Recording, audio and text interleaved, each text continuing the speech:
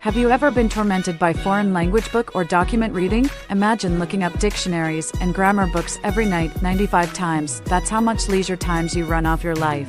Our unique Magic Translation course can teach you how to do it in bilingual style: English, Chinese, Japanese, French, Spanish, and so much more. You will get results in just 3 minutes, with very low cost.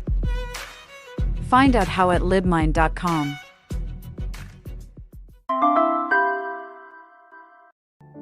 The secret of miracle power for infinite riches. It is your God-given birthright to be rich.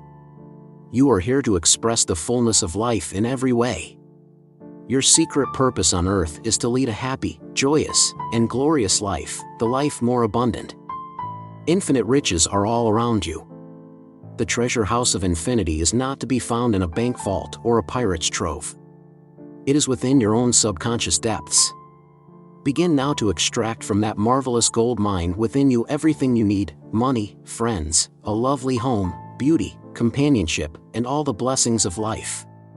Whatever you need, whatever you want, you can bring it forth when you learn to apply the proper technique. Dave Howe, an old friend of mine, told me the story of two men, Peter R. and Steve G., who grew up in the same town and went to the same college to become geologists. After graduation, they took jobs with rival mineral exploration companies in the western United States.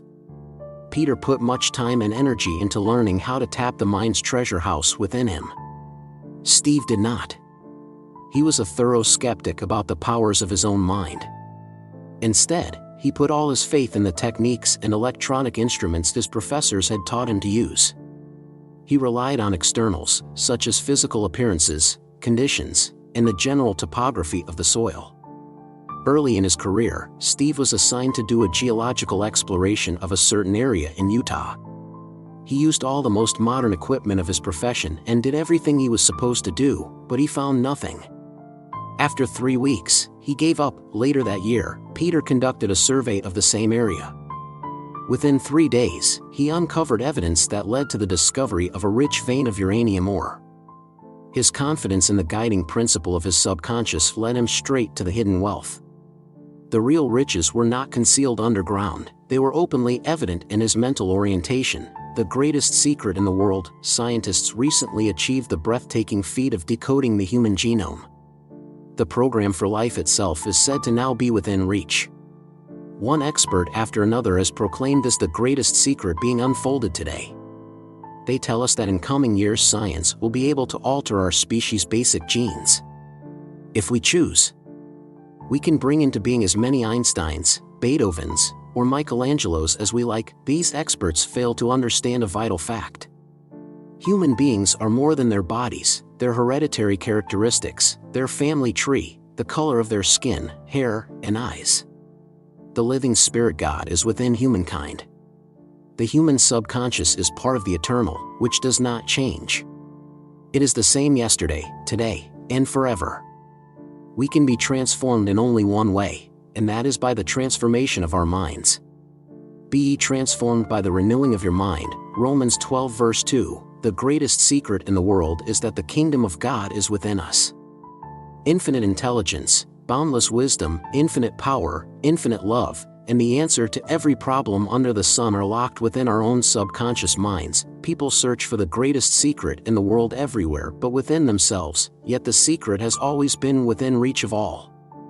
Begin now to tap these tremendous powers within you, and you will start to lead a full and happy life based on God, who giveth us richly all things to enjoy. 1 Timothy 6 verse 17.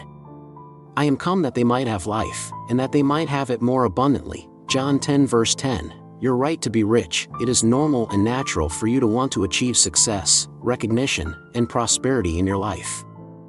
You ought to have all the money you need to do what you want to do, when you want to do it. There is no virtue in poverty. Poverty is a mental disease that should, and could, be abolished from the face of the earth. Just as wealth is a state of mind, likewise poverty is a state of mind. If we want to eradicate all the slums in the world, we must first wipe out the mental slums created in people's minds by their belief in poverty and lack. During my many years of private counseling, as well as when talking with people following my lectures around the world, I constantly hear the same comment from people: the only thing holding me back is my lack of money. There is nothing that $50 or $100,000 would not cure in my life. What these people fail to realize is that their own focus on what they lack is creating their poverty. Wealth, like poverty, is really a pattern of thoughts and images in the mind. If these people were to follow the techniques explained in this book and begin to use their subconscious minds, wealth would flow to them in avalanches of abundance. It is the right of you and your family to have healthy, nourishing food, good clothes, a comfortable home, and the money you need to buy the good things of life. You need the time every day for meditation, prayer, relaxation, recreation, and places that make these necessities possible. The true meaning of prosperity does not lie in having more things. It means that you begin to advance mentally, spiritually, and intellectually, as well as socially and financially. How she discovered the riches of her subconscious. I was consulted by a woman, Bettina W., who told me she had been the victim of a series of misfortunes. After a bitter divorce that left her in charge of 2 preschool children, her former husband moved across country and stopped paying child support. She owned a home, but she was carrying both a first and second mortgage. Her one credit card was near its limit. She had a regular job and also did after-hours work, but all the money that came in went out again immediately. It was a constant struggle simply to put food on the table. Bettina stayed awake nights wondering what she would do if she or one of the kids fell sick. As she put it, her life was a total mess. I explained to her that the infinite intelligence within her subconscious could reveal to her everything she needed to know at all times. She could receive inspiration, guidance, new creative ideas, and a solution to her financial problems.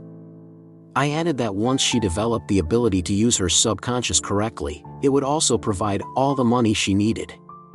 She would experience financial freedom beyond her fondest dreams. To put this process into motion, I offered Bettina 2 abstract ideas: wealth and success. As we talked, she came to understand that wealth is everywhere. Like all of us, she was born to succeed, to win in the game of life, because once tapped, the infinite power within her cannot fail. At my suggestion, she began a program of spiritual exercises. Every night, before going to sleep, she set aside a quiet time in which she repeated slowly, feelingly, and with deep understanding, wealth, success. Wealth, success. She realized that whatever she impressed on her subconscious would be magnified and multiplied on the screen of space. Just prior to sleep, our subconscious is particularly sensitive to whatever conscious thoughts we entertain. By focusing her consciousness on these 2 concepts, wealth, success, Bettina began to activate and release the latent powers of her subconscious. How her subconscious responded: when used right, the subconscious never fails. Once appealed to, it meets our needs in unforeseen ways, regardless of circumstances. Bettina succeeded in putting away thoughts of poverty and stress while she concentrated on wealth and success.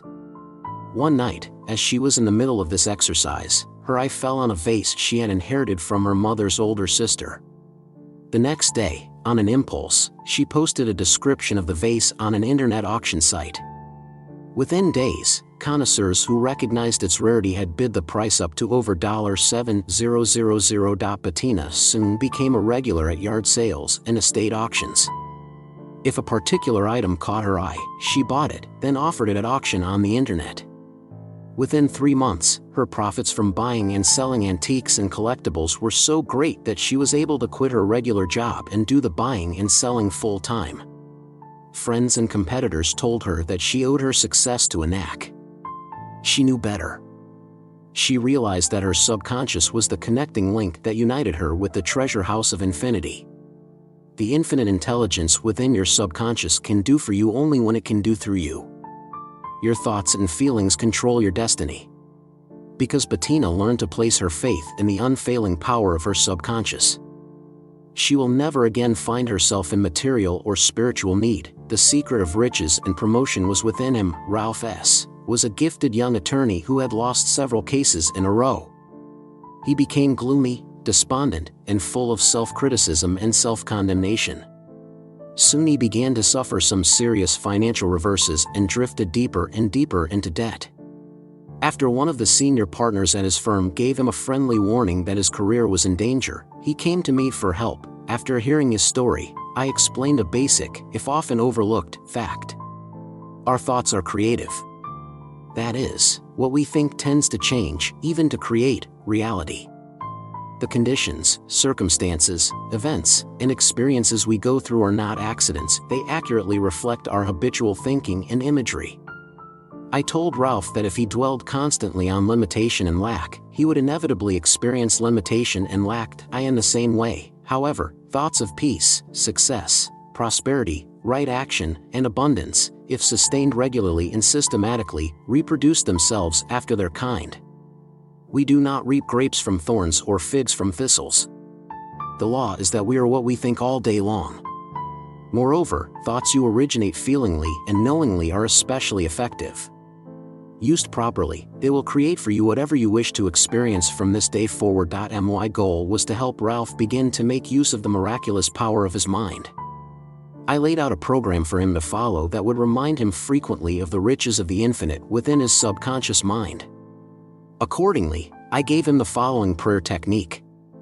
3 or 4 times every day, he took himself to some place where he could be undisturbed. After putting himself in a relaxed state, he affirmed slowly, quietly, and feelingly as follows: today is God's day. I choose harmony, success, prosperity, abundance, security, and divine right action. Infinite inte lige nce revals to me betet are ways to give gre 8 rse revice. I am a mean tau and spiritual magnet irresistibly attracting to me and woman who are bli ssed, comforte d, and satisfied d with my counsel and decisions on the IR behalf. I am divine ly guide d all day long, and what veri do will prosper, divine justice and divine law and order govern all my undertakings, and what veri begin will result in success. I know the law of my mind, and I am fully aware that all the SE truths I am reiterating are now sinking into my subconscious mind, and the why will come forth after the IR kind. It is wonderful. He made it a special point never to deny what he affirmed. When thoughts of lack, fear, or self-criticism tried to intrude, he would immediately reverse them by affirming, "The Lord is my shepherd.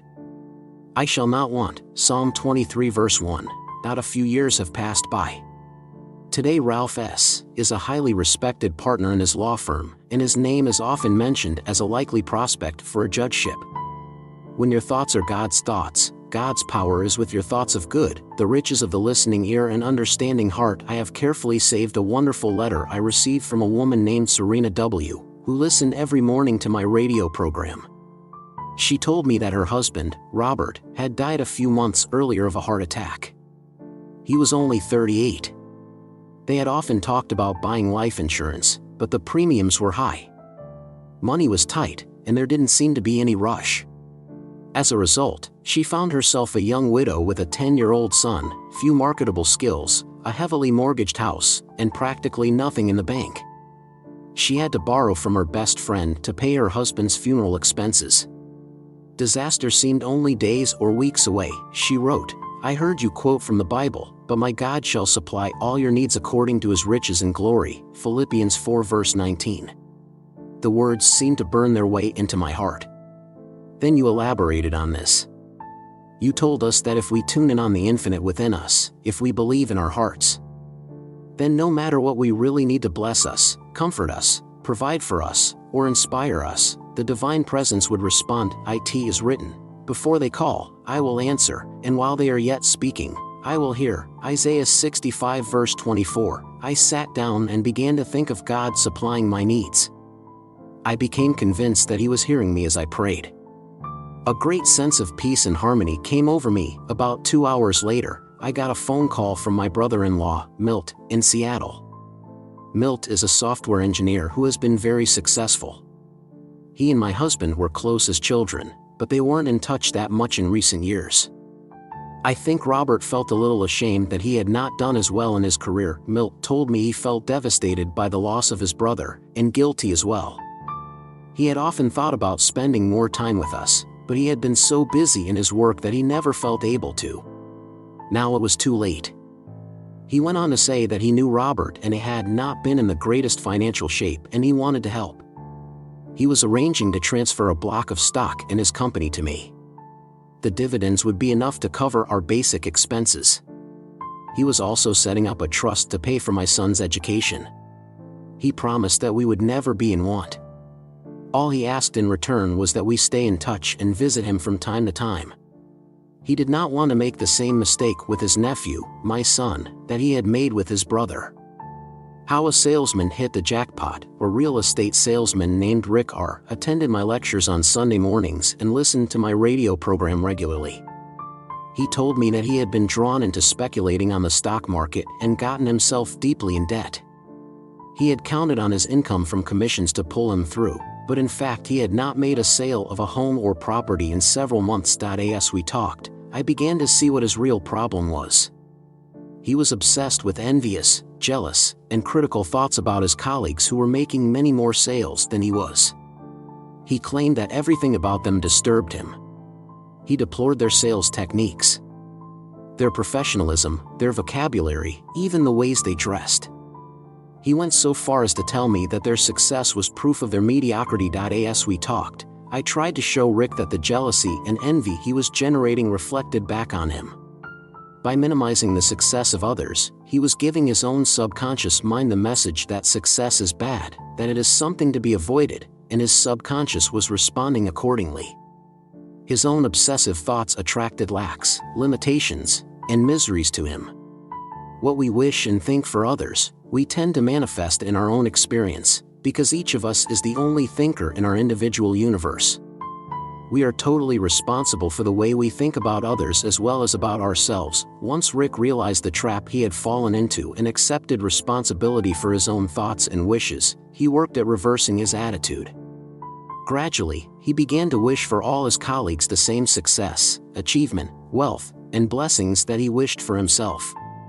He taught himself to meditate several times daily upon the following prayer: I am a child of the infinite, and his riches flow to me freely, joyously, and endlessly.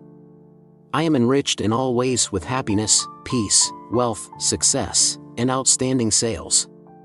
I am now stirring up the riches of my deeper mind, and rich results follow. I know I shall reap what I sow, for it is written, Thou shalt also decree a thing, and it shall be established unto thee, and the light shall shine upon thy ways. Job 22 verse 28. The change in Rick's attitude manifested in his relations with the others in his firm. They started to see him as an inspiration and a source of advice and support. Today he is in charge of his firm's most productive branch and is often called on to lead workshops for the sales force.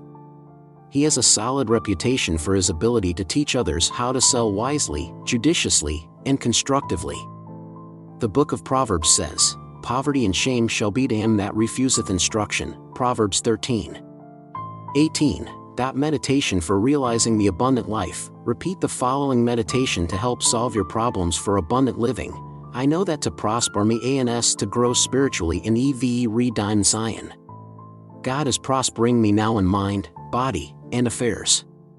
God's eye is constantly unfold within me, bringing to me Alf, we Alf, and Ct divine expersind. I thrill inwardly as I feel the life of God vitalizing every atom of my being. I know that God's life is animating, sustaining, and strengthening me now. I am now expressing a perfect, radiant body full of vitality, energy, and power. My business or profession is a divine activity. Since it is God's business, it is successful and prosperous.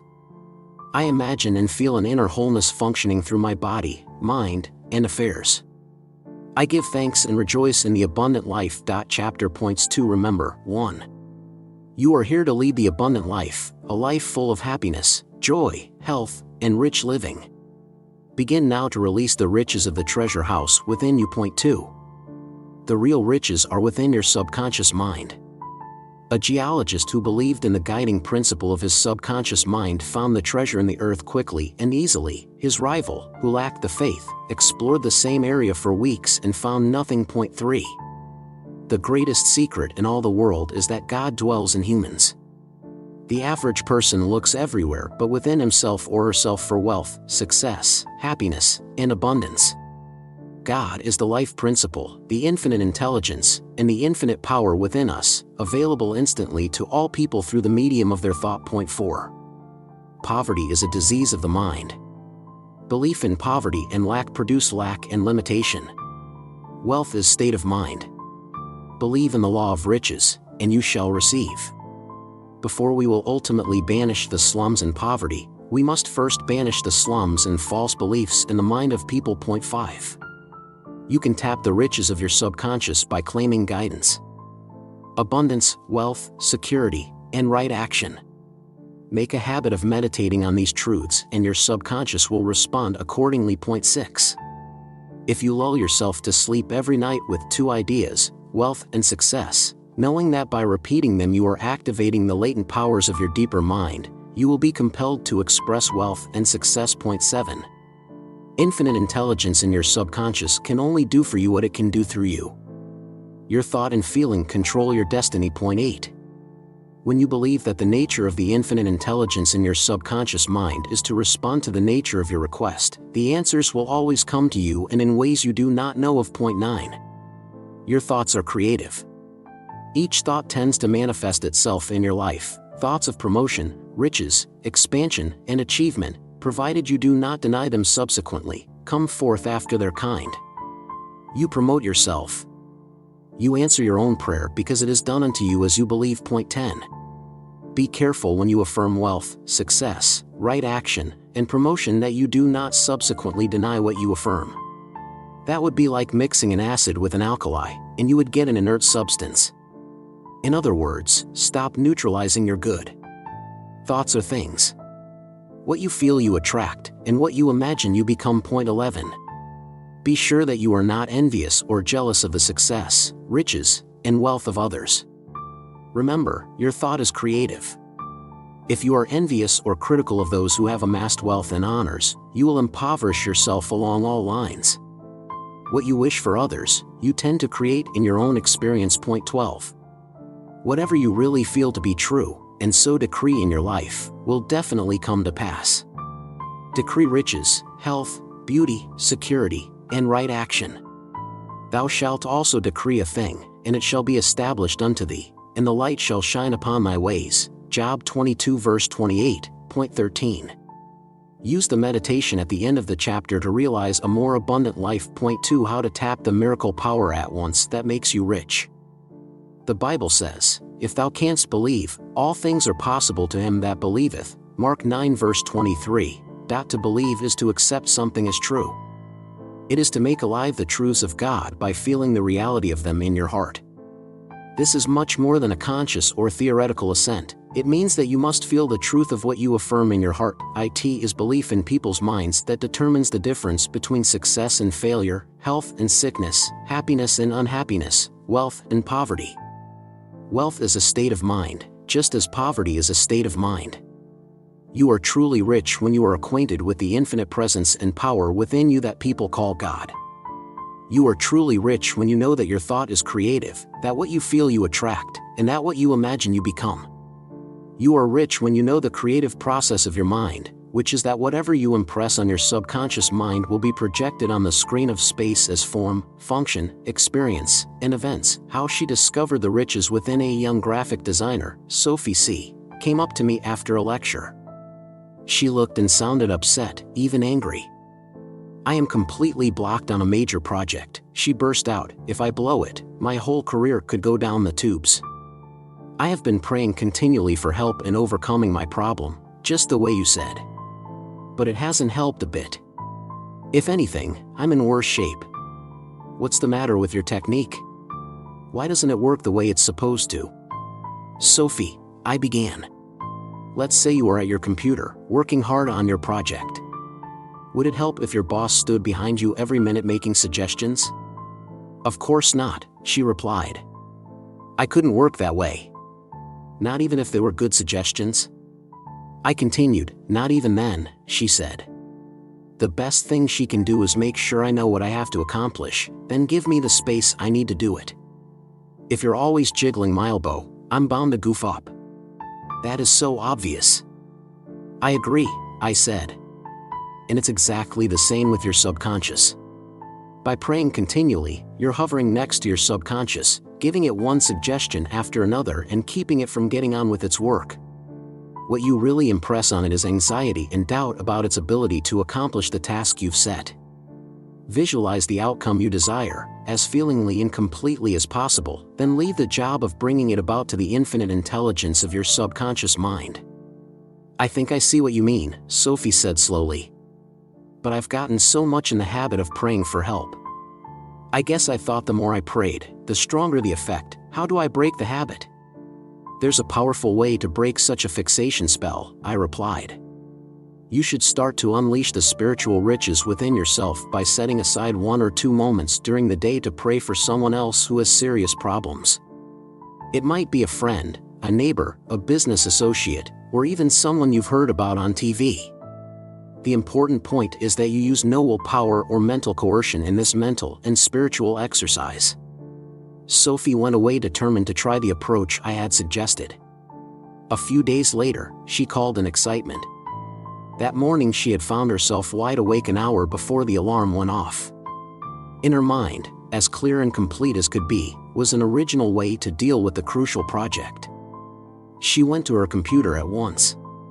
By her usual breakfast hour, she had finished the section of the project that had been giving her trouble for so long. She discovered the riches of her creative thought. A young woman, Marie G., was seriously worried about her mother, who suffered from chronic stomach pains. The mother's doctor had tried a variety of medications, but none of them relieved her distress. An examination of the gastrointestinal system with a fiber optic probe showed signs of irritation, but did not reveal the cause of the irritation. Marie decided that only the healing power of the subconscious mind could help her mother. She began to set aside half an hour every morning and evening to pray for her mother's stomach. She focused on the concept that her mother's digestive system was a divine idea and therefore perfect. Unfortunately, Marie's mother's condition did not improve. Still more upsetting, Marie began to have stomach trouble herself. Marie came to me and begged me to say where she had gone wrong. Why had her prayer caused her subconscious to manifest sickness instead of the desired health? By praying as you did, I explained, you were actually identifying with your mother's illness. You were even keeping a regular date with it, twice a day. What you wanted was to get rid of it, but what you were doing was holding on to it. How her creative thought healed at my suggestion. Marie G. changed her approach. She carefully avoided dwelling on specific organs of the body and their disorders. Instead, she identified with the infinite healing presence in the subconscious mind.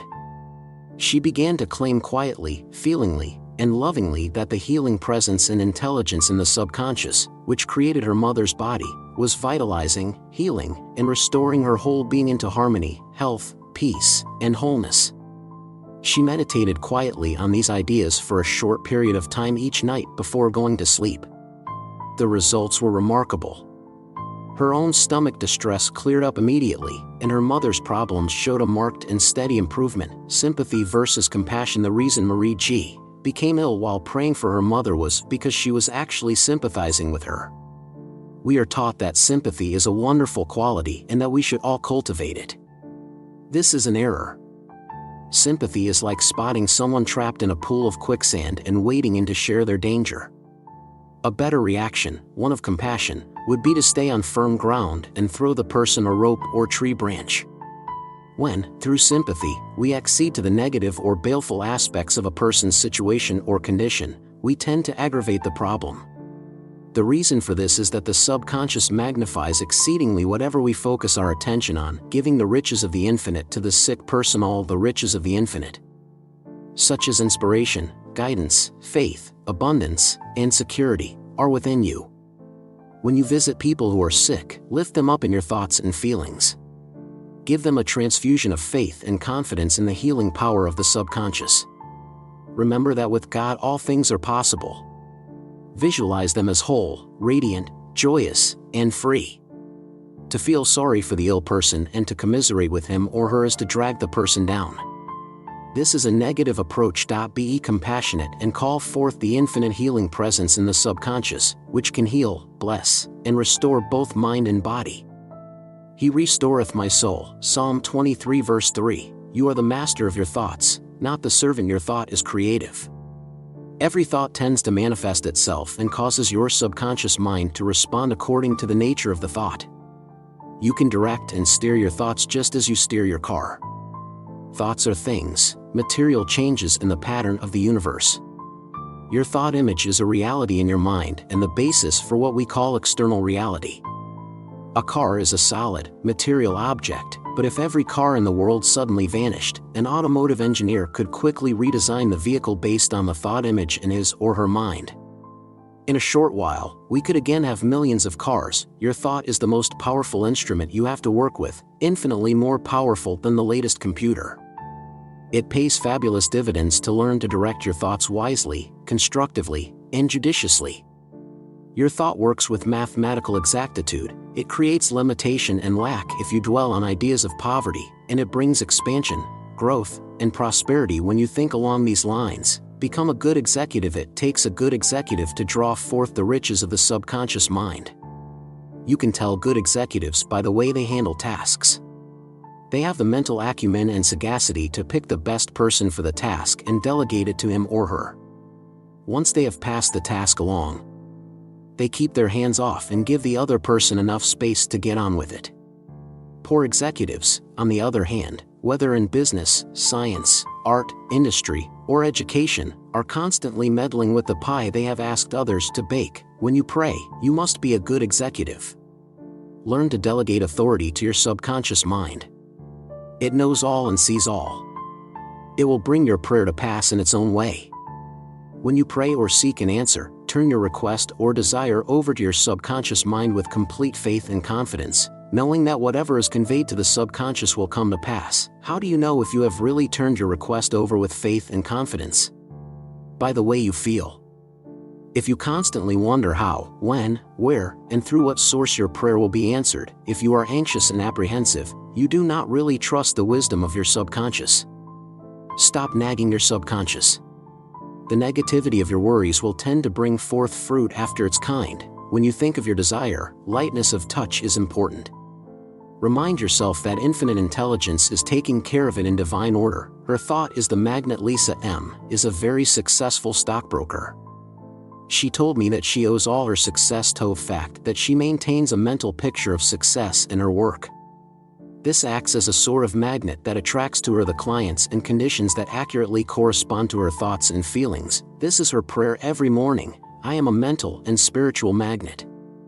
I draw to me all those people who want and need what I have to offer.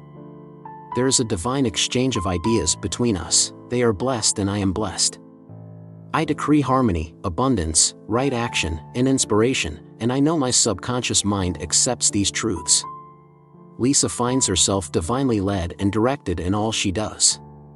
Her subconscious mind is the seat of habit. As she continues to claim divine guidance, right action, and abundance regularly and systematically, she is under a subconscious compulsion to do, speak, and act in the right way. How he conquered by surrendering. I recently had a long conversation with a prominent banker, Brendan O. A friend had told him that I might be able to help him give up tobacco. Though skeptical, he was desperate enough to try anything. As we talked, I began to see that he was involved in waging a daily war with the world and its conditions. He saw every associate as a possible rival and pored over their every word for hints of what hostile, underhanded act to expect from them. As he read the business section of the paper each morning, he muttered curses. Each new development felt like a blow aimed directly at him. It is no wonder that he was a heavy smoker. Eventually, his doctor told him he had to quit. He pooh-poohed the idea. Then one day, breathlessness forced him to quit his weekly tennis game while he was ahead. That was enough to make him decide to stop. Of course, he approached the task of quitting smoking the same way he approached everything else, as a battle. It didn't work. The harder he tried to quit, the more restless and irritable he became, and the more he felt the urge to smoke. His nerves were shot. He began to make risky business decisions and to act toward his superiors as badly as he did to those under him. Soon his entire career was in serious danger. By the time we spoke, he was beginning to consider the idea of ending it all. You are like someone who has strayed into a patch of quicksand, I told him. The harder you struggle, the deeper you sink. Not just with the smoking, though that is very important. The war you think you are waging against the world, you are really waging against your own subconscious mind. Every day you tell it that life is full of conflict and hostility, and every day it takes you at your word and makes manifest the conditions you expect. "But I really want to stop smoking," Brendan protested. "I don't doubt it," I replied. "But you are overlooking a basic law of mind. When your desire and imagination are in conflict, your imagination always wins. You imagine yourself struggling against tobacco, and you provoke that very struggle." "Maybe so," he said. "But now I'm in the thick of it, and I can't afford to lose. We're talking about my life and health that are at stake. What do I have to do to win this battle?" I took a deep breath. This was not going to be easy. "You have to surrender," I told him. "Give up. Abandon the struggle." "Never," he broke in. "Roll over and play dead?" "Never." "I didn't say play dead," I said calmly. "What you must do is find the path to invoking a greater power. And the entrance to that path lies in the opposite direction from struggle." Suddenly his shoulders slumped. "I don't get it," he said in a low voice. "But I'm ready to try anything. What do I do now?" He found the quiet path to get things done at my suggestion. Brendan held a session with himself twice a day, on first getting up and just before going to sleep.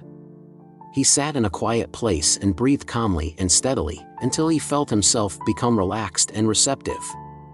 Then he affirmed and visualized as follows: "FRE Dom and PE Ace of Mind are mine now. I know that as I believe and affirm the SE truths, the Y are sinking down into my subconscious mind. I will be unday our compulsion to give up Sagare Tet S, as the law of my subconscious is compulsion. In my imagination I see my doctor before me. He has just finished examining me and is congratulating me on my FRE Dom from the habit and on my PERF-CT he As these sessions continued, he got a response from his subconscious. His desire to smoke faded until it was gone. He had succeeded in impregnating his deeper mind with his habitual thinking and visualizing. The next time he saw his doctor, he learned that the worrisome symptoms had faded as well. He was in excellent health. Brendan's new approach to his subconscious mind had more widespread effects, too. He found himself calmer and more collegial at work, and his business judgment improved. He realizes now that it is the quiet mind that gets things done. Though it is months since he last felt the desire to smoke, he continues to hold sessions with himself twice a day. He quiets his body and tells it to be still and relaxed. It has to obey. When his conscious mind is quiet, calm, peaceful, and receptive, the wisdom of his subconscious rises to the surface, and he receives marvelous answers and solutions. The riches of letting go and letting God help. A psychologist named Sylvia B. got dragged into a bitter and complex legal case involving a former patient. The many documents and frequent court appearances became a terrible drain on her time and energy. When she tried to be conscientious about her participation, she found that she had no room left for living her own life. At last she realized that she was neglecting the greatest power she had available to her. She turned to her subconscious and prayed as follows: "Divine wisdom and divine right action of my subconscious, solve this problem.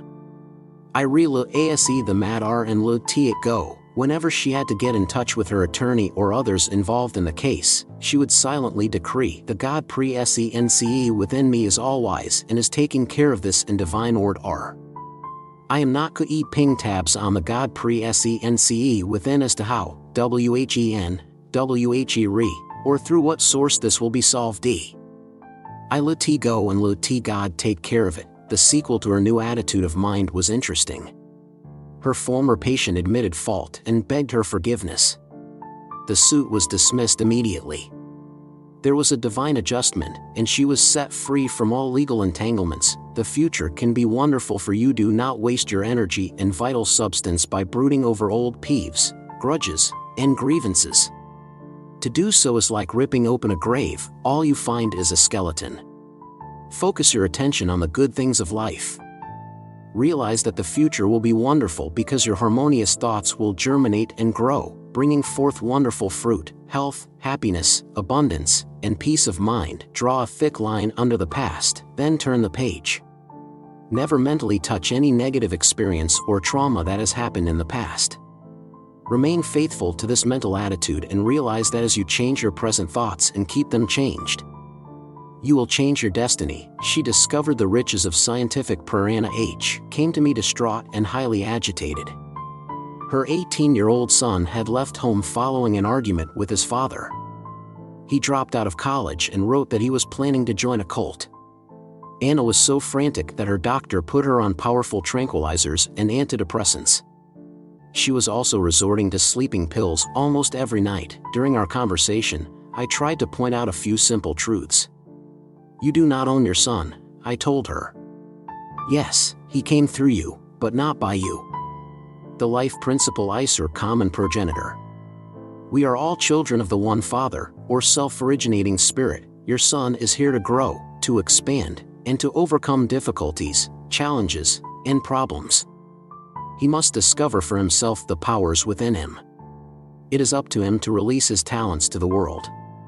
You can't help him by mental excitation, anger, and resentment, only through love, understanding, and right action. By the end of our conversation, Anna had decided to release her son completely, sincerely, feelingly, and with deep confidence. She decreed as follows: "I loose my son to God completely. He is divine ly guide D in all his ways, and divine wisdom anoints his inte leads ct divine law and ord or re-ign supreme in his life. He is guide D to his true place and is expressing himself at his highest level. I loose him and let him go." She remained faithful to this prayer. Twice every day she claimed peace, harmony, joy, and divine love for her son and for herself. Some weeks later, she got a phone call from her son. He had become disillusioned with his new associates. He realized that their only goal was to mold his thoughts to fit their own. They had no intention to let him find and be himself. He was returning to college with the goal of learning more about the spiritual wisdom of the ages. Since then, Anna's son has done well in his scholastic work. He has also started meditating daily and writing some of the thoughts that come to him in meditation. He communicates frequently with both his parents. But his mother no longer feels possessive. She has discovered the riches of divine love and freedom. When Anna stopped thinking from the standpoint of circumstances and conditions, she began to discover that interior standpoint where there are no circumstances. From there, she was able to decree what conditions should be according to divine law and order. Then she let the wisdom of her subconscious take care of it. How to think richly, think regularly and systematically of life, illumination, inspirations, harmony, prosperity, happiness, peace, and the life more abundant. Think these truths rather than this or that condition on them. Trust the operations of your subconscious mind to bring all these ideas you are contemplating into being in the way best suited for your particular case. This is a wonderful way to enter into the life more abundant. Meditation to have the power of faith. Use the following meditation to help you secure the power of faith. The prayer of faith shall save the sick and God shall raise him up. James 5:15. I know that no matter what the negation of your day was, my prayer or affirmation of truth will rise triumphantly over it today. Id fastly behold the joy of the answer de prayer. I walk all day long in the light. Today is God's day. It is a glorious day for me, as it is full of peace, harmony, and joy. My faith in the good is written in my heart and felt in my inward parts. I am absolutely convinced that the re is a pre-sence and a p-ct law that receives the imper-ss of my desire now and that irresistibly attracts into my exp-nce all the good things my heart desires. I now place all my reliance, faith, and trust in the power and presence of God within me. I am at peace. I know I am a gust of the infinite and that God is my host. I hear the invitation of the Holy One saying, "Come unto me all ye that labor, and I will give you rest." Matt W 11:28. I rest in God, all is will. Chapter points to remember 1. To believe is to accept something as true. Belief makes the difference between success and failure. Riches and poverty, health and sickness. Believe in the riches of the infinite power within your subconscious and you will experience them. Point 2. When your problems seem overwhelming, Break the tension by praying sincerely for someone who is very ill or in deep trouble, and suddenly you will find your own problems solved. Point 3. When praying for a loved one, be sure not to identify with the ailment or any part of the anatomy. Realize that the infinite healing presence is flowing through the loved one as harmony, health, peace, and joy. Visualize the loved one as radiant and happy. Meditate quietly on these truths and pray again when you feel led to do so. Wonders happen as you pray this way. Point 4. Sympathy means to go down into the quicksand with the other, and it does not help the sick person. Have compassion and give the sick person a transfusion of faith, confidence, and love, knowing that with God all things are possible. Point 5. Your thought is creative, and every thought tends to manifest itself. You can direct and steer your thoughts in the same way you steer your car. Thoughts are things. Your thought image of wealth, success, and achievement is the magnet that attracts to you all things that correspond with your thought image. Point 6. The quiet mind gets things done. Tell your body to be still, and quiet your mind by thinking of the infinite intelligence of your subconscious, which knows the answer. When your conscious mind is still and your body is relaxed, the wisdom of your subconscious will rise to the surface. Mind. Point 7. A good executive knows how to delegate authority. You must be a good executive when using your mind. Turn your request over to your subconscious with faith and confidence, and you will get the appropriate response. You know when you have really turned it over, because you find yourself at peace. Point 8. You can give up smoking or any bad habit by decreeing freedom and peace of mind, while at the same time imagining a friend or a physician congratulating you on your freedom. As you affirm and envision an antipathy toward tobacco, your subconscious will take over and compel your freedom from the habit. Point 9. Many have discovered the wisdom of turning an acute domestic problem over to the God presence, trusting that divine wisdom and intelligence will bring about the solution that is best for all. The prayer, "I let go and let God take over," brings about the perfect answer. Point 10. Liquidate the past and never dwell on old grievances or grudges. The future is your present thinking made manifest. Think regularly and systematically of harmony, beauty, love, peace, and abundance, and you will have a wonderful future. Point 11. We do not own our children. When difficulties arise with a child, pray as follows: I loose my child to God completely. My child is divinely guided in all ways, and divine love takes care of my child. Whenever you think of your child, bless him or her silently by knowing, God loves my child and cares for my child. As you do this, whatever happens will be good. Point 12. Think of the infinite riches within your subconscious mind. Think of harmony, peace, joy, love, guidance, right action, success. All these are principles of life, and as you think of the life more abundant, you activate the latent powers within you. Your subconscious will compel you to express the abundant life right here and right now. Thoughts are things. Point 13. Use the meditation to secure the great power of faith for yourself. Point 3. How the rich get richer, and how you will join them. The Bible says, God, who giveth us richly all things to enjoy. 1 Timothy 6 verse 17. Riches are of your mind. There is a guiding principle within you that can lead you to fulfill the desires of your heart. Wealth is a state of consciousness, a mental attitude, an acceptance of the riches of the infinite. The whole world was here when you were born. Life was a gift to you. You are here to express life and to release your hidden talents to the world. Once you gain the ability to tap your subconscious mind, you will never want for any good thing all your life, whether it be health, peace of mind, true expression, companionship, or a lovely home and all the money you need to do what you want to do when you want to do it. Your subconscious offers you the infinite power to be rich, and the key is your own thought. Your thought is creative. Begin to think regularly and systematically of success, achievement, victory, abundance, and the good life. Thinking makes it so. She discovered her thought image was wealth. A few years ago, I joined a guided tour that took me to many scenic places in Spain and Portugal. There were about 30 of us on this tour. One was a young woman named Maria B. When I introduced myself, during a get-acquainted party at our first stop, her eyes widened. "Are you the man who wrote The Power of Your Subconscious Mind?" She asked excitedly. "I owe this trip to you." She explained that she had always wanted to visit Spain. Her ancestors had originally come from Malaga, one of the places we were scheduled to visit. The expenses of such a tour were beyond her means, however. For a long time, she put the project out of her mind as impossible.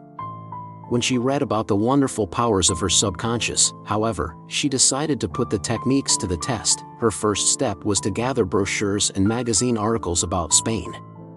Looking through them, she found herself mysteriously drawn to a photograph in one of the tourist brochures of the Hotel Malaga Palacio.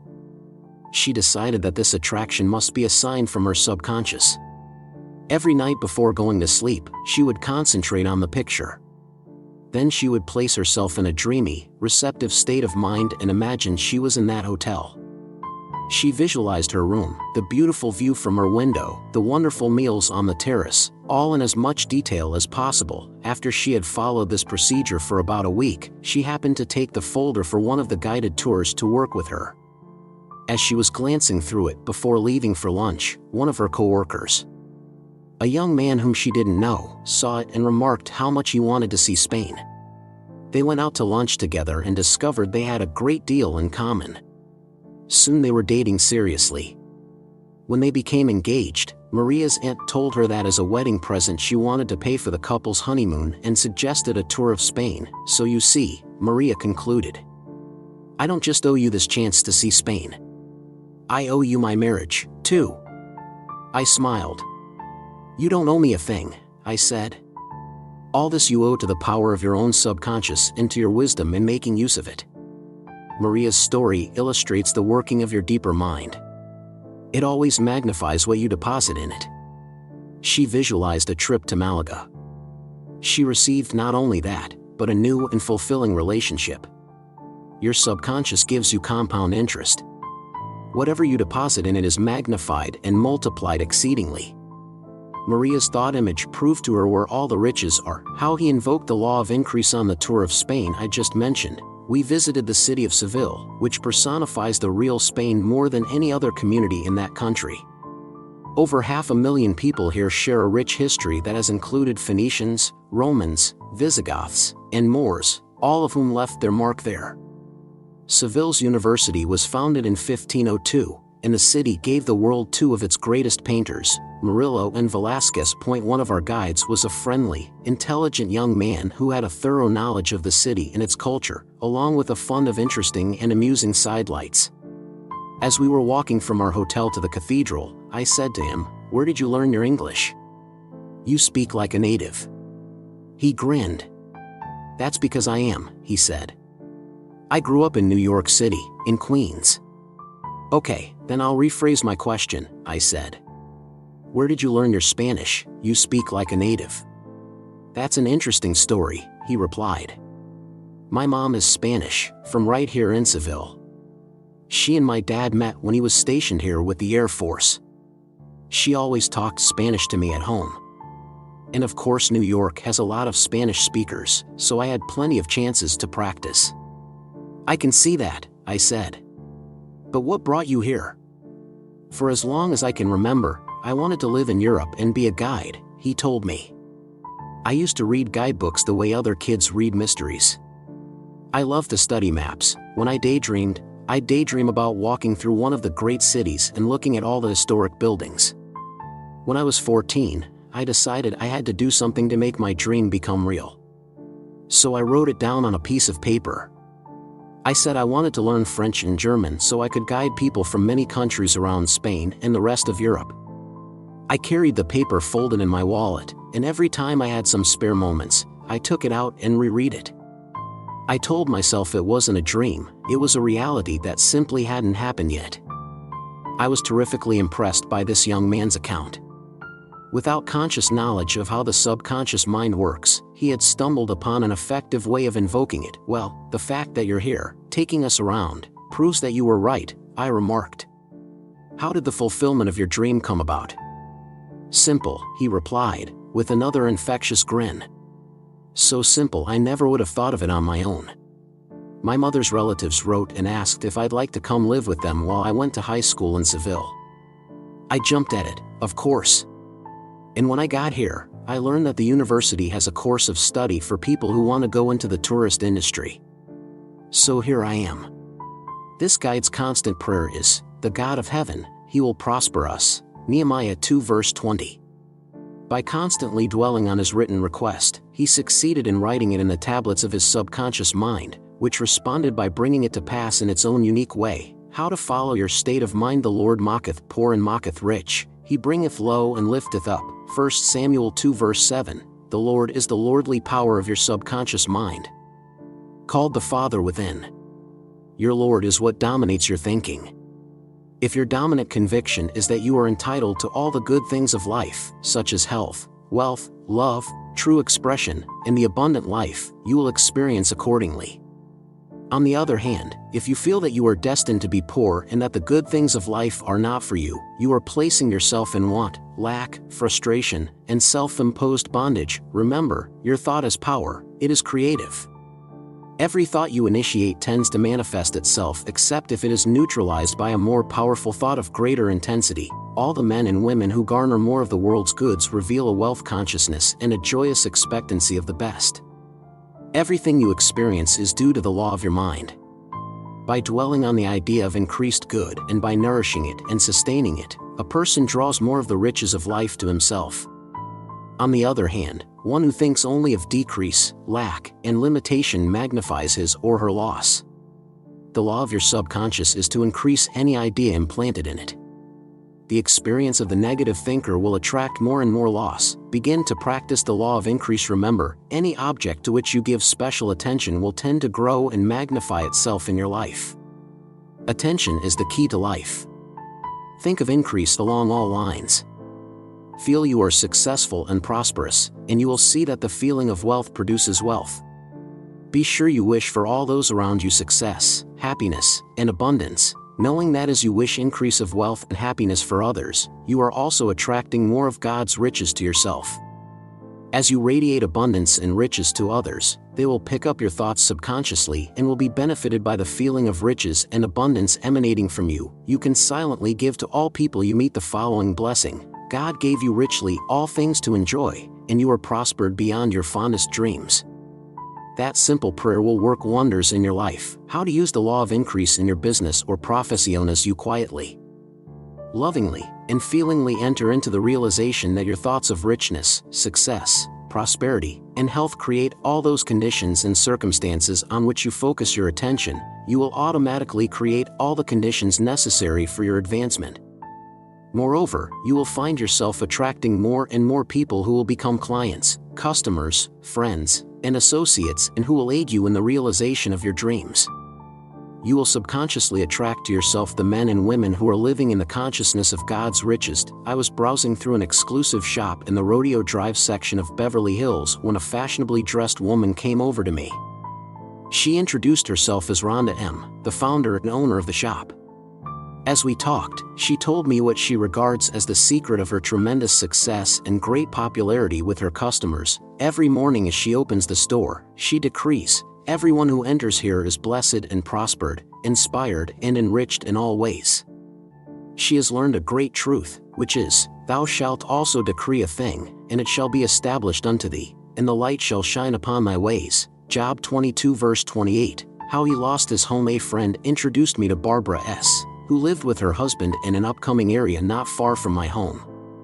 She confided that she was terribly worried about her husband.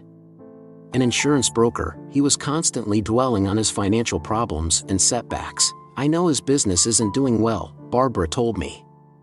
"There's so much new competition from internet-based companies. But it can't be good for him to spend so much time imagining that he'll go bankrupt and that we'll lose our home." I was alarmed by the picture she painted. "You must try to persuade him to focus on more positive thoughts," I urged her. "I've tried," she said. "He refuses to listen.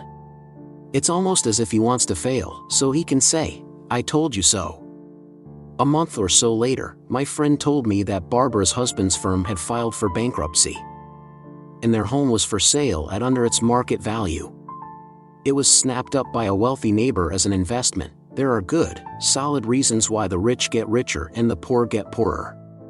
Job said, "The thing which I greatly feared is come upon me." Job 3 verse 25. The law of mind is good and very good.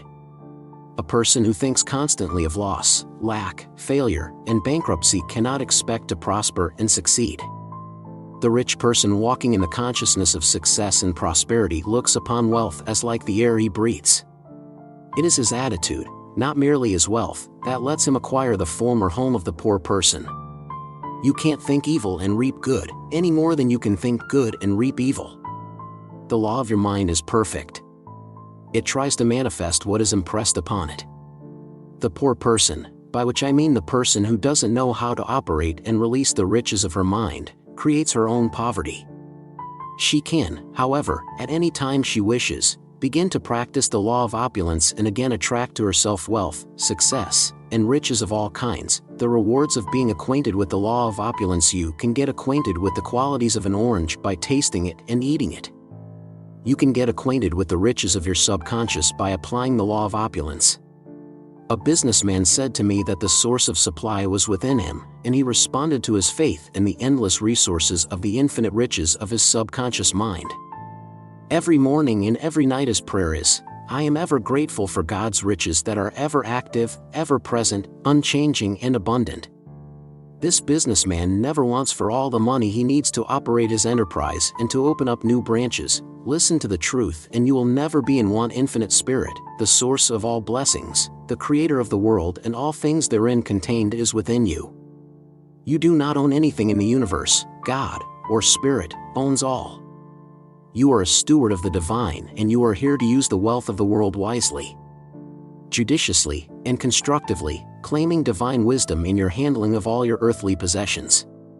When you go on to another dimension, you cannot take with you anything but the treasures of wisdom, truth, and beauty that you have instilled in your subconscious mind. Your faith, confidence, and trust in the goodness of God and in the joy of the Lord that is your strength represent the real riches you will take with you into the next stage of life. These are the treasures of heaven, your mind. The whole world is yours to enjoy. The cattle on 1,000 hills are yours.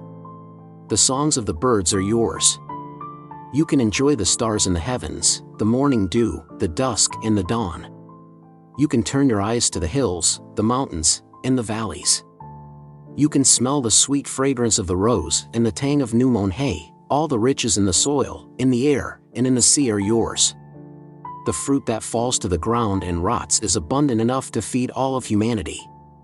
Nature is bountiful, lavish, extravagant, even wasteful. It is God's intention and will that you lead a full and happy life. You should live in a beautiful home, surrounded by luxury. You should have beautiful clothes, constantly dressing for God and reminding yourself of the infinite and indescribable beauty, order, symmetry, and proportion of the infinite. You should have all the money you need to do what you want to do, when you want to do it. Your children should be brought up in beautiful surroundings and in a loving, God-like atmosphere.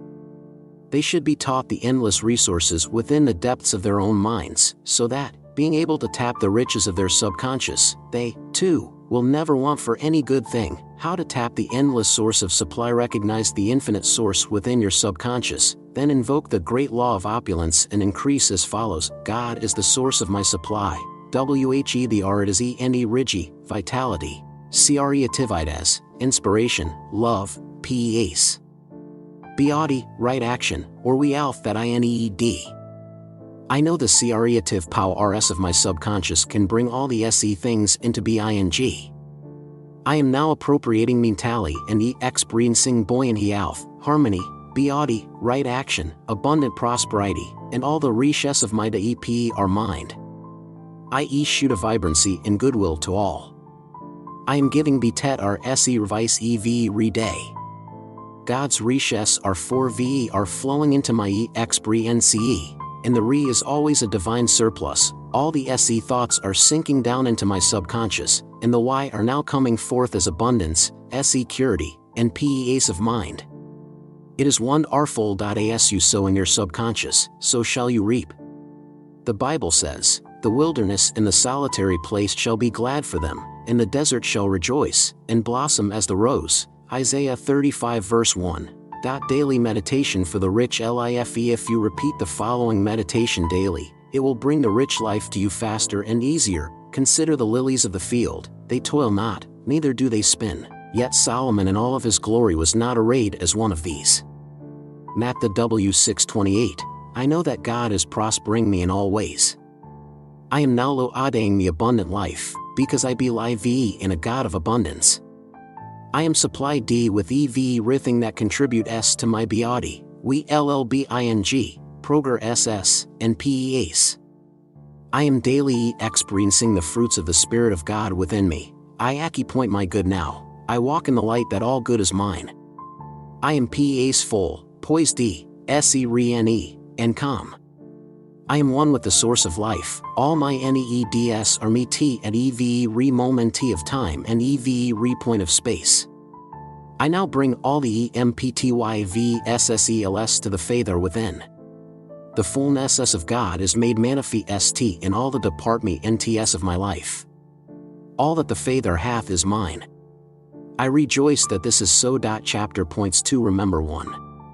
The rich get richer for the simple reason that the consciousness or awareness of wealth and the expectancy of more and more of God's riches, which are omnipresent, attract more and more wealth, health, and opportunities to the person who walks in that state of mind. Point 2. The thought image of wealth produces wealth. The thought image of a journey results in the opportunity to take it. A young woman began to visualize the experience of staying in a hotel in Spain. Her subconscious opened the way and magnified her impression of the journey into a honeymoon. Your subconscious always magnifies. Point 3. A young boy of 14 wrote down his dream of moving to Europe and studying to be a guide. He continued to meditate on what he had written and succeeded in writing his requests on the book of life, his subconscious, within him. His subconscious wisdom acted on the mind of his relatives, fulfilling all his desires. Point 4. Enter into a consciousness of God's wealth, which is all around you. Live in the joyous expectancy of the best, and by the law of attraction, you will attract the riches of the infinite storehouse in your own subconscious mind. Keep thinking of prosperity, abundance, security, and increase in all things. Point 5.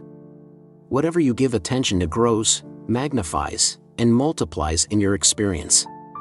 Keep your attention on whatsoever things are lovely and of good report. Radiate abundance, goodwill, and riches to others. They will pick it up subconsciously, and you will attract wonderful people into your life. They will prosper and you will prosper. Point 6. A rich person walks in the mental attitude that wealth is like the air he or she breathes. Having that state of mind, the person attracts more and more riches of all kinds. The poor person who is constantly picturing and talking of lack, bankruptcy, and hard times attracts these qualities to him or herself. Point 7. You can get acquainted with the riches of the infinite storehouse within you by reiterating and believing the following prayer: I am ever grateful for God's riches that are ever active, ever present, unchanging, and eternal. 8. God gave you richly all things to enjoy in this universe. Life itself is a gift to you. The whole world was here before you were born. Believe and expect the riches of the infinite, and invariably the best will come to you. As you practice this simple truth, the desert of your life will rejoice and blossom as the rose. Point 9. Strengthen your ability to create a rich life by repeating the meditation at the end of the chapter. Point 4. How to claim your right to infinite riches. Now, a few years ago, during the month of May, I took a trip to Ireland, England, and Switzerland. While in Ireland, I went to Killarney to visit a relative of mine. Killarney is one of the world's great beauty spots. For centuries, poets, artists, and writers have struggled to capture the magnificent and varied colors and forms of this wonderland of green mountains and crystal lakes surrounded by luxuriant woods of birch, oak, and arbutus. It was here amidst the beauty of the countryside that my relative poured out his tale of woe regarding his daughter. Mary, not her real name, was rapidly losing weight. She refused to eat except under pressure from her father. The local doctor had been giving her injections of liver and vitamins, but now said she was a hopeless case. When she was taken to Dublin to see a psychiatrist, she refused to talk to him. Her father was frantic. I had 3 long talks with Mary. During the third one, we were sitting on a stone wall with a view of a distant lake when I asked her point blank, Mary, are you trying to get even with your father, exerting a sort of revenge, because he prefers your brother to you? She stared at me with stricken eyes, then blurted out, I hate him, I hate him. He won't hear a word against Sean, who takes himself off to Dublin and a fine life at the university. I stays home and keeps the house, but it's never a kind word I hear, only why did you not do it this way instead? He'll be a sorry man when I'm gone. But, Mary, I said gently, God intended you to lead a full, happy, and rich life. Your body is a temple of the living God. When you refuse to care for it, that is worse than setting fire to a church. I'd never dream of such a thing. She protested, maybe not, but you're doing it, I replied. When you refuse to eat, you are destroying your body. There's no difference between that and suicide. Is that really what you want? She shook her head. As she turned away, I saw that her eyes had filled with tears. Her father saw his sad mistake. I went inside and spoke privately with Mary's father. I told him what she had said. His face turned red, and he began to curse. He shouted that he worked his whole life to support an ungrateful child who had been a bane since the day of her birth. Why do you say that? I asked. When he stopped to take a breath, he stared at me as if he did not recall who I was or what I was doing there. She killed my Kate, he said in a flat voice. I've not had a moment of peace or joy since then. Nor will I until I'm in the churchyard, lying next to Kate once more. May the day come soon. I recalled that Kate was the name of his wife, who had died in childbirth. I understood the sad story he had acted out since then, blaming a helpless child for his terrible loss. Now he was in danger of another loss that would be even worse because it was so unnecessary. What do you think Kate would say? I asked. If she knew that you hate the child she brought into the world, that hatred may kill Mary? Would she approve? Would she think that was a proper way to honor her memory? For a moment he clenched his fists, as if he thought striking me would relieve his own distress. Then he buried his face in his hands and started to sob. Through his tears, he said, "It's not that I've no tenderness for Mary at all. There are moments when I see her mother in her face, and it breaks my heart. But when I thought of showing it, it was as if I'd be betraying Kate." "Not betraying," I said. "Glorifying. Honoring her mother and her and the eternal in Mary, Kate, and all of us." When I brought Mary in, her father apologized to her and asked forgiveness. He vowed his love, appreciation, and tenderness for her. She was naturally hesitant to believe that he had changed so much. But as he continued to exude and affirm real love for her, he poured forth the riches of the infinite, and she softened to him. Mary had been silently saying to herself, "I feel I must starve and die. Nobody loves me. This way I will make my father care for me." Now, with her father's love, she was able to experience her love for herself as well. That evening, I was delighted to see her eat a hearty dinner. Love frees, it gives, it is the Spirit of God. Love opens prison doors and sets free the captives and all those bound by fear, resentment, and hostility. The prayer that changed her life. I know my body is the temple whe God do lls. I honor and exalt the divine presence within me. Divine love fills my soul, and his river of peace flows through my mind and art at all times. I eat my food with joy, knowing that it is transmute d into body, harmony, whole ness, and p earth tien. I know God hath need of me whe I am, and I am divine lye expert ssed. I am love d, I am need to d, I am want d and appreciate d by my faith r and of rs. I radiate love, peace, and goodwill to ev ryon at all times. My food and drink are God's-eyed as that unfold within me, making me strong, wholesome, and full of divine energy. Mary is now saturating her subconscious mind with these truths several times a day. In the last letter I received from her, she told me she is engaged to marry a neighbor, a young farmer with ambitious ideas. Her words bubbled over with a new life and inner joy.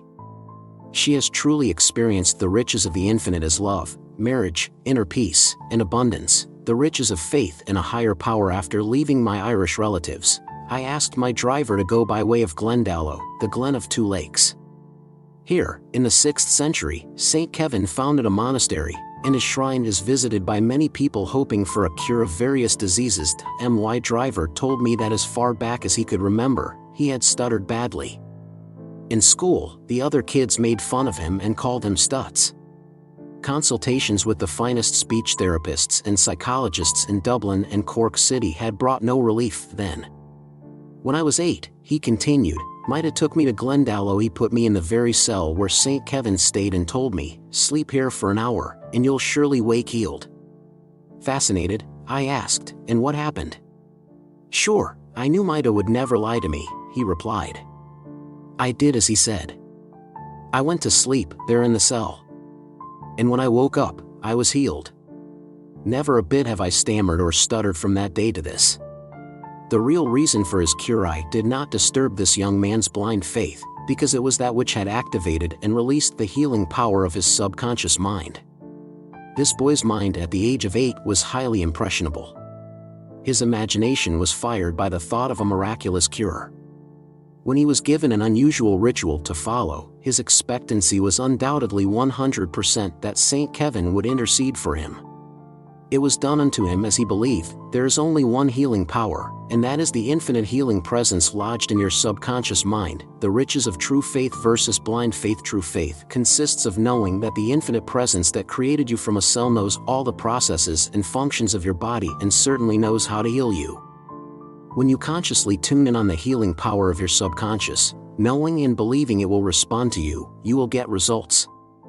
In other words, true faith is the combined use of your conscious and subconscious mind scientifically directed for a specific purpose. Blind faith consists of belief in amulets, charms, talismans, bones of saints, shrines, healing waters, and so on. In other words, it is faith without understanding.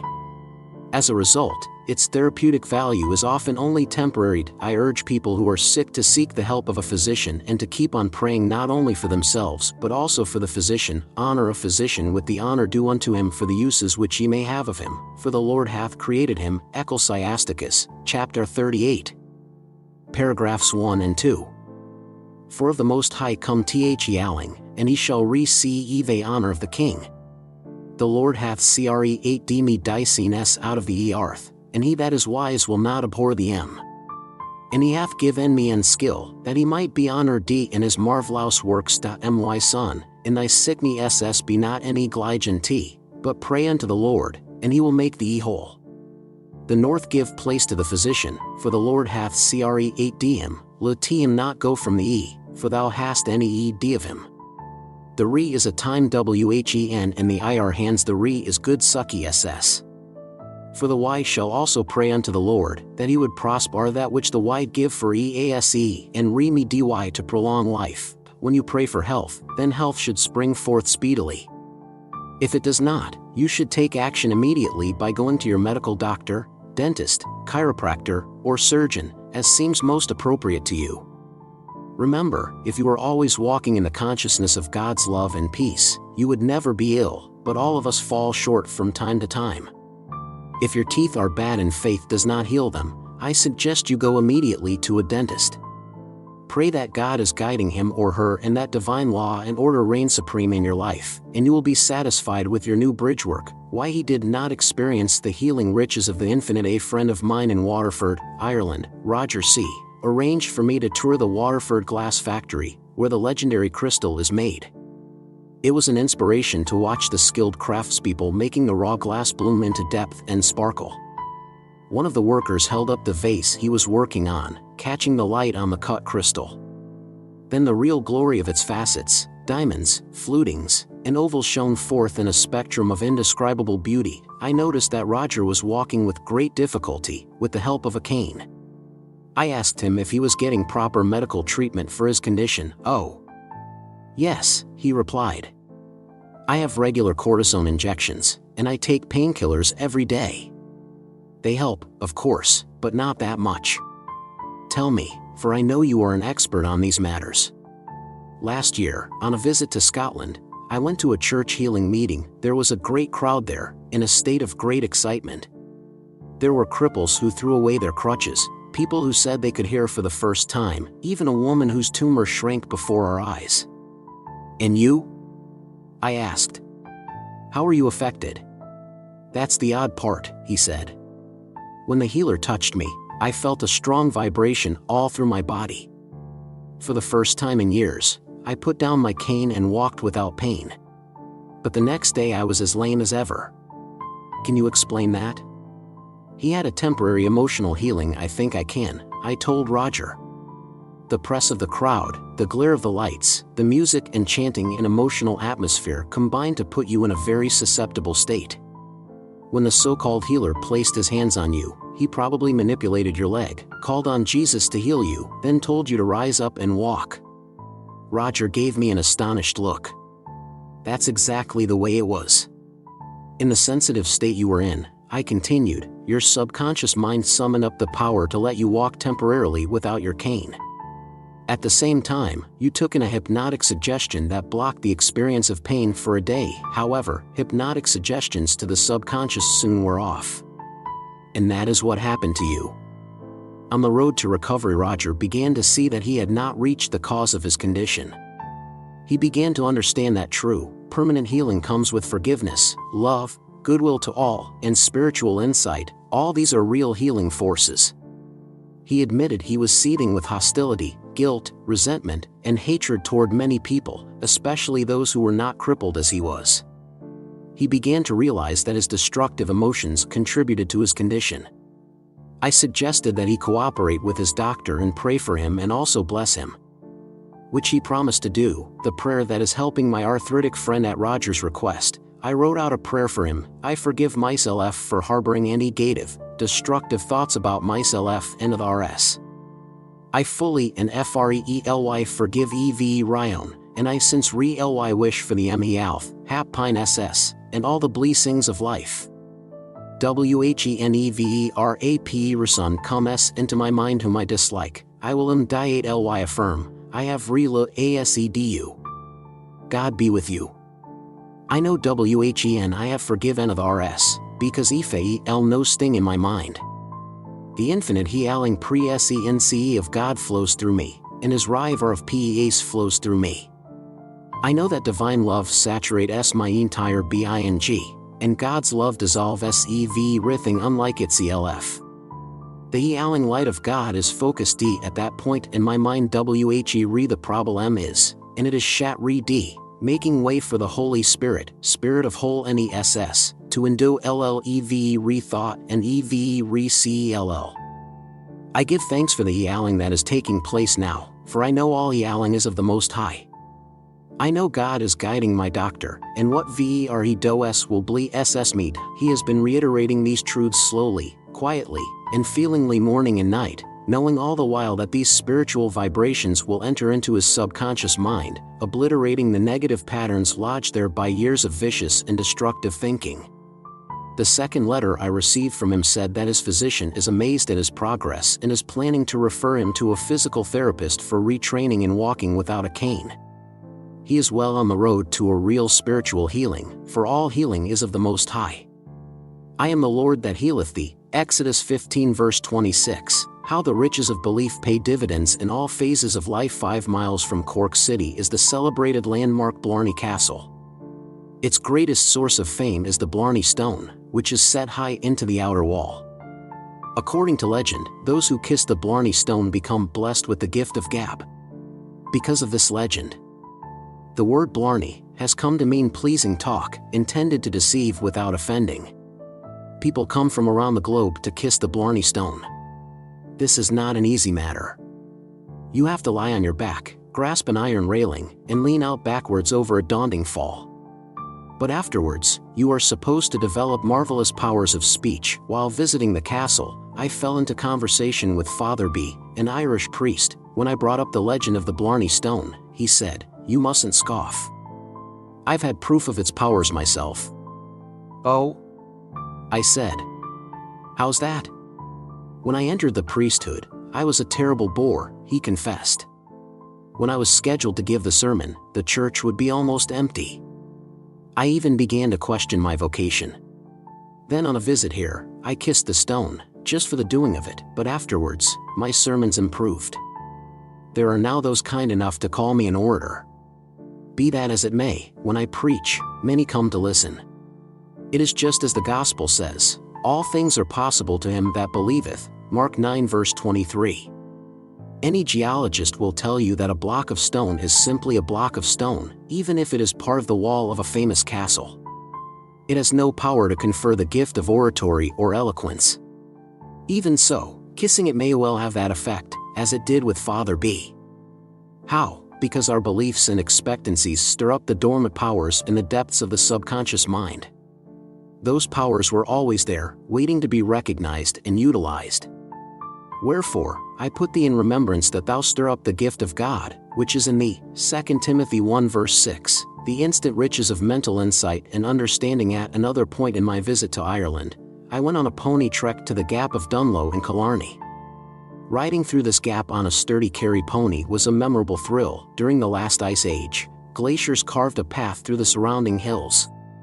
The towering summits of the Reeks, the changing shadows on the mountain tops, and the silence and solitude of the cliff-bound road combined to make an unforgettable impression on me. One of my companions on the ride was a young Englishman, Basil F.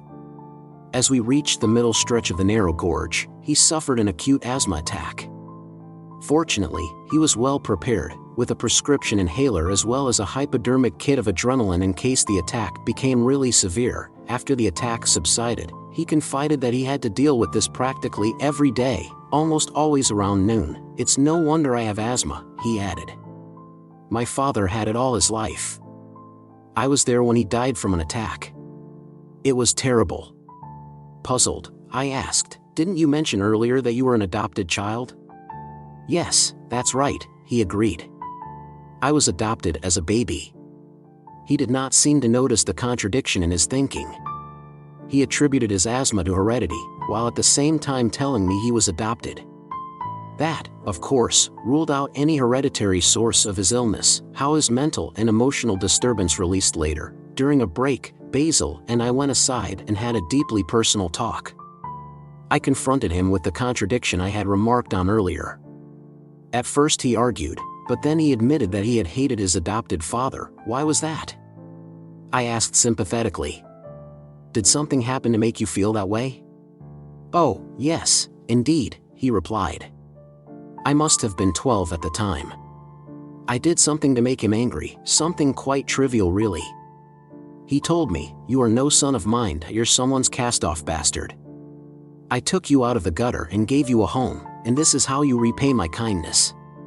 I was shocked. And that was the first time you learned you were adopted? Just so. His eyes glistened with tears. I hated him for that. But he was right. I was repaying his kindness with anger and resentment. I was acting exactly like what he had called me. Do you think it was kind of him to tell you something so important in a moment of anger? I asked. No, I suppose not, he said slowly. But I must have been a terrible trial, or he would not have done it. During his adolescent years, Basil tried to deny his anger and resentment toward his adopted father. But it remained suppressed in the deeper recesses of his mind. Being a negative and destructive emotion, it had to have an outlet sooner or later. When his adopted father died, he took on the older man's symptoms of asthma as a form of self-punishment for his sins. I explained this to him fully. I then pointed out that though he undoubtedly deeply resented the fact that he was born out of wedlock, there is no such thing as an illegitimate child in the eyes of God. The real illegitimate child is one who thinks negatively and fails to conform to the golden rule and the law of love. He had developed the symptom because he felt he should suffer for his sense of unworthiness and self-rejection, plus his hatred and antagonism for the man who had adopted him. I pointed out that his adopted father had tried to do the best he could for him. He should work toward forgiving him for that angry, hurtful outburst. Basil understood immediately. On the rest of the ride, he was quiet and thoughtful. When we returned to our hotel in Killarney, I gave him a copy of The Power of Your Subconscious Mind * and wrote out a special prayer for him to use regularly every day. I also urged him to continue cooperating with his physician. This is the prayer I gave him. I relu ase my foster faithar and my real faithar and mother, known only in divine mind, to God compel tely. I forgive myself for harboring any negative and destructive thoughts about myself and others, and I resolve not to do this anymore. Whenever any negative thoughts come to me, I will immediately affirm, God's love fills my soul. I am relaxed, poised, serene, and calm. God guide S my doctor in all his ministrations to me. The breath of the Almighty gave me life, and I know God breathed into me the breath of life and made me a living soul with all the powers and attributes of God within me. I inhale the peace of God and exhale the love of God, and God flows through me as harmony, joy, love, peace, whole ness. And P. Earth Tyan, I suggested that he affirm these great truths for about 5 minutes morning, afternoon, and night, and that he be careful never to deny what he affirms. When fearful thoughts or approaching symptoms come, he is to say quietly, I inhale the peace of God and I exhale the love of God to all. Not long after my return home to California, I received a lovely letter from him. He had been completely free of asthma attacks since our conversation. Truly, the explanation is oftentimes the cure, the riches of forgiveness in England. I signed up for a tour of Shakespeare country, which still retains much of the flavor that must have influenced the life and work of the immortal poet and playwright. During lunch, at a historic inn in Warwick, I shared a table with a young woman who introduced herself as Margaret R. and mentioned that she was a hospital nurse. When I told her I wrote about the psychological and spiritual dimensions of people's problems, she told me that for the past several months she had suffered a persistent skin rash. She had consulted eminent dermatologists attached to the hospital where she worked, and they had prescribed various lotions and ointments, but all to no avail. I'm sure it must be psychosomatic, she added. But it's no help knowing that, is it now? That depends, I replied. Experts on psychosomatic illness have said that the skin is where the inner and the outer worlds meet. According to them, many skin conditions are caused by negative emotions such as hostility and resentment. In other words, the skin functions as a sort of organ of elimination. The mental poisons that result from repressed emotions such as guilt, anxiety, and remorse become translated into physical symptoms. Her face became thoughtful. That is a very interesting idea, she said. Will you be in England long? I should very much like to have a consultation with you, if possible.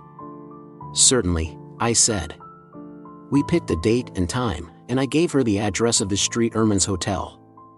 Caxton Street, where I have always stayed when visiting London. The cause of her itching and persistent skin rash. A few days later, Margaret and I sat in a private alcove of the hotel lobby. I was quite frank with her. I said I sensed she felt very guilty about something and believed she deserved punishment for it. A bottled-up emotion repressed in the subconscious will often express itself in the form of a bodily symptom. If she confessed and cleansed her mind, the itching rash might well disappear. Looking away in embarrassment, she said, there is something. I am married, but my husband's work has called him abroad. During the last 14 months, I have seen him only once, on holiday. Yes? I prompted.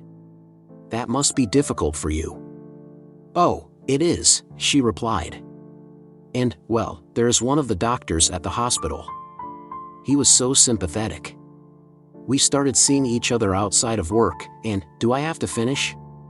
It would be better if you did, I told her. Very well.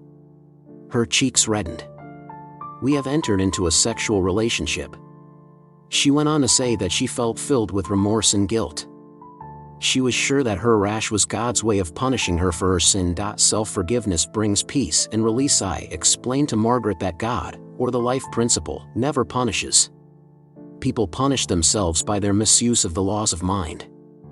For example, if you cut yourself, the life principle proceeds to call forth a supply of clotting agent, and the subjective intelligence builds a bridge and forms new tissue.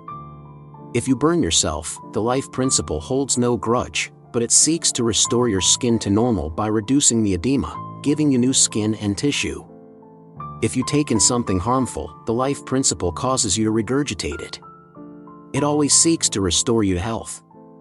The tendency of the life principle, God, is to heal, restore, and make you whole. As a nurse, Margaret understood all this at once. Then I asked a pertinent question, do you want to be free of this rash? Without any hesitation. She said, yes, I do.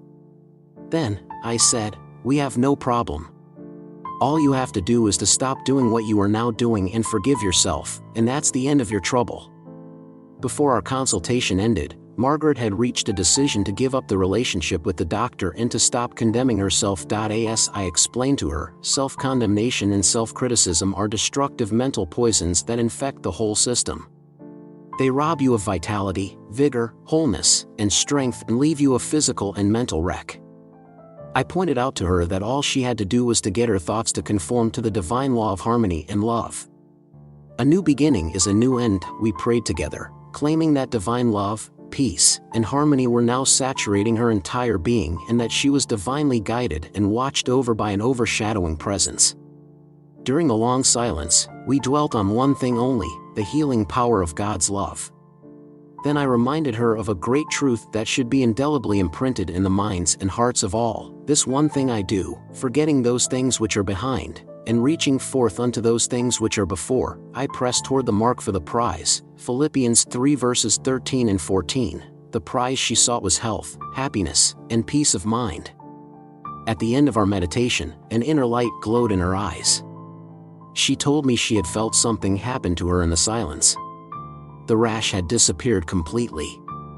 We joined together in saying, Father, I thank thee that thou hast heard me. And I know that thou hearest me always. John 11 verses 41 and 42. The riches of wisdom and understanding. While I was in London, an old friend came to visit me at St. Erman's Hotel. She brought along her son, Edward, who was 12 at the time. At one point, she confided that Edward was terribly afraid of the dark. This had been going on for 2 years. I asked her if anything had happened 2 years earlier that might have given the child a great shock. The subconscious mind never forgets any experience, even if it is blocked from our conscious awareness. Why, yes, she said. We were living in Liverpool at the time, and the house caught fire during the night. My husband had to carry Edward out in his arms, with his coat over him to protect him from the smoke. It was terrible. Daddy tried to smother me, Edward suddenly exclaimed. I couldn't breathe. Those 2 sentences gave us the key to the whole problem. Of course, the child was afraid of the dark. In the dark, as he believed, his own father had tried to murder him. We explained to Edward that in reality his father had been trying to protect him and save his life. We talked about the peril of smoke inhalation, which kills many more people in fires than the flames do, then said that he should radiate love to his father and mother. I counseled the boy and his mother, explaining that no matter what had happened in the past, it could be changed now by filling the subconscious mind with life-giving patterns. There is no time or space in mind, and the lower is always subject to the higher. Filling the boy's mind with the truths of God would crowd out of his mind everything unlike God. I gave the mother a prayer for her boy. I also asked Edward to use it before sleep. This is the prayer the mother used: My boy is God's son. God loves him and cares for him. God's peace fills his soul. He is poised serene, calm, relaxed and at ease. The joy of the Lord is his strength. The healing presence flows through him as harmony, peace, joy, love, and perfection. God is, and his presence vitalize energize and restore his whole being to whole ness, body, and perfection. He sleeps and peace and wakes in joy. For Edward's use she changed the hymn to me and had him repeat, I am God's son, and so on. On my return home, I was delighted to receive a letter from the mother. My boy is healed, she wrote. He had a vision in his sleep. A sage appeared in a dream and said to him, You are free. Tell your mother. It was very vivid. This was the subconscious of the boy revealing to him his healing. I, the Lord, will make myself known unto him in a vision, and will speak unto him in a dream. Numbers 12:6. A meditation for an effective prosperity. Prayer. Meditate often by repeating the following prayer for prosperity. Thou shalt make thy way prosperous, and then thou have good success. Joshua 1 verse 8. I now give a pattern of success and prosperity to the deeper mind within me, which is the law.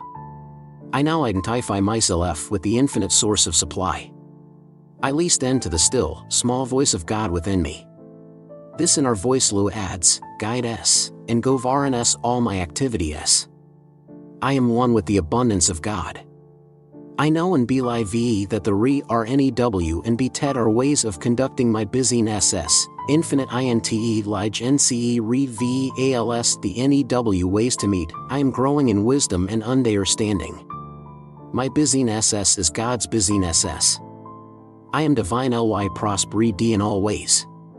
Divine wisdom within me re VALS the ways and me ANS by which all my affairs are just D in the right way am diate ly, the words of faith and conviction that I now SPEAK up open all the necessary doors or avenues for my sucky SS and prosperity.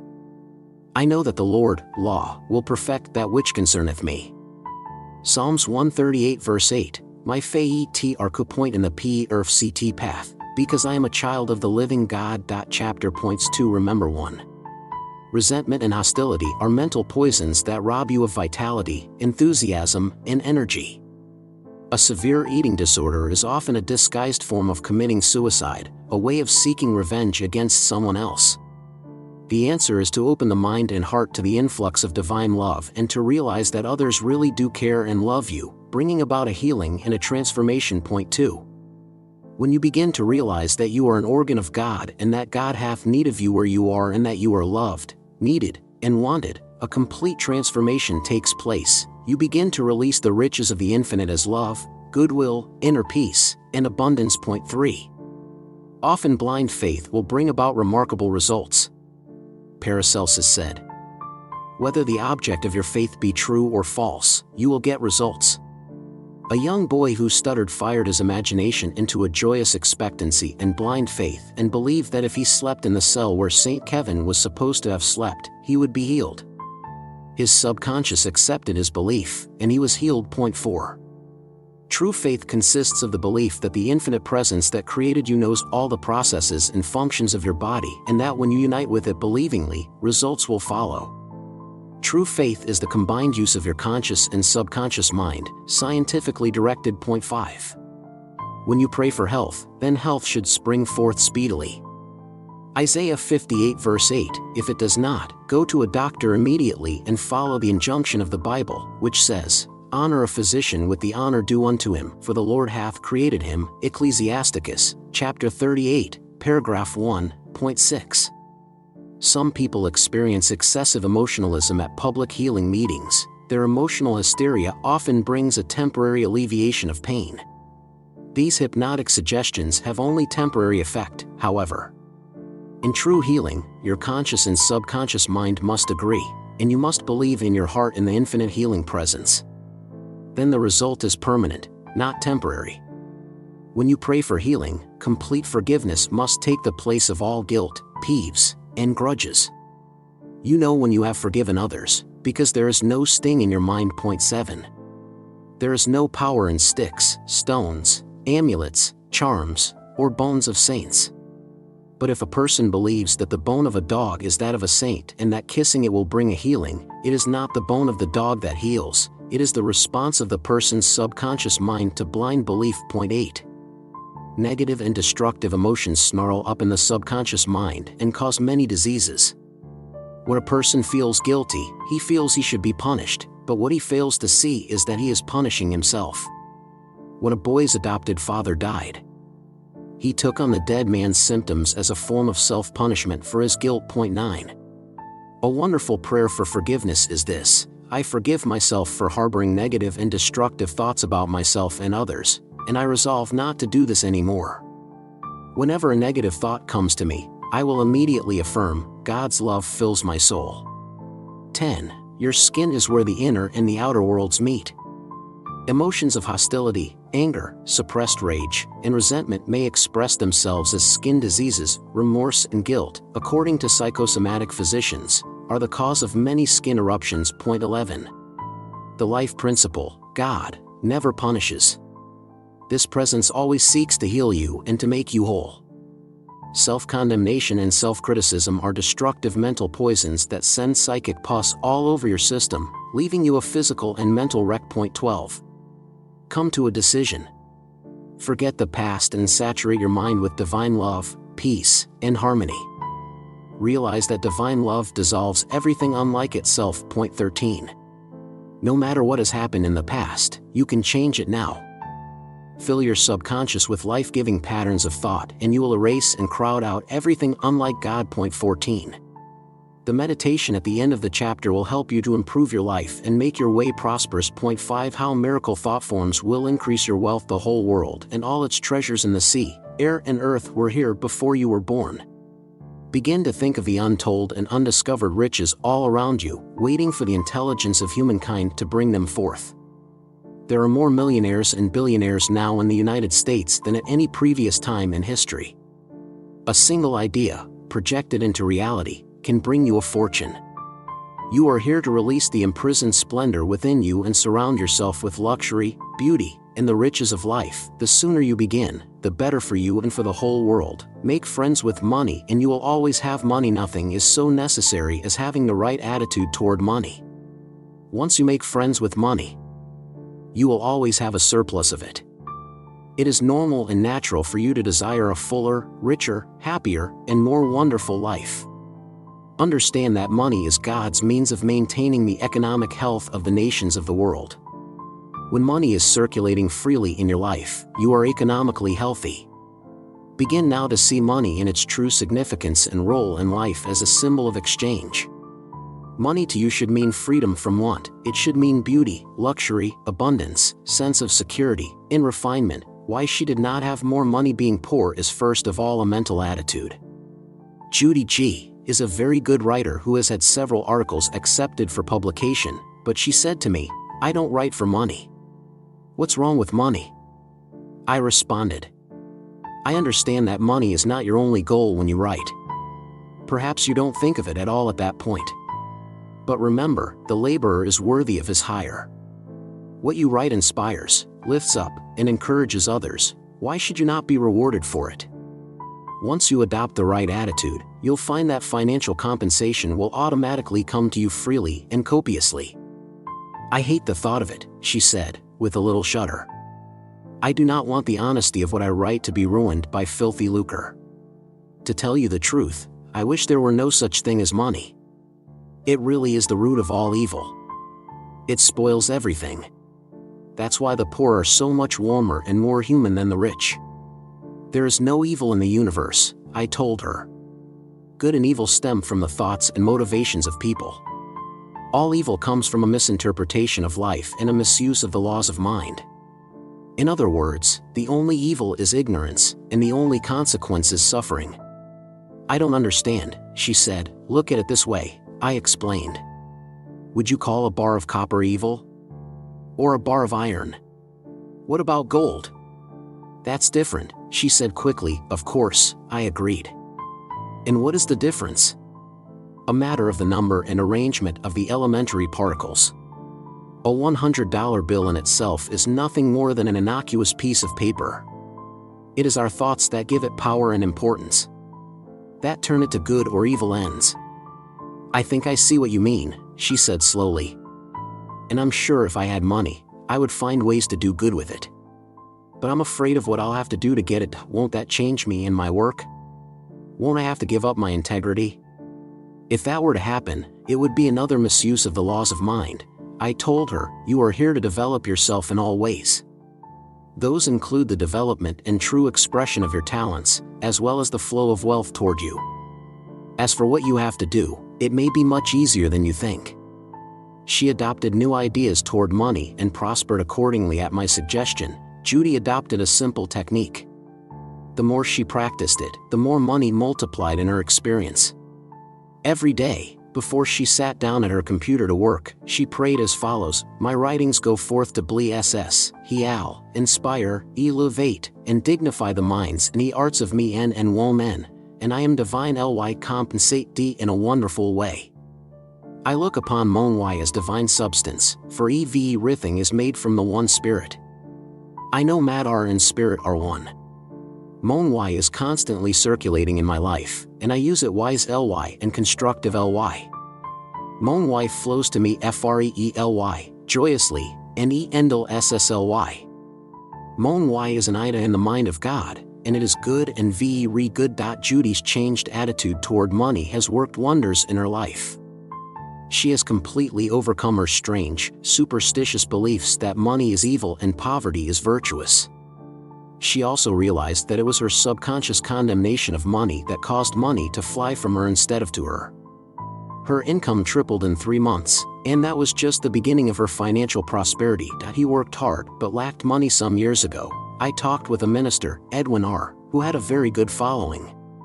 He had an excellent knowledge of the laws of mind and was able to impart this knowledge to others, but he could never make ends meet. When I asked why he thought that was, he replied by quoting from Timothy, "For the love of money is the root of all evil," 1 Timothy 6 verse 10. He neglected what follows later in the same chapter, where the people are charged to place their trust or faith in the living God, who giveth us richly all things to enjoy, 1 Timothy 6 verse 17. The Bible enjoins us to give our allegiance, loyalty, and faith to the source of all things, which is God. You are not, therefore, to give your allegiance, loyalty, and trust to created things, but to the Creator, the eternal source of everything in the universe. If someone says, "All I want is money, nothing else," that's my God, and nothing but money matters, he can get it, of course, but at what a cost? He is ignoring his obligation to lead a balanced life. We must also claim peace, harmony, beauty, guidance, love, joy, and wholeness in all phases of life. To make money the sole aim in life would constitute an error or wrong choice. You must express your hidden talents, find your true place in life, and experience the joy of contributing to the growth, happiness, and success of others. As you study this book and apply the laws of your subconscious in the right way, you can have all the money you want and still have peace of mind, harmony, wholeness, and serenity. To accumulate money to the exclusion of everything else causes a person to become lopsided and unbalanced. I pointed out to this minister how he was completely misinterpreting the scripture and pronouncing pieces of paper or metal evil. These were neutral substances. There's nothing good or bad, but thinking makes it so, I said. He began to think of all the good he could do for his wife, family, and parishioners if he had more money. He changed his attitude and let go of his superstition. He began to claim boldly, regularly, and systematically infinite spirit revalsbt are ways for me to serve. I am inspired D and illumined D, and I give a divine transfusion of faith and confide NCE in the one pre-SENCE and power to all those who EAR me. I look upon Mon Y as God's idea, and it is constantly circulating in my life and that of my parishioners. We use it wise ly, judiciously, and constructive ly unde are God's guidance and wisdom. This prayer activated the powers of his subconscious mind. Today the Reverend Edwin R. has a beautiful church that his congregation built for him and for themselves. His television broadcasts spread his teachings to millions of others. He has all the money he needs for his personal, worldly, and cultural needs. And I can assure you, he no longer criticizes money, the master key and program to disciplining your mind for money. If you follow the procedure and technique I am about to outline, you will never want for money all the days of your life. Point 1.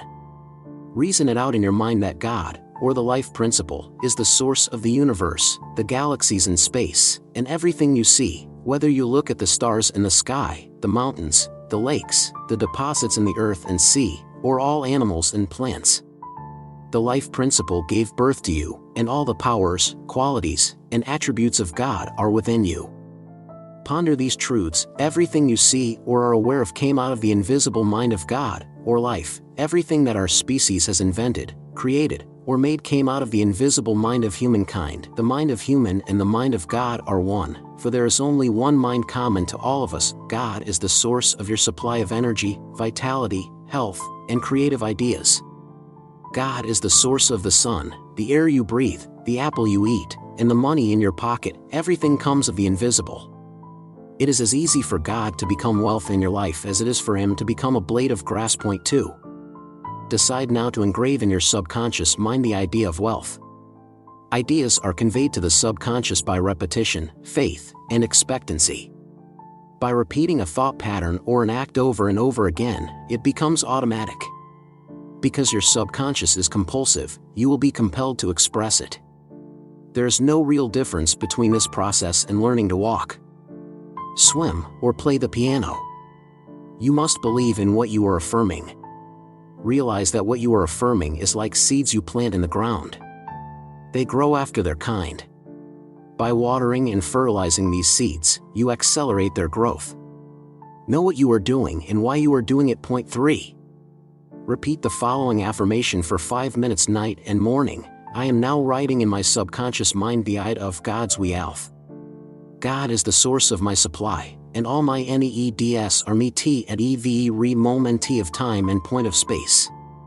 God's wealth flows freely, joyously, and cassely into my experience, and I give thanks for God's riches for recirculating in my experience. Point 4. When thoughts of lack come to you, such as, I can't afford that trip or I can't pay that bill, never finish a negative statement about finances. Reverse it immediately in your mind by affirming, God is my instant and everlasting supply, and that bill is paid in divine order. If a negative thought comes to you 50 times in 1 hour, reverse it each time by thinking, God is my instant supply, meeting that need right now. After a while, the thought of financial lack will lose all momentum and you will find your subconscious is being conditioned to wealth. If you find yourself attracted to a new car, for example, never say, I can't possibly afford that. On the contrary, say to yourself, that car is for sale. It is a divine idea, and I accept it in divine order.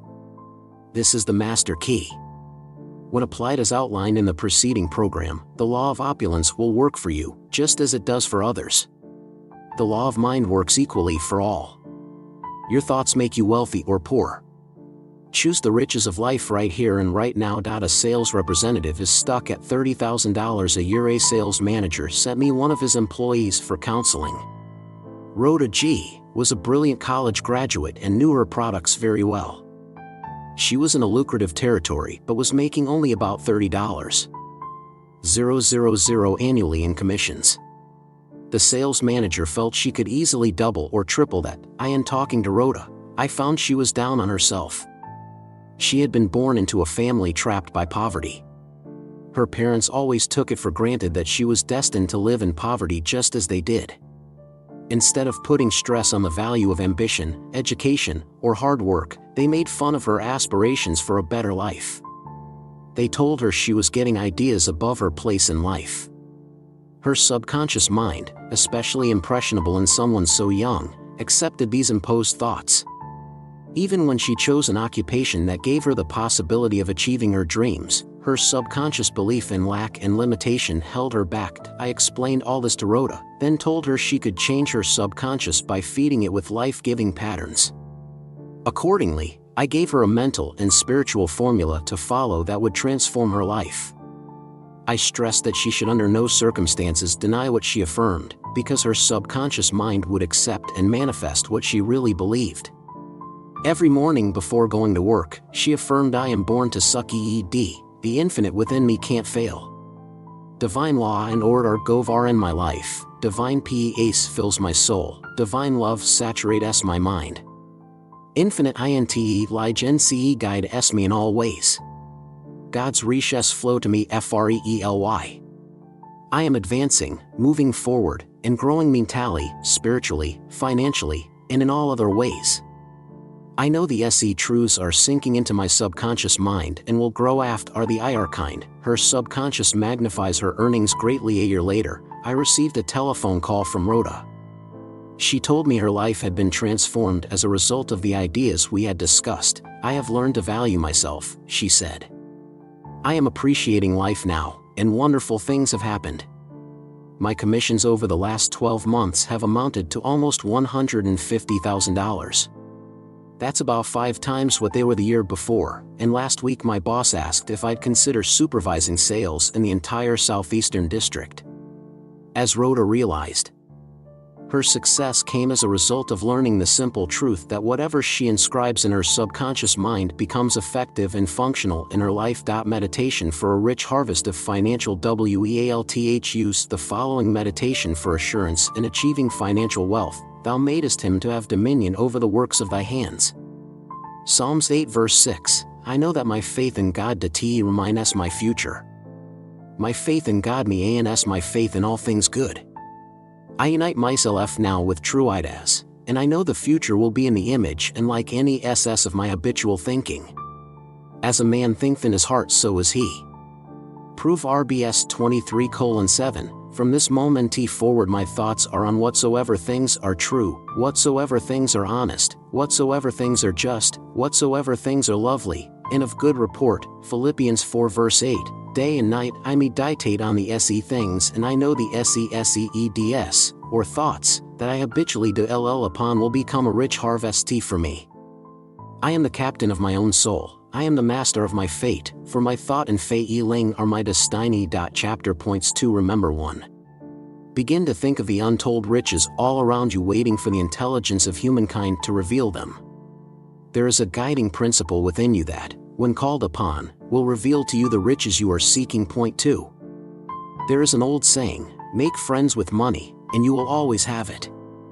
Look upon money as God's idea, circulating among nations, maintaining economic health. Claim that money is circulating in your life, and your subconscious will see to it that you have all the money you need. Point 3. If you condemn money, calling it filthy lucre, the root of all evil, and making other such nonsensical statements, your money will take wings and fly away. Money, like everything else in the universe, is universal substance, which is spirit reduced to the point of visibility. Money, like nickel, cobalt, iron, platinum, lead, oil, and coal, are all forms of the universal substance operating at different frequencies and vibrations. Point 4. Adopt a new attitude toward money. Realizing you are entitled to be richly compensated for your work, whether it be writing, teaching, gardening, or whatever. Think of all the good you can do when money is circulating freely in your life. Point 5. You can work very hard, but if you dislike money or criticize it, you will find yourself in want financially. You do not make a god of money, but you realize that it is essential on this plane of existence. You look to the real source of wealth, which is God, and you know that as you turn to the source it will turn to you and give you all the riches of life. You do not worship a created thing, you worship the Creator. Your expectation is from God, who giveth to all life breath and all things richly to enjoy. Point 6. Claim that you are always using money wisely, judiciously, and constructively for your own good and for that of all men and women everywhere. Constantly claim also that the infinite reveals better ways in which you can serve. Point 7. The master key to disciplining the mind for money is to come to a clear-cut decision once and for all that God is the source of everything you see in the universe and that everything people have made came also out of the mind of God. Believing this to be true, your affirmation for wealth will prove productive. When fearful thoughts or thoughts of lack come to your mind, reverse them at once by affirming, God is my instant supply, that bill is paid and divine mine now. Never finish a negative statement about your finances. After a while, the negative thoughts will cease to come, and you will find you have conditioned your subconscious to wealth. Point 8. A sales representative multiplied her income 5 times when she changed her attitude of mind about herself and money. Her subconscious belief in poverty had held her back. When she began to feed her subconscious mind with thoughts of success, opulence, right action, and abundance, she discovered that her thought, properly guided, created promotion, wealth, self-esteem, and recognition from her superiors and customers. She learned that what she inscribes in her subconscious becomes effective and functional in her life. Her journey is now ever onward, upward, and Godward. Point 9. Use the meditation at the end of the chapter to assure yourself of a rich financial harvest. Point 6. How to say the exact words that will bring you money, bring joy into your life. Pray for joy by claiming it. Affirm, the joy of the Lord is my strength. Know that joy is the elan of life, the most basic expression of the life-force. Do not waste your time and energy analyzing the quest for joy or gritting your teeth and struggling to achieve it. No willpower or muscle power is needed for this mental and spiritual therapeutic technique, nor will they help. Just know and claim that the joy of the Lord is flowing through you now. Wonders will happen as you pray in this way. Freedom and peace of mind will be yours as a result. How she enriched herself through effective prayer. Carol B. came to me after one of my lectures and said, I know that the techniques you're talking about work. They worked in my life. I'd like to hear about that, I replied. I'm divorced, with 1 kid, a second grader, she said. A few months ago I found myself at a total dead end financially. I was out of work, the bills were piling up, and when I looked in my wallet, all I had was $5. As I held it in my hand and stared at it, suddenly a great feeling of peace came over me. I was inspired to say, God will multiply this exceedingly, according to his riches and glory.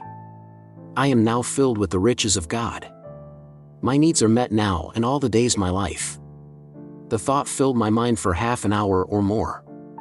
I wasn't even aware of time passing. It was wonderful. I was deeply impressed that this young woman had discovered such a powerful tool on her own. What happened then? I asked. She smiled. It was pretty amazing. Later that day, I went to the supermarket and spent the $5 on groceries. I didn't pay attention to the prices on what I bought, but at the checkout counter it came to exactly $5. I made a joke about it to the guy at the register, who turned out to be the store manager. He was tending the register because one of his cashiers had just quit unexpectedly. Well, the long and the short of it is, he asked me if I'd like the job. I accepted on the spot. Not only that, he and I get along really well. A few weeks ago we started dating. I have a feeling it is going to lead to something serious. I've gone from the real pits to experiencing all the riches of life. Carol B. was moved to look to the source. She believed in her heart, and the blessings of the infinite followed. Her good was magnified and multiplied exceedingly. How his prayer for his students worked wonders. On a flight to Hawaii, I got into a conversation with my seatmate. When I introduced myself and mentioned that I wrote inspirational books, his face lit up. "You certainly do," he said. He explained that he taught Spanish and French in a church-affiliated school. 2 years earlier, he had become so discouraged by the discipline problems and lack of progress among his students that he had seriously thought about giving up teaching and taking up a different profession. Then a friend of his suggested he read The Power of Your Subconscious Mind. The techniques you talked about made a lot of sense to me, he continued. I decided to try adapting them to my own situation. I started asking my classes every morning to join together and affirm aloud, I am inspired from on high. Infinite intelligence leads and guides me in my studies. I pass all my examinations in divine order. I radiate love and goodwill to all my classmates. I am happy, joyous, and free. God loves me and cares for me. And what were the results? I asked. Marvelous, he enthused. I saw a tremendous change in my students. Since that time, not a single one has failed in my classes. What's more, they approach the work with a new enthusiasm. We now have very active Spanish and French clubs for the first time in many years, and next fall I plan to organize student trips to Mexico and Quebec.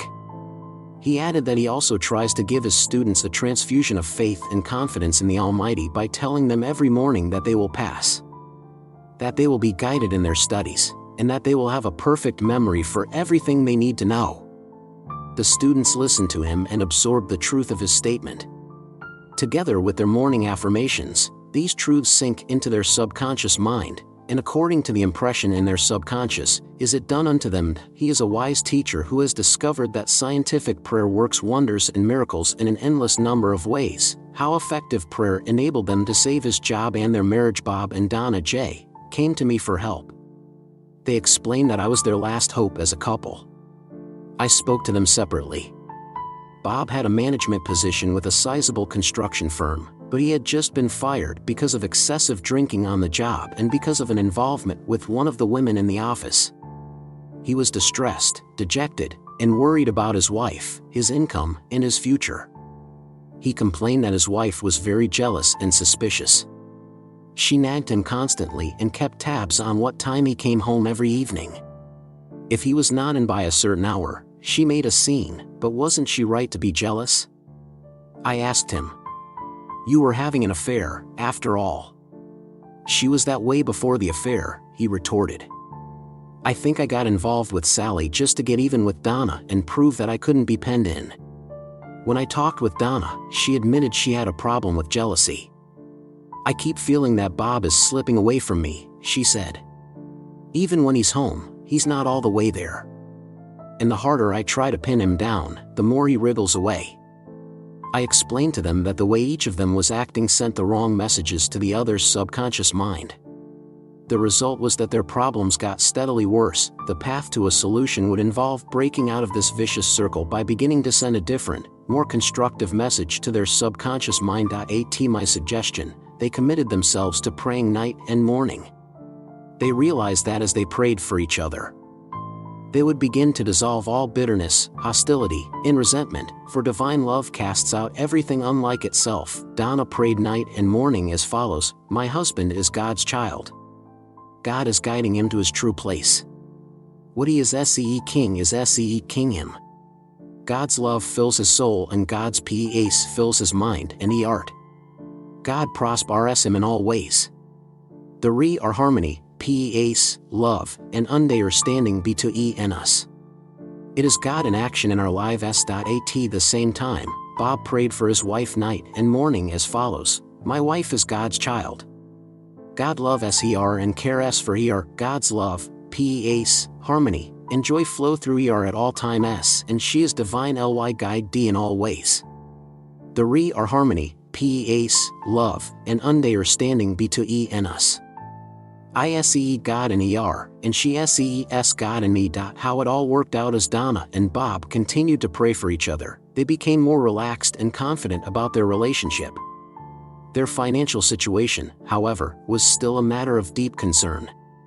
Then Bob got a phone call from his former superior at the construction company, who praised his past achievements and accomplishments for the organization and asked if he would be willing to return to his old job. Of course, Bob agreed. Later, Donna told Bob that she had called and spoken to his ex-boss. She had told him that she and Bob were rebuilding their marriage and that Bob was no longer drinking. She had also said that they were now praying together and explained how and why. Bob's superior was deeply impressed. He said he was sure Bob would become an even more valuable employee than before he began to have problems. The miraculous power of scientific prayer had preserved their relationship and rebuilt his career, both on a more secure foundation. Let the riches of the infinite flow through you. Constantly affirm, feel, and believe that God multiplies your good exceedingly. You will be enriched every moment of the day spiritually, mentally, intellectually, financially, and socially. There is no end to the glory of man for his daily living. Watch the wonders that will happen as you impress these truths on your subconscious mind. You will experience the glorious future, the sure riches of watch and pray. Watch your thoughts. Never talk about economic lack and limitation. Never talk about being poor or in want. It is especially foolish to talk to your neighbors or relatives about hard times or financial problems. Count your blessings. Begin to think prosperous thoughts. Talk about God's riches, present everywhere. Realize that the feeling of wealth produces wealth. When you talk about not having enough to go around, and how little you have, and how you must cut corners, these thoughts are creative. They bring about the conditions you are describing. You are only impoverishing yourself. Use the money you now have freely. Release it with joy and realize that God's wealth flows to you in avalanches of abundance. Look up to the source. As you turn to God, the response will come, as He careth for you. You will find neighbors, strangers, and associates adding to your good and also to your supply of material things. Make it a practice to pray for divine guidance in all your ways and believe that God is supplying all your needs according to His riches and glory. As you make a habit of this attitude of mind, you will find the invisible law of opulence can and will produce visible riches for you. She became a tremendous success through effective prayer. Samantha G. is the owner of a thriving beauty salon. She told me the secret of her success. Every morning, before opening for business, she has a quiet period in which she affirms God's peace fills my soul, and God's love saturates my whole being. God guide us, prosper us, and inspire us me. I am illumined, and His healing love flows from me to all my clients. Divine love comes in my door and divine love goes out of my door. All those who come into my salon are blessed, healed, and inspired. The infinite healing presence saturates south the whole place. This is the day the Lord hath made. and I rejoice and give thanks for the countless blessings that come to my clients and myself. She wrote out this prayer on a card and reiterates these truths every morning. At night she gives thanks for all her clients, claiming that they are guided, prospered, happy, and harmonious, and that God and His love flow through each one, filling up all the empty vessels in her life. She went on to say that 3 months after beginning to use this prayer technique, she had far more clients than she could handle. She had to hire 3 more beauticians. Now she is making plans to open a day spa in an adjoining building. She has discovered the riches of effective prayer and is prospering beyond her fondest dreams. Realize the rich blessings of the infinite. Recently, Dr. Belinda C., a pediatrician in Beverly Hills, said to me, "I live in the joyous expectation of the best, and invariably the best comes to me. I saturate my mind with my favorite Bible verse, He giveth to all life, and breath, and all things." Acts 17 verse 25. I've learned that I am not dependent on people for joy, health, success, happiness, or peace of mind. Dr. C. looks to the living Spirit Almighty within her for promotion, achievement, wealth, success, and happiness. Whosoever trusteth in the Lord, happy is he. Proverbs 16 verse 20. Contemplate promotion, success, achievement, illumination, and inspiration, and the Spirit of the Almighty will move on your behalf. It will compel you to express fully what you meditate on. Let go now, and permit the infinite riches of the Infinite One to open up new doors for you. Let wonders happen in your life. The riches of effective prayer therapy. In prayer therapy, avoid struggle and strain. These are really signs of your unbelief. In your subconscious is all the wisdom and power necessary to solve any problem. Your conscious mind is prone to look at external conditions and tends continually to struggle and to resist. Remember, however, it is the quiet mind that gets things done. Quiet your body periodically, tell it to be still and relax, and it will obey you. When your conscious mind is quiet and receptive, the wisdom of your subconscious mind rises to the surface and you receive your solution. How do you feel after prayer? You can know if you have succeeded in prayer by the way you feel. If you remain worried or anxious, and if you are wondering how, when, where, or through what source your answer will come, you are meddling. You do not really trust the wisdom of your subconscious. Avoid nagging yourself all day long, or even from time to time. When you think of your desire, lightness of touch is terribly important. Remind yourself that infinite intelligence is taking care of the problem in divine order, and far better than you could do by the tense efforts of your conscious mind. How often should you pray? People frequently ask me, how often should I pray for a loved one who is ill, who is in the hospital, or who is having serious financial problems? The best response I can give is that you should pray until you feel satisfied within, or until you feel that this is the best you can do for the time being. Expect your prayer for harmony, wholeness, vitality, and abundance to be answered. You may pray later on during the day, as the Spirit moves you. You will know when your prayer is answered, because you will experience an inner sense of peace and certitude. Long sessions of prayer are usually a mistake. They may indicate that you are trying to force things by using mental coercion. This generally leads to the opposite of what you are praying for. You will often find that a short prayer uttered from the heart gets better results than a long prayer. He restoreth my soul. Psalm 23 verse 3. Learn to let go and relax. Do not give power to the ailment or condition. Give power and allegiance to the infinite healing presence. The swimming instructor tells you that you can float on the water, which will support you if you remain quiet, still, and at peace. But if you get nervous or fearful, you will sink. When you are seeking a spiritual healing, feel that you are immersed in the holy omnipresence. Know that the golden river of life, love, truth, and beauty is flowing through you, transforming your whole being into the pattern of harmony, health, and peace. Identify yourself with the river of life and love. Feel yourself swimming in the great ocean of life. That sense of oneness with God will restore you. He restoreth my soul. Psalm 23 verse 3. That meditation for a wonderful future. The following meditation used daily will bring you many wonderful things. I know that I mold, fashion, and create my own destiny. My faith in God is my destiny. I cherish an abiding faith in all things good. I live in the joyous expectancy of the BST. Only the BST comes to me. I know the harvest I will reap in the future, because all my thoughts are God's thoughts, and God is with my thoughts of good. My thoughts are the seeds of goodness, truth, and beauty. I now place my thoughts of love, peace, joy, success, and goodwill in the garden of my mind.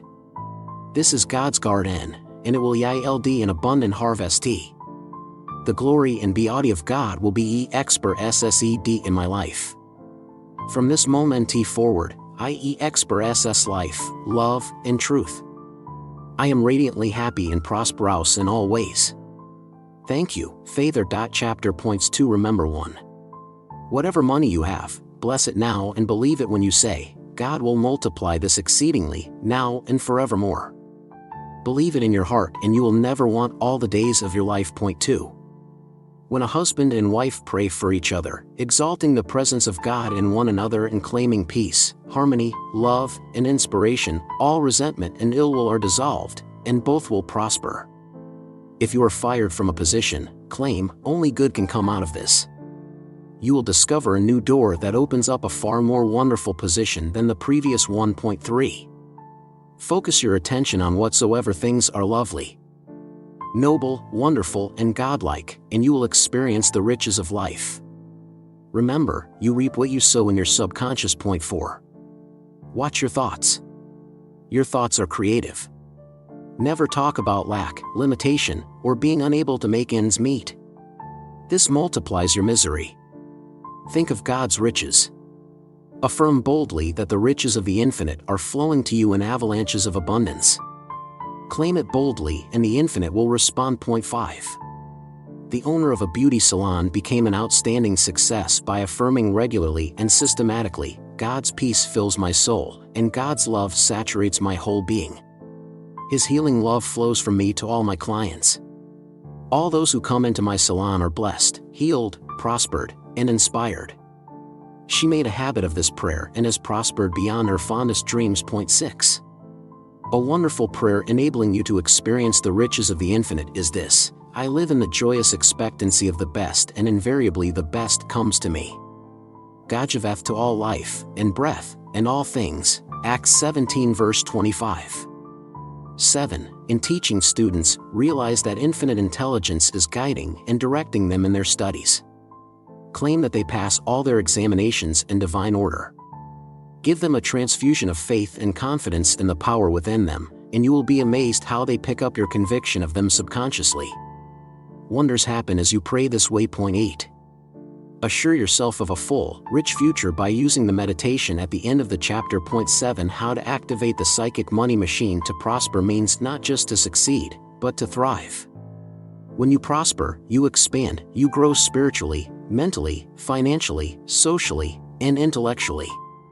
In order to truly prosper, you must become a channel through which the life principle flows freely, harmoniously, joyously, and lovingly. If you sincerely want to achieve this, I suggest that you establish a definite method of working and thinking and that you practice it regularly and systematically every day. How prosperity thoughts changed his life. I've prayed for prosperity constantly. For years, James V told me tonelessly, "It's all nonsense. I'm as poor as ever, and that's all I can ever expect." "You feel your prayers have not been answered," I said. "You got it," he replied. "I just hope my situation doesn't get even worse than it already is. I'm in hock up to my ears. I wake up at night worrying about how I'll ever get out of this." James explained that he had worked his way through law school and specialized in oil and gas law. When international developments led to a severe cutback in domestic oil exploration, the corporation where he worked slashed its personnel, including the legal department. As one of the newer lawyers, he was the first to get the boot. Since then, he had had only occasional, temporary positions. "I don't know why I'm even wasting your time," he added. "Even if my prayers worked, how can they have any effect on what OPEC does next? I'm toast." "Let me explain something," I suggested. "You say you've prayed for prosperity, and I'm sure you have. But you've spent much more of your time worrying about poverty and failure. If you present your subconscious mind with two conflicting ideas, it accepts the dominant one. Your fear of poverty attracts lack and limitation. You mean my own thoughts are the reason for my situation? He said dubiously. Exactly, I said. Every thought is creative unless it is neutralized by a counterthought of greater intensity. Your thoughts and beliefs about poverty have been much stronger than your belief in the infinite riches all around you. When you visualize poverty, you help create poverty. And if you begin to visualize wealth, you will produce wealth. By the end of our conversation, James had made a firm decision to change his thinking.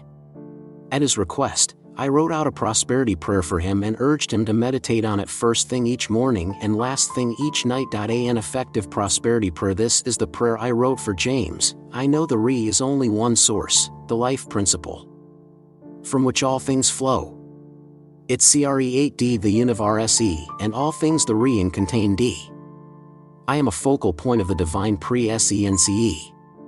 My mind is open and receptive. I am a FRE flowing channel for harmony, beauty, guidance, we alf, and the richesse of the infinite. I know that he alf, we alf, and sucky ss are real ased from within and apar without. I am now in harmony with the infinite richesse within and without, and I know the SE thoughts are sinking into my subconscious mind and will be reflected on the screen en of space. I wish for EV Ryan all the blessings of life. I am open and receptive to God's richesse, spiritual, mental, and mate real, and the wife flow to me in avalanches of abundance. His changed thinking suddenly changed him into a prosperous person. James V. diligently focused his thoughts on God's riches rather than on poverty. He made it a special point not to deny what he affirmed by worrying about his financial situation. For 10 minutes every morning and evening, he affirmed the truths expressed in his prosperity prayer. He knew that by doing so he was actually inscribing these truths in his subconscious mind and encouraging it to become active and release its hidden treasures. A month later, I received a letter from him. Here's an excerpt. Last week I went to a FRE concert in the park. I accepted the music joyously as a gift, instead of brooding over the fact that I couldn't have afford to buy a ticket. During the INTE remission, I got into a conversation with a couple sitting in the army. The Y were from out of town, and I was able to give them some tips about restaurants and shops. When the Y lu aren't my prof Cyan, the woman, Joan, said, I do believe this was me to be. She told me that she and her husband were in PNDENT operators, what used D to be Kaye D Wildcat RS. The Y had decided to expand into my state, and the IR first priority was to find an attorney who need W all the ins and outs of local oil and gas laws. After the concert, the Y took me to dinner at a fine restaurant. Before the meal was over, we agreed that I would come to work for the M for a significantly higher salary than my last job and a participation in my division's earnings. It is a dream come true, how she wrote her desires in her prayerful heart. A young woman came to me after one of my public lectures. She introduced herself as Betty S. and said excitedly, such a wonderful idea came to me while you were speaking. I suddenly saw my conscious mind as an indelible pen. The more I use it to think about what I really want, the more clearly my desire gets written on my subconscious mind. Then my subconscious gets busy making it come true. Is that right? That's exactly right, I told her, smiling at her enthusiasm. You have the power to inscribe your true desires on your subconscious by frequently devoting your mind to the desires of your heart. I'm going to do it, Betty exclaimed, snapping her fingers. There are two things I really want, so I'll think of each of them separately. Then it's up to my subconscious to bring them about in the best way it can. I know it'll work. Her most cherished desires. I asked Betty if she was willing to tell me her two desires. Oh, sure, she replied. The first one is to take my mother on a vacation to Mexico. She's always wanted to visit Mexico, but she never had the chance. And the second one? I asked. She hesitated, and her face turned pink. I want to meet someone, fall in love, and get married. I smiled. Let's see how your subconscious handles that. We discussed how she would approach inscribing her two desires. For the first one, she decided that she and her mother would both visualize themselves packing, boarding the plane, arriving in Mexico, and exploring the picturesque streets of the town they were visiting. As they did so, both separately and together, they would repeat the thought, "Infinite intelligence opens up the way in divine order." 3 weeks later, Betty showed up at my office all excited. "You're not going to believe this," she said. "Some kid came by last week selling raffle tickets to benefit the local community center. I bought a book of 5. Well, the drawing was last night, and my ticket was one of the winners. Guess what my prize was? I took a chance. A trip for 2 to Mexico?" Betty stared at me. "How on earth did you guess?" When they told me, I almost fainted. "Is that weird, or what?" "No," I replied. "It's amazing, but it's not weird. Your subconscious has ways to get results that are truly past finding out. Accept it, and rejoice in it." For Betty's second desire, she used her conscious mind pen to write this thought in her subconscious: "I know my desire for marriage and Hap Pine SS is the voice of God in me urging me to live a full and happy life. I know that I am one with the infinite now. I know and be live the re is a man waiting to love and cherish me. I know I can contribute to his Hap Pine SS and PEAs.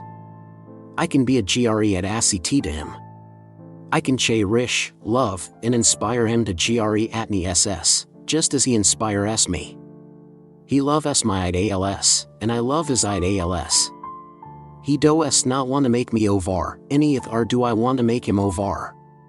The re are mutual love, FREE dom, and re SPECT B to E N us. The SE words go forth and accomplish WHE re unto the Y R SE and T.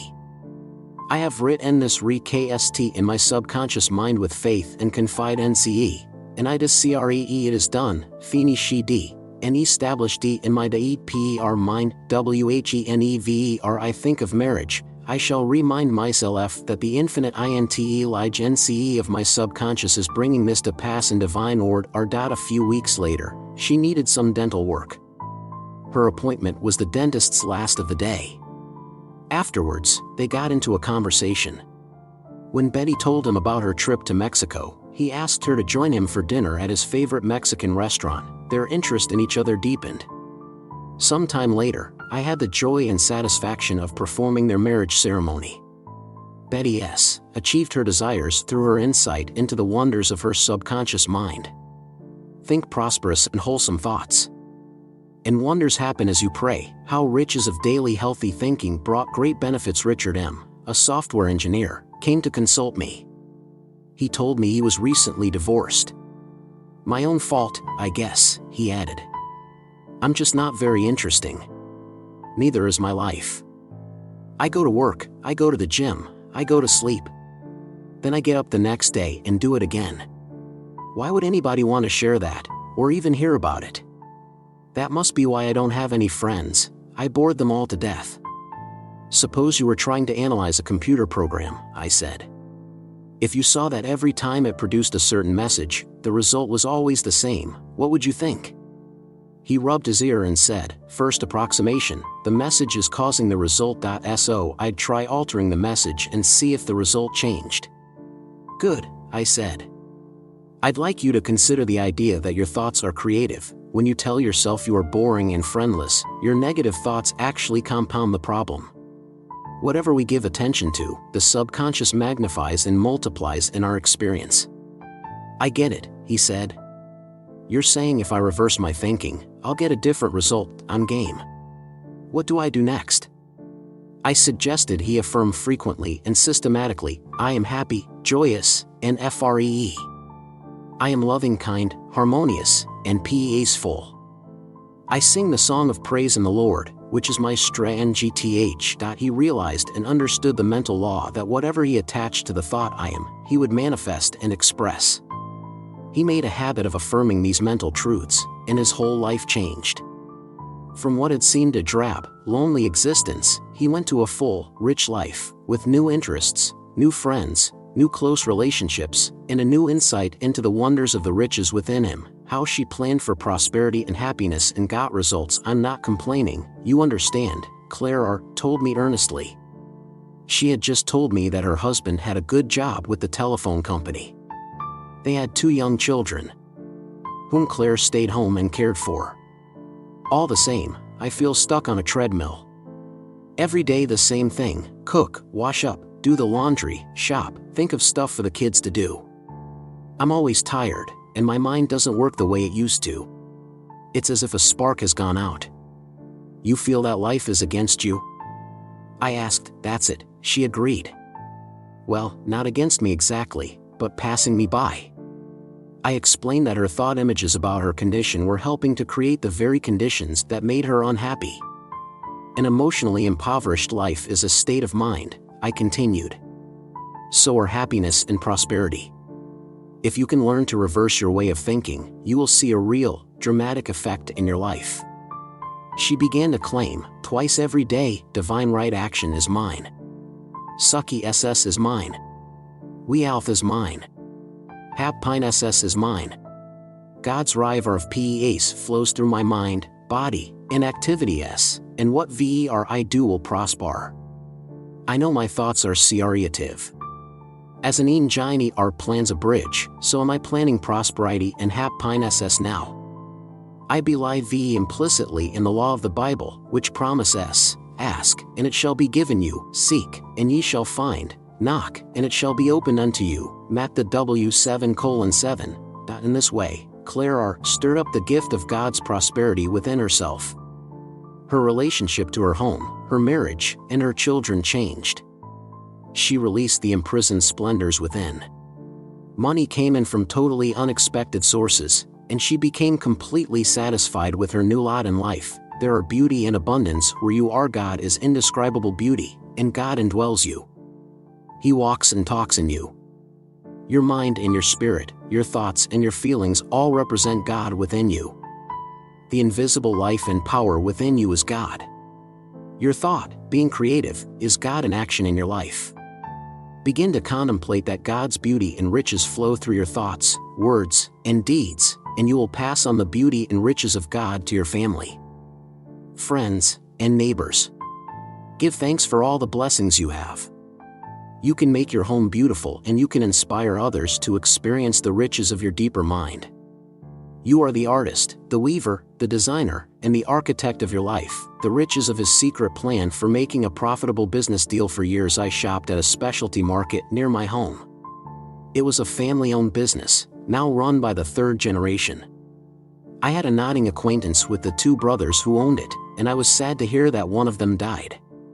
A few weeks later, the surviving brother, Vincent M., came over and asked if he could talk with me. He explained that his brother had left his half-interest in the business to his 2 children, Vincent's nieces. I don't know why, he said. I love them like my own children, but they are making such problems for me.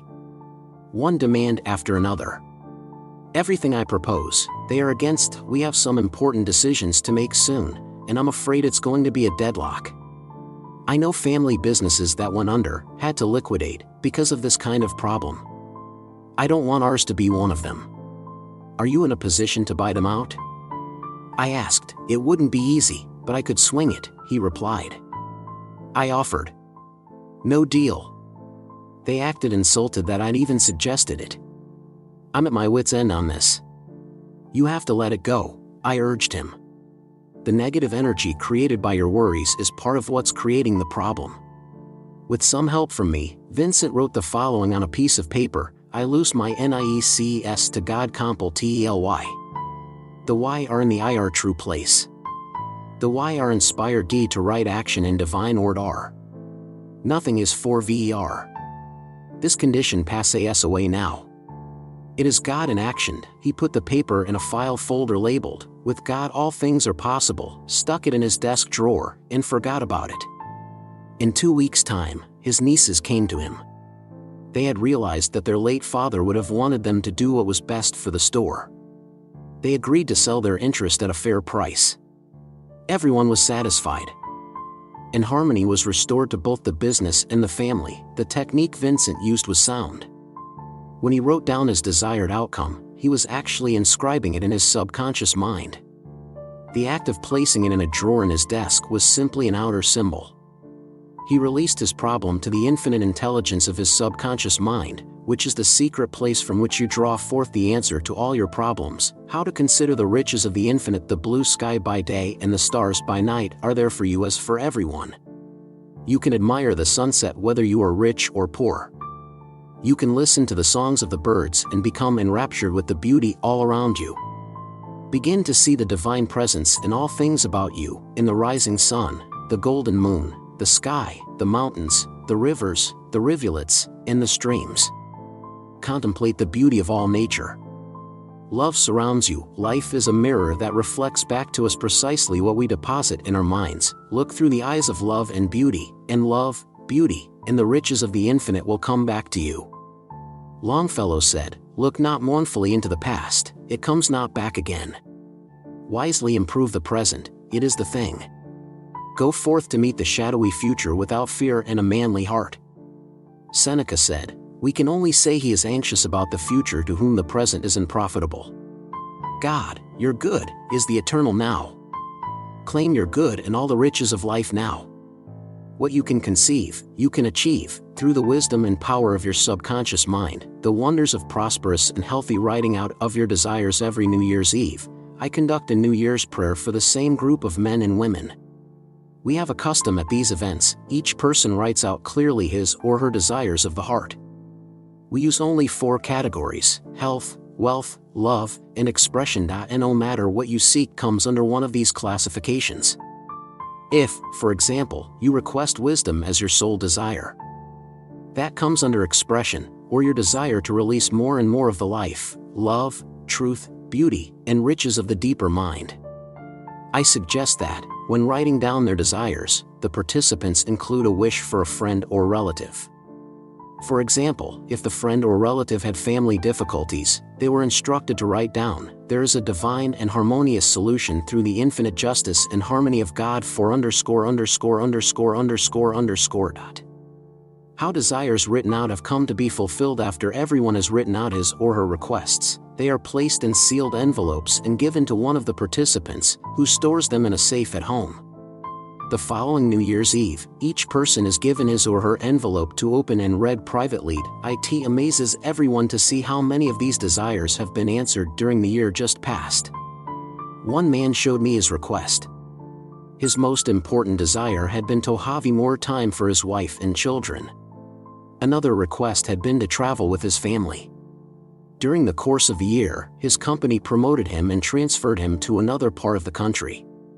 He was given 6 weeks off for the transition and used them to take a long cruise with his family.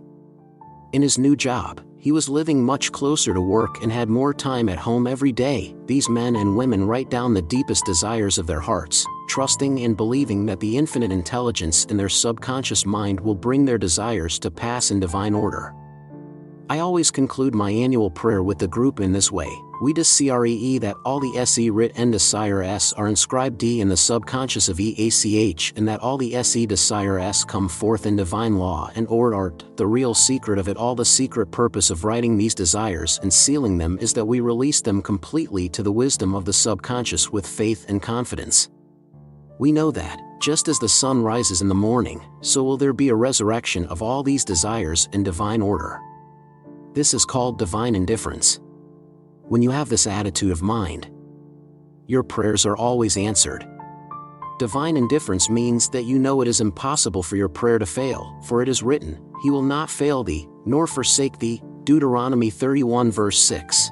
Meditation for impregnating your subconscious mind. The following meditation, sincerely believed and repeated often, will yield you great treasures. Be ye doers of the word, and not hearers only, deceiving yourselves.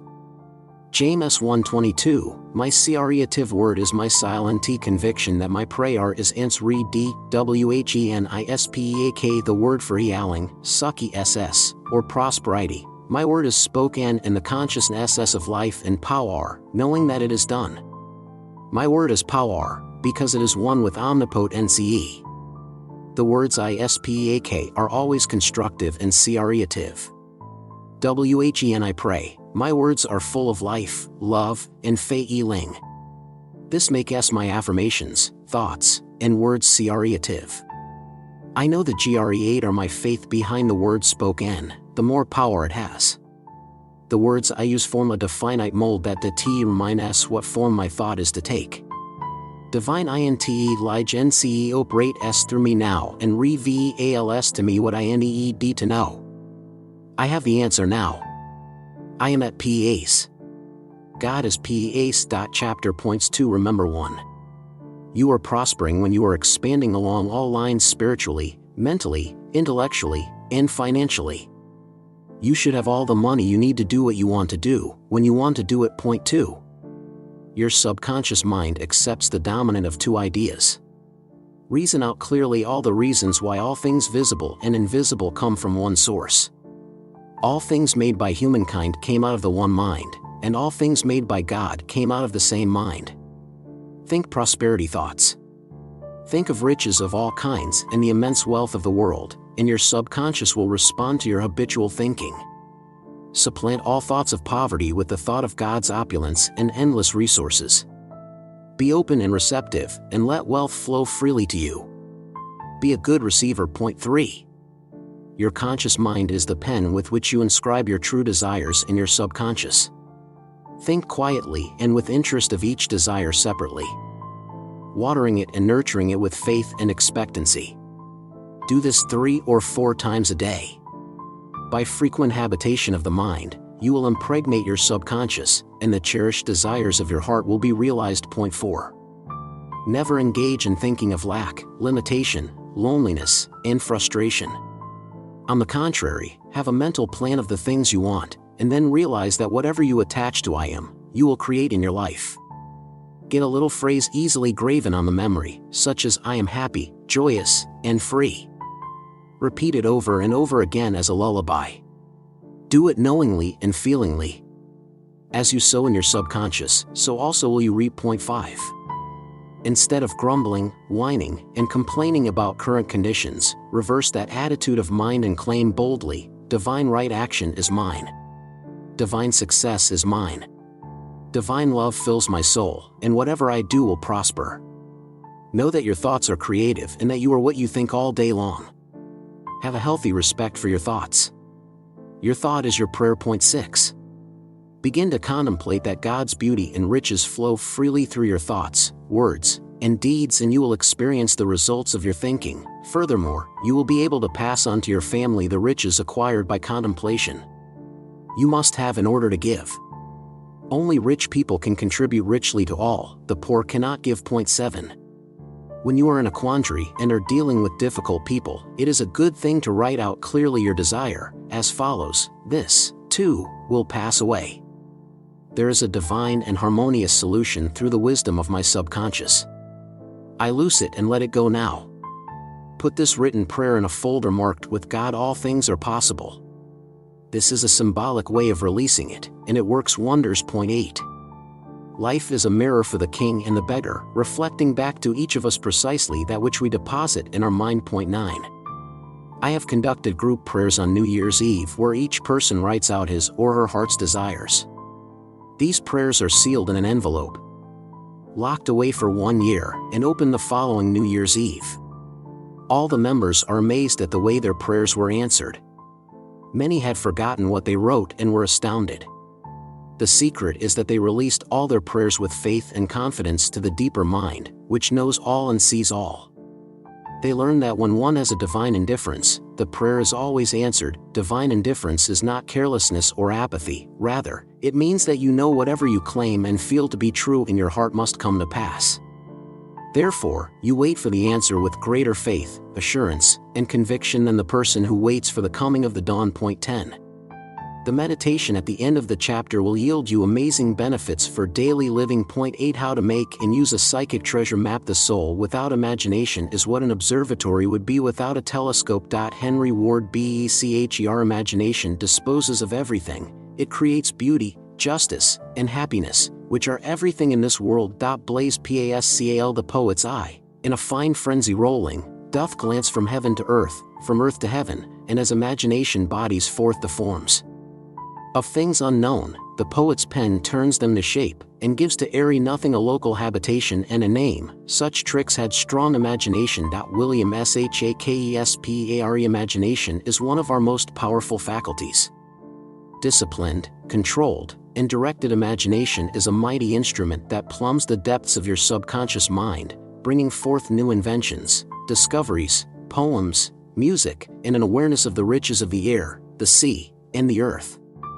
Scientists, artists, musicians, physicists, inventors, poets, and writers generally possess highly developed imaginative faculties, which draw forth from the treasure house of their subconscious the riches of the infinite and bless humankind in countless ways. How her treasure map brought her riches and companionship. Recently, I performed a marriage ceremony for a young woman named Amanda R. I had first met Amanda, an account executive with a public relations firm, about 6 months earlier. She was concerned that her firm was in difficulties and that her life was not developing in the direction she would like. After our conversation, she drew up for herself a treasure map. It was divided into 4 parts. In the first section, she wrote, "I give thanks for God's wealth flowing freely in my life." In the second, she wrote, "I give thanks for a trip around the world." In the third, she wrote, "I give thanks for a wonderful, spiritual-minded man who harmonizes with me perfectly." In the last, she wrote, "I give thanks for a beautiful, harmonious home." Under these 4 requests, she wrote, "I give thanks for the immediate fulfillment of all these requests in divine order through divine love." Every morning, afternoon, and evening she contemplated her requests. She affirmed and visualized their fulfillment as vividly as possible. She knew that gradually these images would be written in her subconscious mind, which would bring them to pass. The answer to her first request came in about a month's time. Her great-aunt in New York bequeathed over $150,000 worth of securities to her in her will.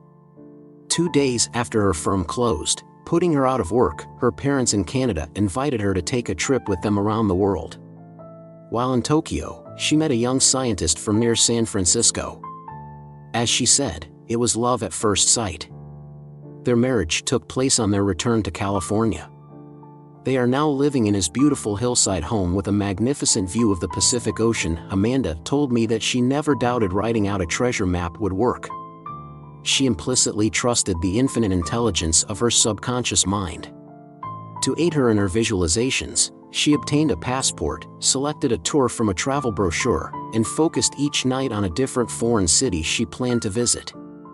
She also visualized a ring on her finger, which meant to her that she was already married to a wonderful man. Amanda's method helped her gain control over her thinking and imagination. This enabled her to have dominion over her financial affairs, while at the same time bringing fulfillment in her love life in the field of expression. His imagination brought about a legal settlement. I was on a visit to Yucatan, to tour the ruins of Chichen Itza, center of the ancient Mayan civilization, when I met an attorney from Texas named Doug M. As we talked, he confided that this vacation was likely to be the last peaceful moment for him for quite a while. Waiting for him back in Dallas was a case that involved a very large estate and a number of quarreling relatives of the deceased.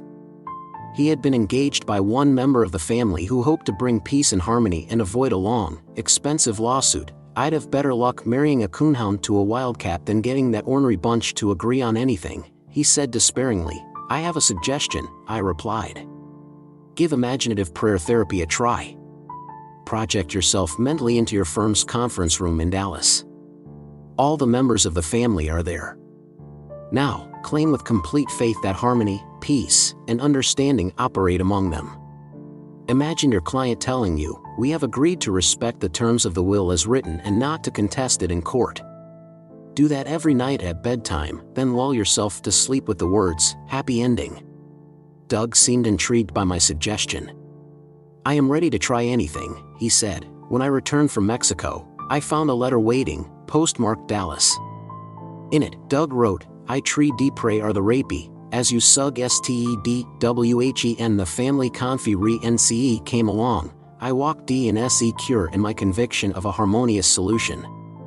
Sure enough, the most condentious family me members had thought it over and decide d to abide by the will.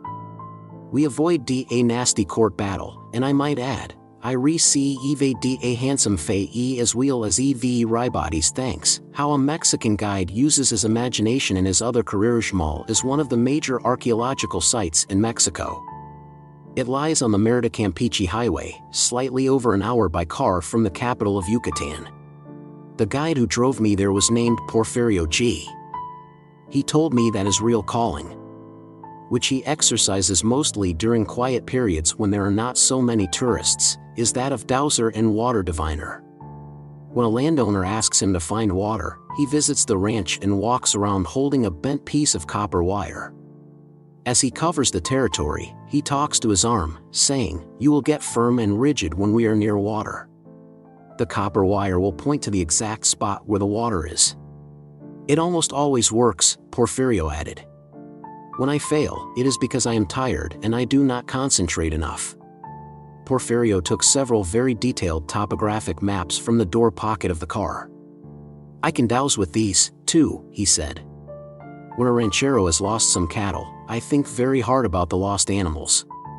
Then I pass the copper rod over the map and it tells me where they may be."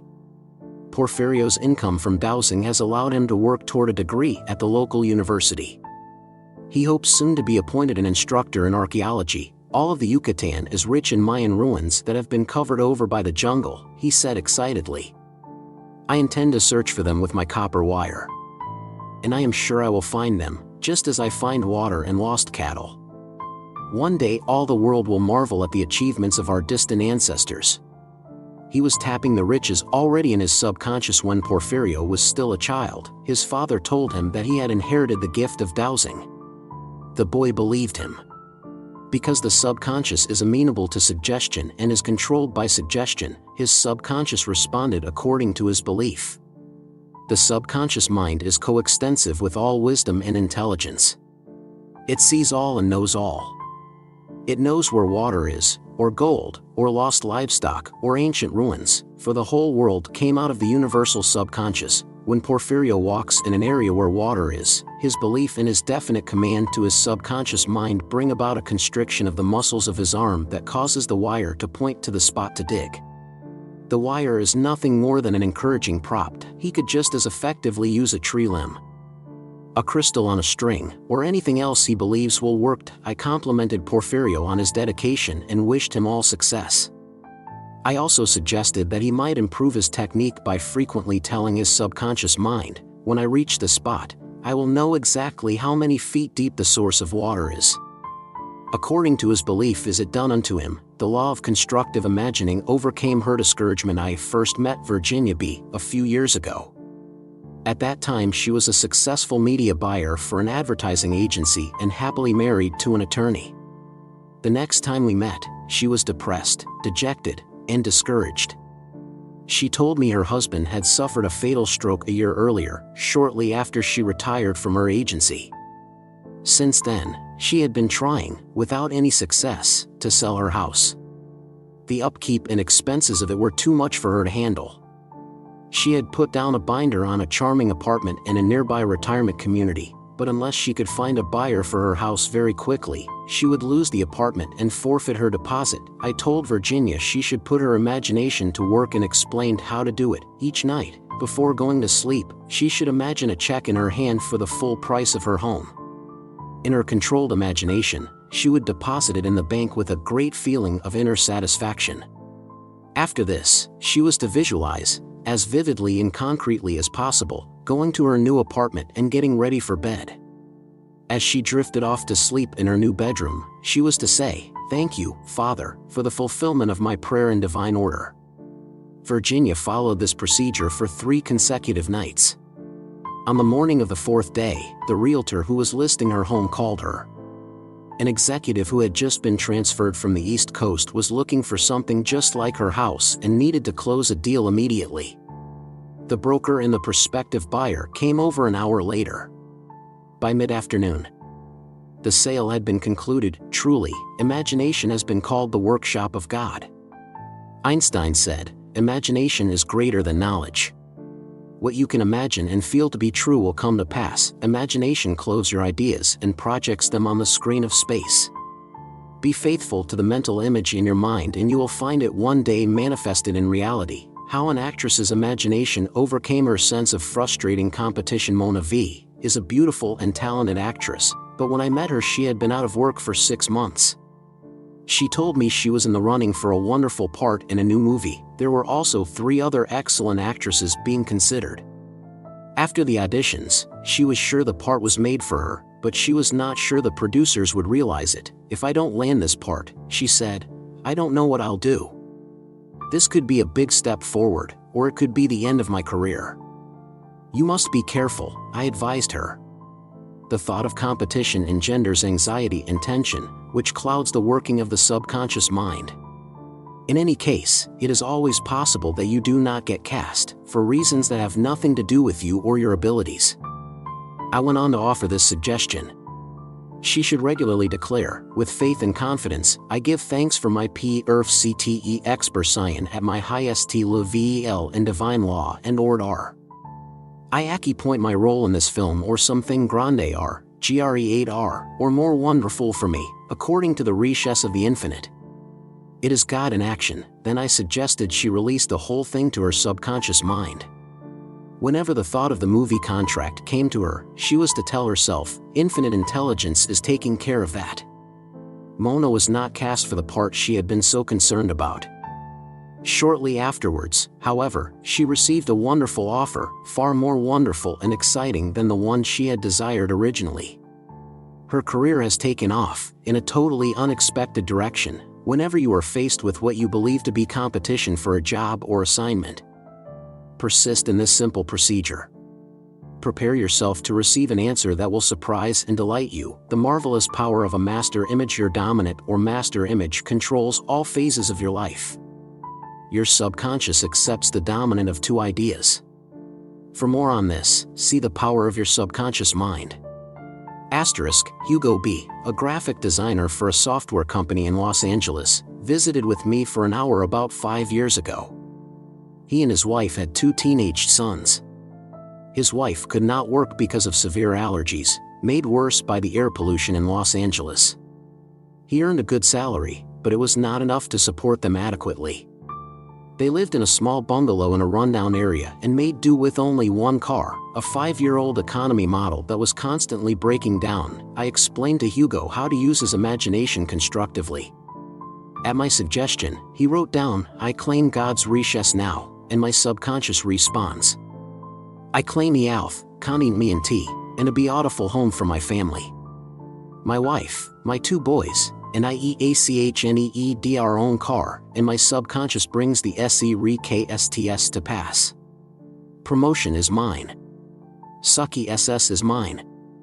I give thanks for the fulfillment of all this now. Hugo and his wife made it a habit to mentally picture a spacious house in a lovely yard, in an area with clean air and friendly neighbors. They also pictured a garage with 4 cars. Before going to sleep each night, Hugo conveyed a message to his subconscious as follows: I am EVER grateful for God's richesse, for VER active, for VER pre-SENT, unchanging in ETE Ronald. I give thanks for my promotion in outstanding sucky SS for 3 months. Nothing happened, but Hugo and his wife persevered with total confidence. Then, shortly after he was promoted to the head of his department, the company was bought out by a major software firm. Hugo's stock options were suddenly worth several $1 million. Moreover, the company's operations were transferred to Austin, Texas, where the air is clear, and he was able to buy a lovely, spacious home with a big yard for not much more than he received for the sale of his bungalow in Los Angeles. His wife's allergies have stopped bothering her, and their sons drive to their new high school in their own sporty little cars. Meditation for effective imagination, the workshop of God for ALLGOOD. Where there is no vision, the people perish. Prove RBS 29:18. My vision is that I desire to know more of God and the way He works. My vision is for PERFCTE harmony, and PEACE. My vision is the inner faith that infinite spirit adds and guides me now in all ways. I know and believe that the God power within me and RS my prayer. This is a deep conviction within me. I know that the mental picture to which I remain faithful will be developed in my subconscious mind and come forth on the screen of space. I make it my daily practice to imagine for myself and of RS only that which is noble, wonderful, and godlike. I now imagine that I am doing the thing I long to do. I imagine that I now posse SS the things I long to posse SS. I imagine I am what I long to be. To make it real, I fail the reality of it. I know that it is so. Thank you. Father. Chapter points 2. Remember 1. The soul without imagination is what an observatory would be without a telescope. Imagination is the primal faculty of man, and it has the capacity to bring your idea into visibility on the screen of space. Point 2. You can draw up for yourself a treasure map listing the cherished desires of your heart. Go over it several times a day, claiming and imaging the fulfillment of each desire now. Persevere and you will find that the images will be deposited in the subconscious, which will bring them to pass. Point 3. If you are apprehensive and worried about the outcome of a conference or legal controversy, quiet your mind and claim that harmony, peace, and divine understanding operate in the minds and hearts of all involved. Select the person who gave you the assignment and imagine she is telling you of the harmonious agreement and hear it over and over again. Lull yourself to sleep with the phrase, "Happy ending." You will succeed in impregnating the solution in your subconscious, and there will be a divine agreement. Point 4. A guide, strong in the conviction that he inherited the capacity of dowsing, convinced his subconscious mind that whenever he walked over an area where water was, his arm would become rigid and the wire in his hands would point to the exact spot. His subconscious responded to his conviction with successful divinations. Point 5. If you have trouble selling a home, imagine you are holding the check for full payment in your hand prior to sleep. Give thanks for the check, feel its reality, the naturalness and wonder of it all, and imagine yourself at the teller's window depositing it. Give thanks to your higher self and you will find wonders happening as you pray. Point 6. When you are competing with others for a contract, assignment, or position, avoid anxiety and tension by affirming, "I accept this assignment or something far more wonderful according to the riches of the infinite for me." If you do not get that particular position, something far more wonderful will open up for you in the light of your higher self. Point 7. Even though your reason and senses deny the possibility of your attaining riches, promotion, and success, persist in your master image for success and financial independence. Your master image will sink down into your subconscious mind and come to pass. Whoever perseveres will be crowned. Point 8. Make full use of the meditation at the end of the chapter to help develop your greater use of imagination for a richer life in every way. Point 9. How the law of infinite increase multiplies your wealth. All people throughout the world seek to magnify their personal good. A divine urge whispers to men and women everywhere to rise, transcend, grow, and expand. This inner voice says insistently, "Come on up higher. I have need of you." You want friends, a better position, a more comfortable life. You want to have enough money to stop worrying about it. You want enticing food, attractive and comfortable clothing. A home that meets your every need, a fine automobile, and all the other good things of life. Chances are, you also want to travel the world and see for yourself the beauties of nature and the beauties created by humankind. Above all, you want to learn more about the riches-producing laws of your mind, which will enable you to tap the treasure house of infinity within you and experience the life more abundant. It is in the nature of soil to magnify and multiply the seeds you deposit in it. Plant an acorn in the ground, and you can in time look forward to a forest. But God gave the increase. 1 Corinthians 3 verse 6. In the same fashion, when you plant thoughts of riches, abundance, security, and right action in your mind and water them with faith and expectancy, riches and honors will be yours. Increase means the multiplication of your goods along all lines, spiritually, mentally, emotionally, socially, and financially. Every thought is incipient action. When you begin to think of the riches within your subconscious mind and all around you, you will be amazed how riches will flow to you from all sides. 1 August, I conducted a seminar on a luxurious cruise ship that visited ports in Canada and Alaska. In Victoria, Canada, 18 students of the Laws of Mind joined me on the ship. We discussed the wonders and wisdom of the subconscious for the entire afternoon. Several of the participants told me that reading and applying the principles set forth in The Power of Your Subconscious Mind had transformed their lives, giving them a far greater measure of wealth, happiness, peace of mind, and fullness of life. How he used the law of increase for great wealth. One man who took part in our discussion, Jeremy M., was in heavy construction. He later told me that for many years he prayed continually that God would prosper him. At the same time, he spent much of his time brooding over his lack of money and the frail condition of his business. When he went to visit members of his family, he came away preoccupied by their financial plight. For days afterwards he could talk of little but their poverty. In his mind he practically clothed them in rags. He could not understand why neither he nor his relatives ever seemed to get ahead. One day, Jeremy heard a talk by an expert in mind science. Afterwards, he asked for a consultation. He described his plight and his puzzlement. Why were his prayers for prosperity never answered? The counselor explained that every thought is creative. As long as he continued to dwell on his own poverty and limitation, or on those of others close to him, he would effectively neutralize his own prayer and go on impoverishing himself. This came as a revelation to Jeremy. He worked on reversing the current of his thoughts. He declared his conviction that God was prospering him in every way and was doing the same for his relatives. He began to claim God's riches for every person he met. Soon his condition changed radically for the better. His business flourished more than he could have imagined.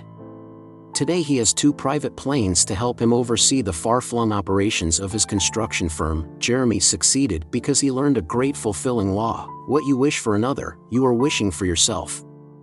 Or as an old Indian saying puts it, the ship that comes home to my brother comes home to me. How a professor used the law of increase to her personal benefit. One of those who joined me on the cruise was Amanda R., a scholar in the field of philology. She told me that she attributed her success in her career only partly to the time, energy, and enthusiasm she brought to her teaching and research. I made it a point from the start, she said, to rejoice in the accomplishments of my colleagues. I saw us as a team, working together for the advancement of human knowledge. Anyone's success, then, was my success as well. And what were the results? I asked. I knew what her answer would be. My colleagues prospered, she replied. They manifested greatly the law of increase and the riches of the omnipresent divine bounty. It was only later that I realized another result, however. By appreciating and being happy about the good fortune oftentimes around me, I was at the same time setting in motion a process that brought good fortune to me as well. Amanda was quite right in her understanding. Her thoughts of success for others entered into her subconscious mind. Whatever is deposited in the subconscious may come forth magnified 60-fold, 100-fold, even 1,000-fold. The result depends on the enthusiasm, the joy, and the intensity of the thought pattern. Today Amanda is one of the youngest full professors at an ancient and celebrated university.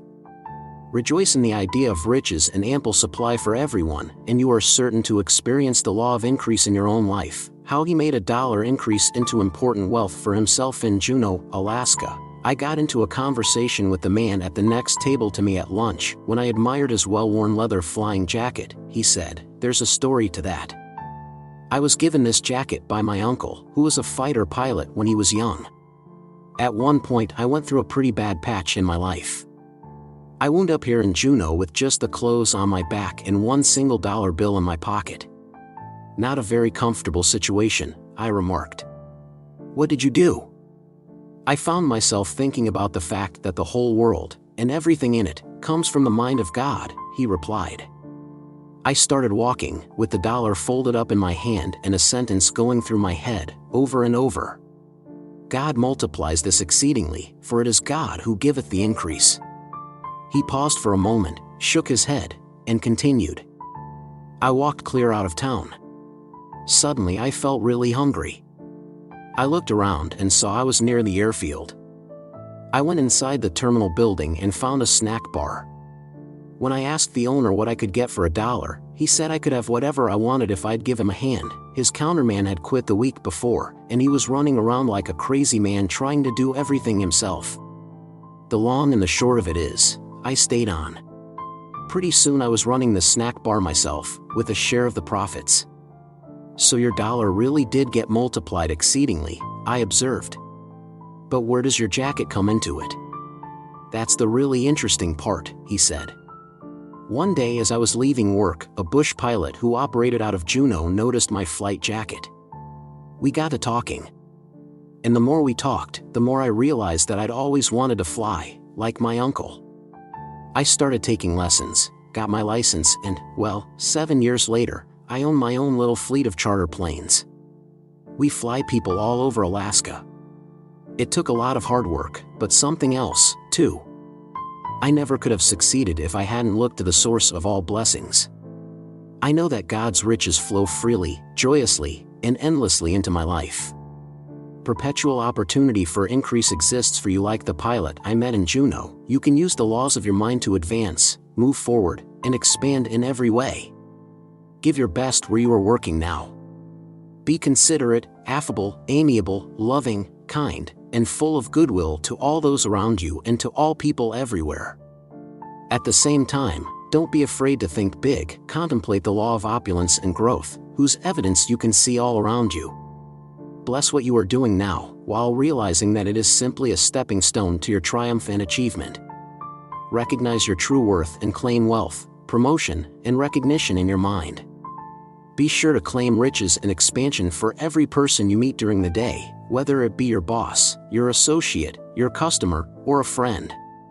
Make a habit of this, and you will succeed in impregnating your subconscious. Others will feel your radiation of riches and promotion, and the law of attraction will open up new doors of opportunity for you. Why the law of increase did not work for him. Your theories sound good, a man named Roger P. told me after a lecture. But they don't work in practice. I've been affirming prosperity, abundance, and success twice a day ever since I first heard you speak last month, but I'm not getting anywhere. It's no wonder I'm in such bad shape. Every penny my business makes goes out again in taxes. I'm being eaten alive by a bunch of bureaucrats and welfare bums. As we talked, I saw that, without realizing it, Roger was actually boasting about his financial difficulties. He blamed the government, taxes, unions, welfare, and the whole political system. His dearest belief was that he was a helpless victim of circumstance. Do you recall, I asked, when I said that what you give your attention to, your subconscious mind absorbs and multiplies in your experience? Of course I do, he replied, a bit impatiently. Why do you think I spend the time affirming prosperity and so on? How much time do you spend that way? I asked. Why, 5 minutes every morning and evening, he said. That's what you advise, isn't it? And how much time do you spend every day thinking and talking about your financial problems, taxes, the government, and so forth?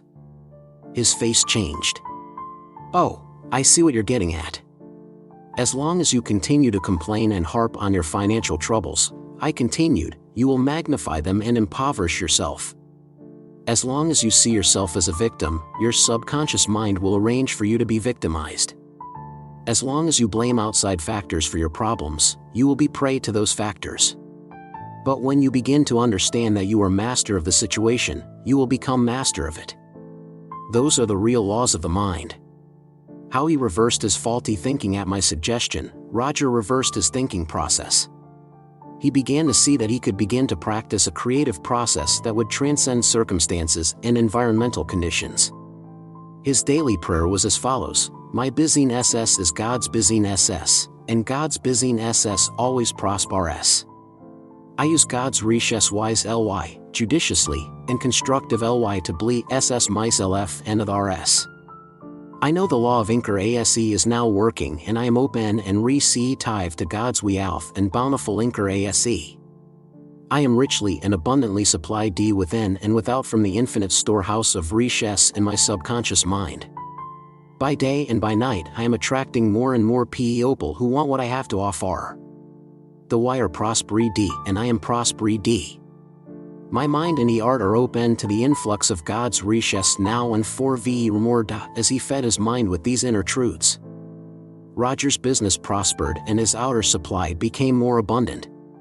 At the end of a month, he noticed a tremendous change in his financial picture. He saw the great advantage in affirming the good and in ceasing to carp against lack and limitation.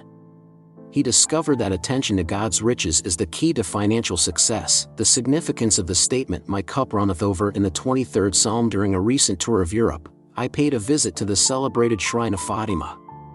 While I was having lunch, a girl of about 16 came over to my table and said she had recognized me from my television broadcasts. "I'm Gloria G," she said, "from Anniston, Alabama, and I want to thank you for the letter and prayer you sent me last year."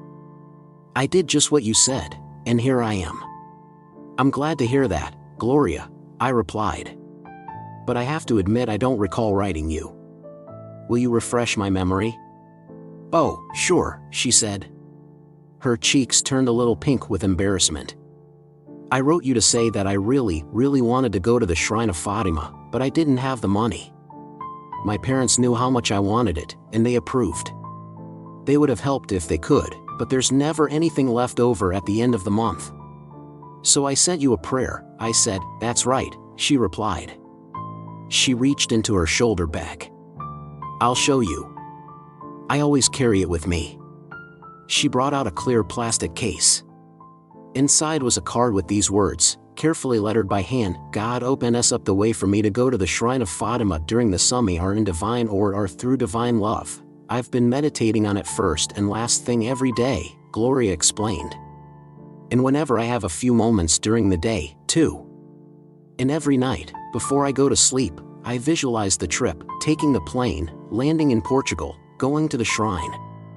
I tried to see and hear everything I would see and hear when I actually got here. Well, I said with a smile, I can see that you did get here. So it must have worked. It sure did, she said emphatically.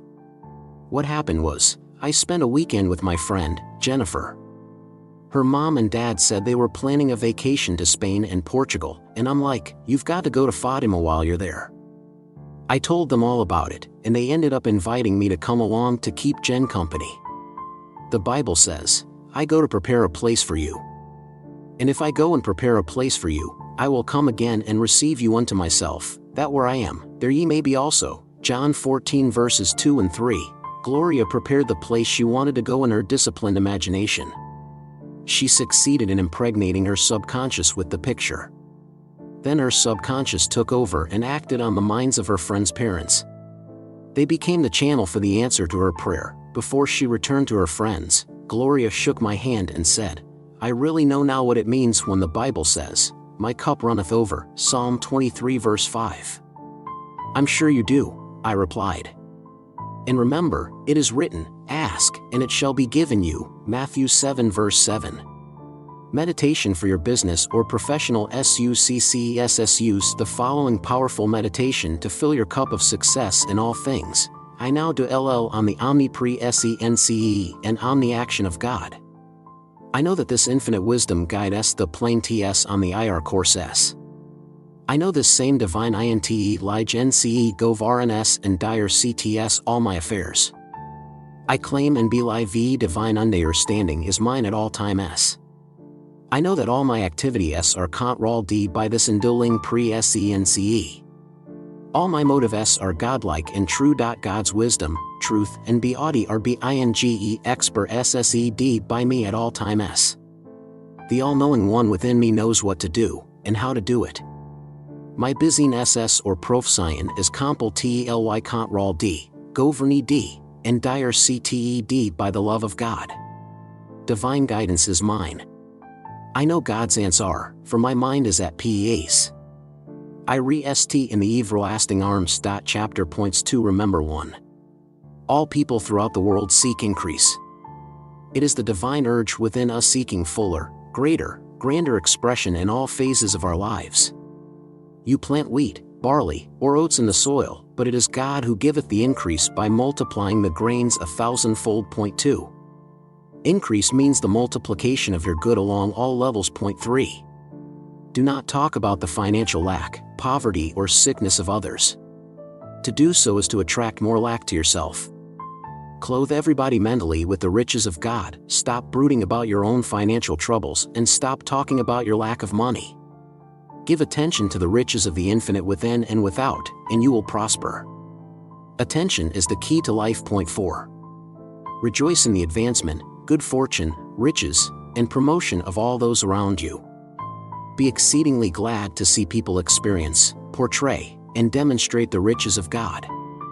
As you do, you will attract riches of all kinds to yourself. Your thought is creative, and what you think about the other, you are creating in your own experience. Point 5. Be friendly with money, whether a dollar bill or a coin. Realize everything comes out of the invisible mind of God or of humans. Realize that God, or infinite spirit, is the source of all blessings and that it is the nature of the infinite to respond when you call upon it. Point 6. Give the best where you are working and the best will come back to you. Be friendly, affable, and amiable. Express goodwill to all. As you do, all doors will open up for your growth, expansion, and riches. Point 7. Form a clear mental picture of what you want to be, to do, or to have. Know that the power and the wisdom of your subconscious will back you up. Persevere and be determined to become what you want to be. Your mental picture will be developed in your subconscious mind and become objectified. Point 8. When you are praying for increase in money, be sure to stop blaming the government, the welfare system, and taxes. To do so will cause money to fly from you rather than to you. What you want is more money. Realize that God's wealth is circulating in your life and that there is always a divine surplus. What you criticize and condemn becomes manifest in your life. You become what you contemplate. Contemplate that God multiplies your good exceedingly. That your business is God's business, and that you are prospering beyond your fondest dreams. Point 9. If there is a journey you deeply long to make but cannot afford, affirm knowingly and feelingly, God opens up the way for me to go on this journey in divine order and through divine love. Picture yourself boarding the plane and arriving at your destination. Enter into it in your imagination until you feel the tones of reality. Once you've fixed the picture in your subconscious, the way will open up, the dawn will appear, and all the shadows will flee away. Ask, and it shall be given you. Matthew 7 verse 7. Point 10. The meditation at the end of the chapter will be of exceptional benefit to you in filling your cup of successful living. Point 10. How to open the gateway to automatic riches and walk into a life of luxury. The gateway to infinite riches is hidden in that magic spiritual gem given to you in the Bible. I am come that they might have life, and that they might have it more abundantly. John 10 verse 10.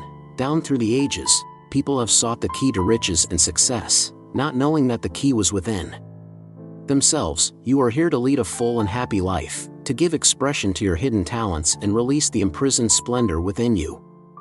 God is the giver and the gift, and all the riches of God are awaiting your discovery, application, and enjoyment. By applying the laws of your mind, you can draw forth from the treasure house within you everything you need in order to lead a rich, glorious, and abundant life. How she opened the gateway to riches for herself. A few years ago, I gave a class on mental and spiritual laws in the light of Emerson. Point one of those present was a young woman named Carol W., who had spent that morning going through the process of applying for workfare. She had 2 small children, and their father had recently walked out and disappeared. I noticed her intent attitude as I quoted from Emerson and elaborated in light of the laws of mind. In one passage that particularly struck her, a favorite of mine. By the way, Emerson declares, in all my literature, I have taught one doctrine, the infinitude of the private man, the EVER availability to EVE-man of the divine pre-SENCE within his own mind, from which pre-SENCE he draws, and his NEED, inexhaustible power. Carol spoke with me afterwards and said that she remembered reading Emerson in college, but at that point nothing made an impression on her. The professor taught Emerson as a literary figure from 19th century America, not as a great thinker with vital lessons for all of us today. Now, however, she saw him and his ideas in a totally new light.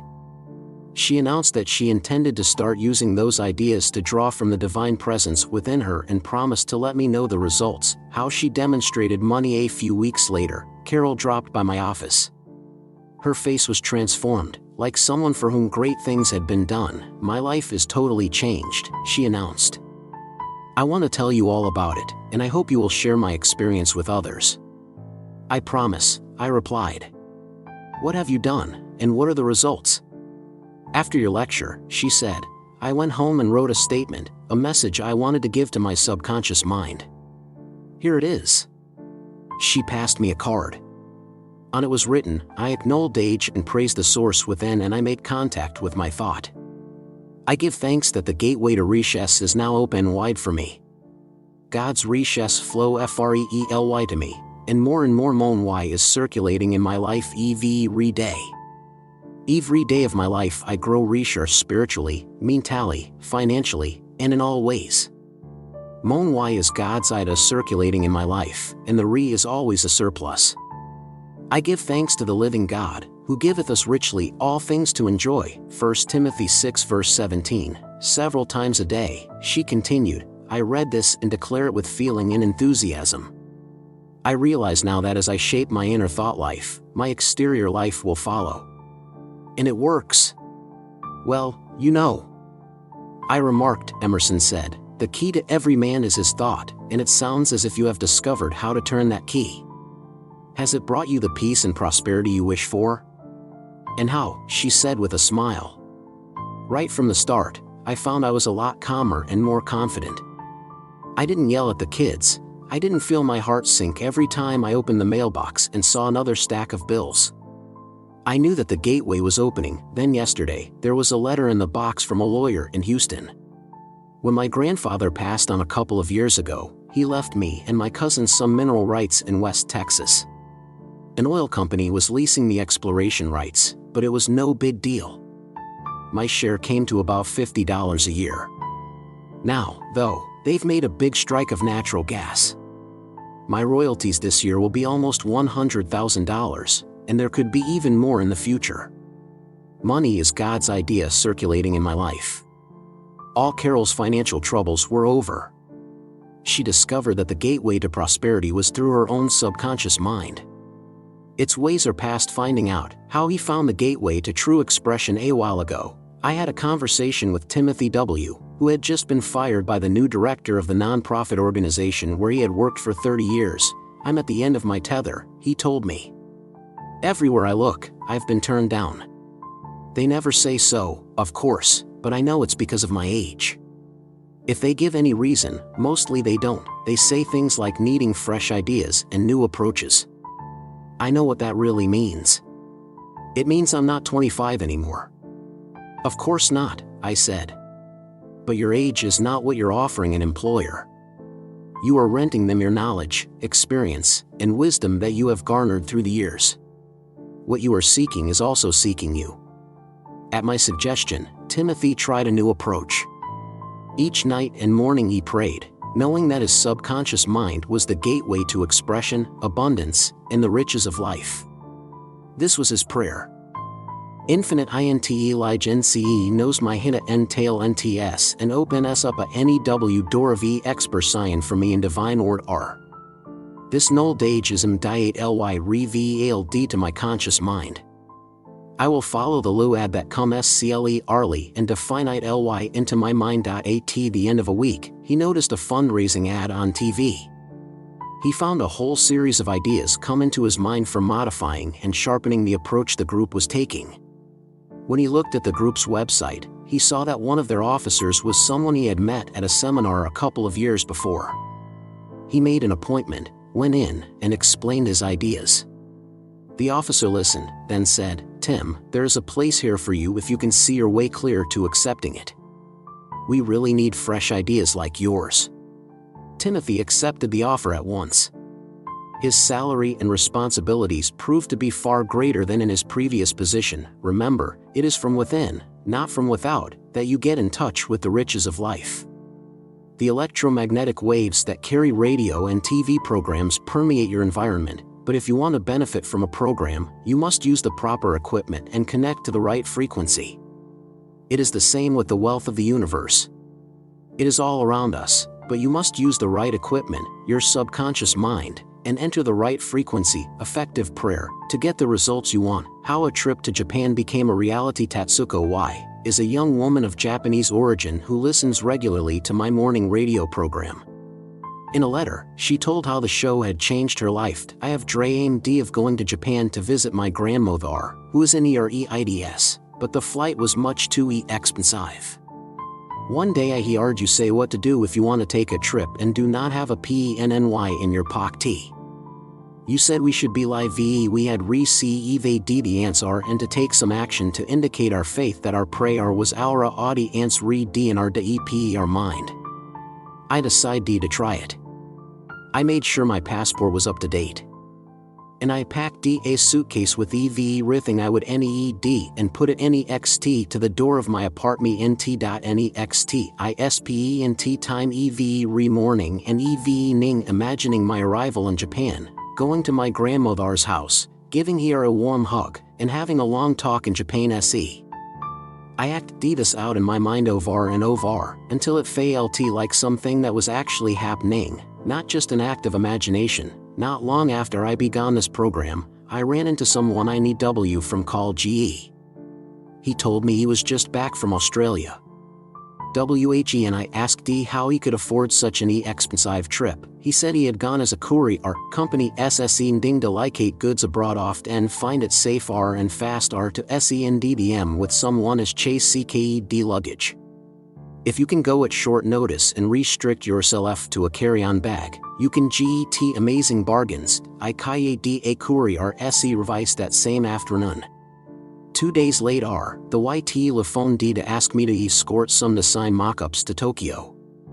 The Y offered me a round-trip flight for $100. The next evening, I was embracing my grandmother just as I had imagined D.PLEASETLLEV Ryan to put the IR confide NCE in the STRA-NGTH of the infinite within. Your good can come forth to you in unforeseen ways. A physicist says substance is the gateway to all the money you need. Ravi B. is a young physicist born in Madras, India, who visited me recently. He told me that his understanding of reality, shared by many modern physicists, is that spirit and matter are one. Energy and matter are interconvertible and interchangeable. Matter is the lowest degree of spirit, and spirit is the highest degree of matter. In other words, they are both aspects of one and the same thing. Properly understood, matter is universal substance, or spirit or energy reduced to the point of visibility. The formed and unformed world are made out of the one substance we call spirit. All things are made by the self-contemplation of spirit, Ravi told me. I came to America on a very small fellowship, not nearly enough to survive, but I didn't get panicky. I knew the invisible would become visible. I declared in my heart, Divine Spirit is my instant and everlasting supply. It takes the form of food, clothing, money, friends, and everything I need right here and right now. I decree this and I know the manifestation takes place now, for God is the eternal now. His declaration became manifest by way of a total stranger. They met in an elevator when the stranger remarked that he had recently returned from a business trip to India. He turned out to be head of the research arm of a major Silicon Valley chip maker. When he heard what Ravi's specialty was, he immediately offered him a position in his lab, with a handsome salary and stock options. Never underestimate the powers of personally affirming God, or the living Spirit Almighty, your instant and everlasting supply that never fails. It will then manifest in countless ways and through many channels, perhaps through total strangers. Remember, you were born to be rich and inevitably to prosper along all lines through the use of your God-given faculties, which lie stretched in smiling repose within you. How to help others to the gateway to riches, true place, and honor when you wish to help a friend, a relative, an associate, or anyone who seeks your help to find his or her true place in life and become rich in livingness and givingness. Use the following prayerful meditation in activating the forces for them. Infinite Spirit, in its wisdom, open us up the gateway for name s true expercyan in life. Whe she is doing what she love us to do, is divine ly happy and divine ly prosper d. She is divine ly lud to the right opal, who appreciate his, he are, tail nts, and she receives marvelous and wonderful income for wonderful vice. She is conscious of his, he are, true worth, and she is ble ssed and prosper d with God's riches beyond his, he are, fond st dre ams. I turn this prayer over to my subconscious mind, which has the ability to accomplish it brings it to pass in divine order. Repeat this prayer slowly, quietly, feelingly, and knowingly, pouring life, love, and enthusiasm into your words. You will be amazed how the wisdom of the subconscious will respond. It never fails. His attitude closed the gateway to his riches recently. during a lecture series in San Diego, a man came to see me at my hotel. He introduced himself as Cliff, a broker with a financial service, then said, "I've been praying morning and night for prosperity and promotion, but it simply doesn't work. I've got a good education, lots of experience, everything it takes, but I'm not getting anywhere. Not only that, I'm in a real bind financially.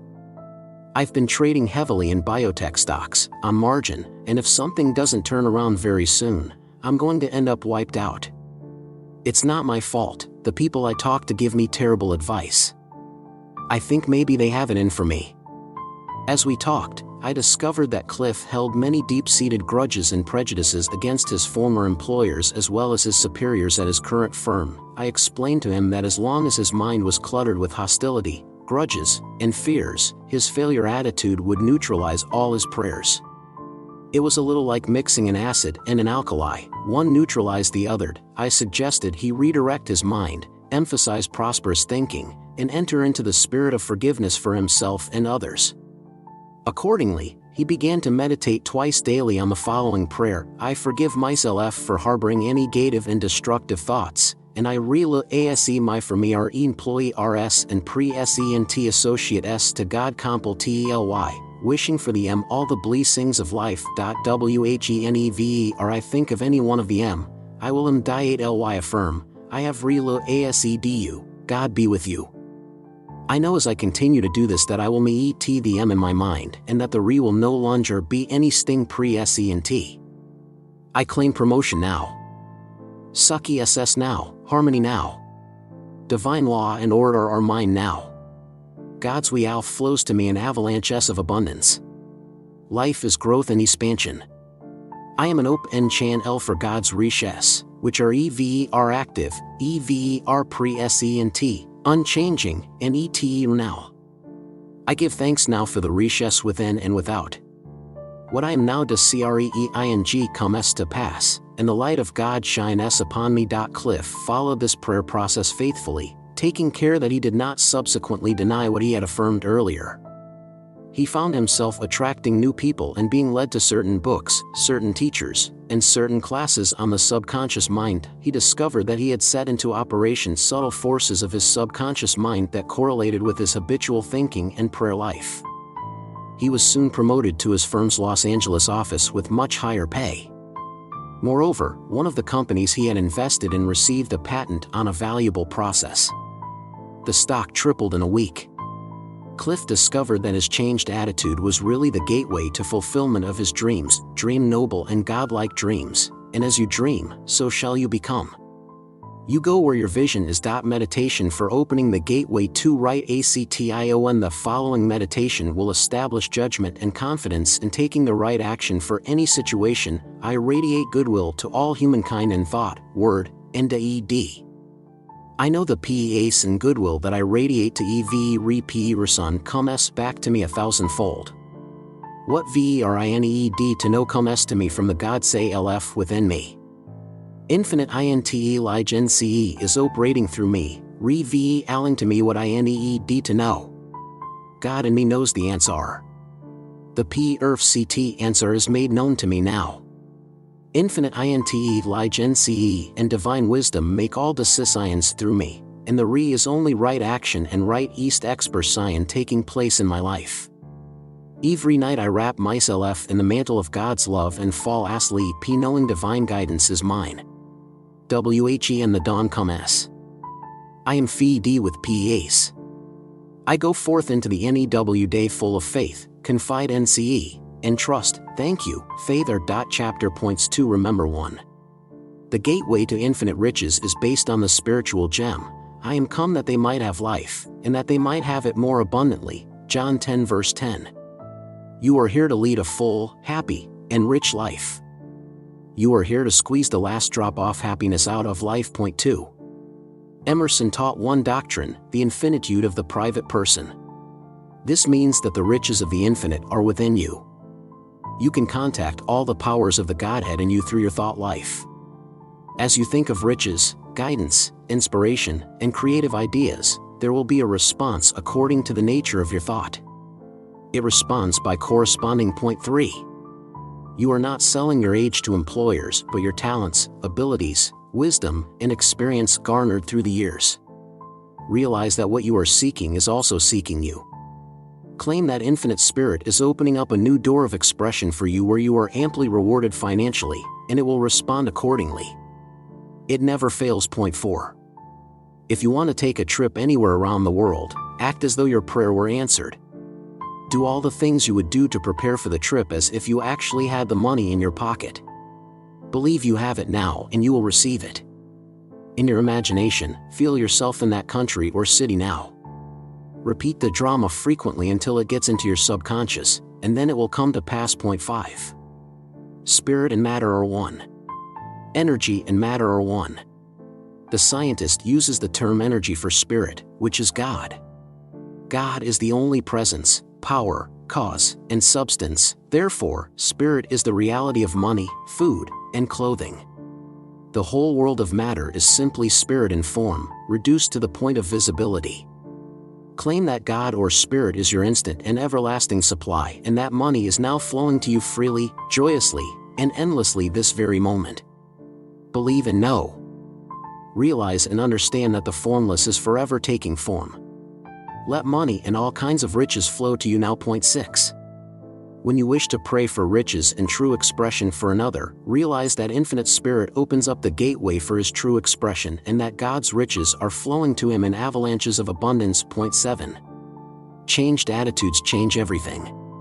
If a person places emphasis on the spirit of forgiveness and goodwill to all and also forgives himself for harboring thoughts of failure, lack, and resentment, and then pours life, love, energy, and vitality into his thoughts of promotion, riches, expansion, honor, prestige, and recognition, his deeper mind will respond with compound interest, and his desert will rejoice and blossom as the rose. Point 8. Allow the meditation at the end of the chapter to penetrate your thinking for deciding on the right action to take. Point 11. How to choose your wealth goals and receive them right away. The Bible gives us the answer. Choose you this day whom you will serve. Joshua 24 verse 15. The key to your health, wealth, prosperity, and success in life lies in your wonderful capacity to make decisions. The greatest discovery you can make is to awaken to the great truth that there is an infinite wisdom and power already established within you. It can enable you to solve all your problems and become wealthy, happy, joyous, and free. You were born to win.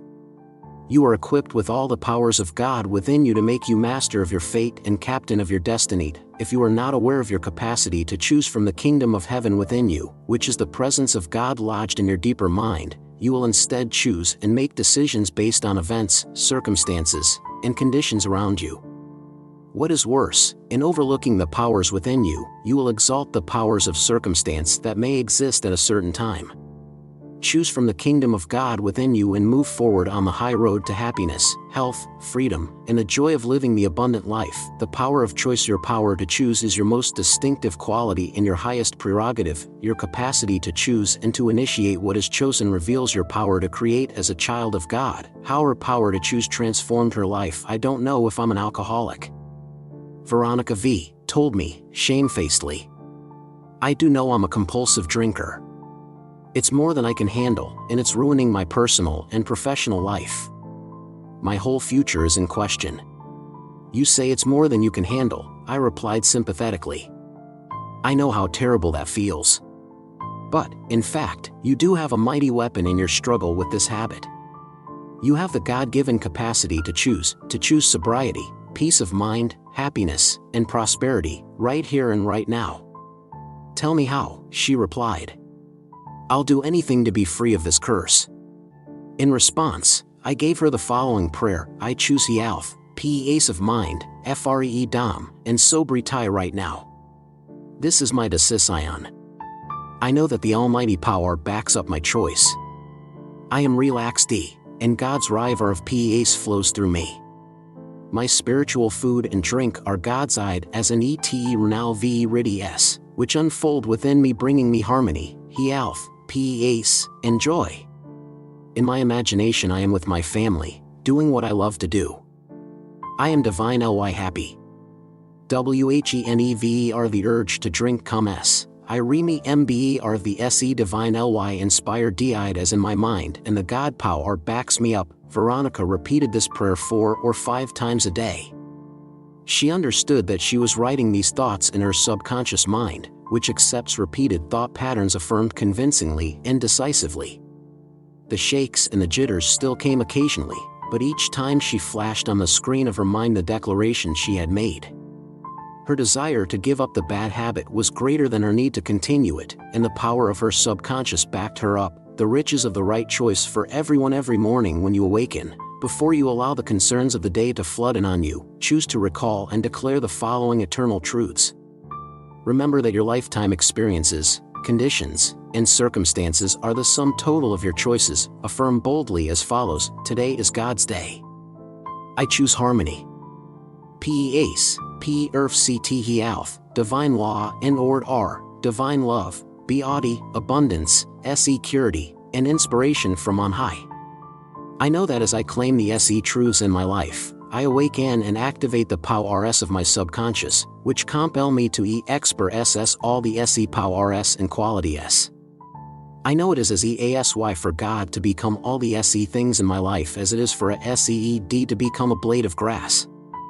I give thanks that this is so. Every one of us, whatever our circumstances or calling, should make this choice every day. These are the principles of life. As you affirm them, you make all these powers of God active and potent in your life.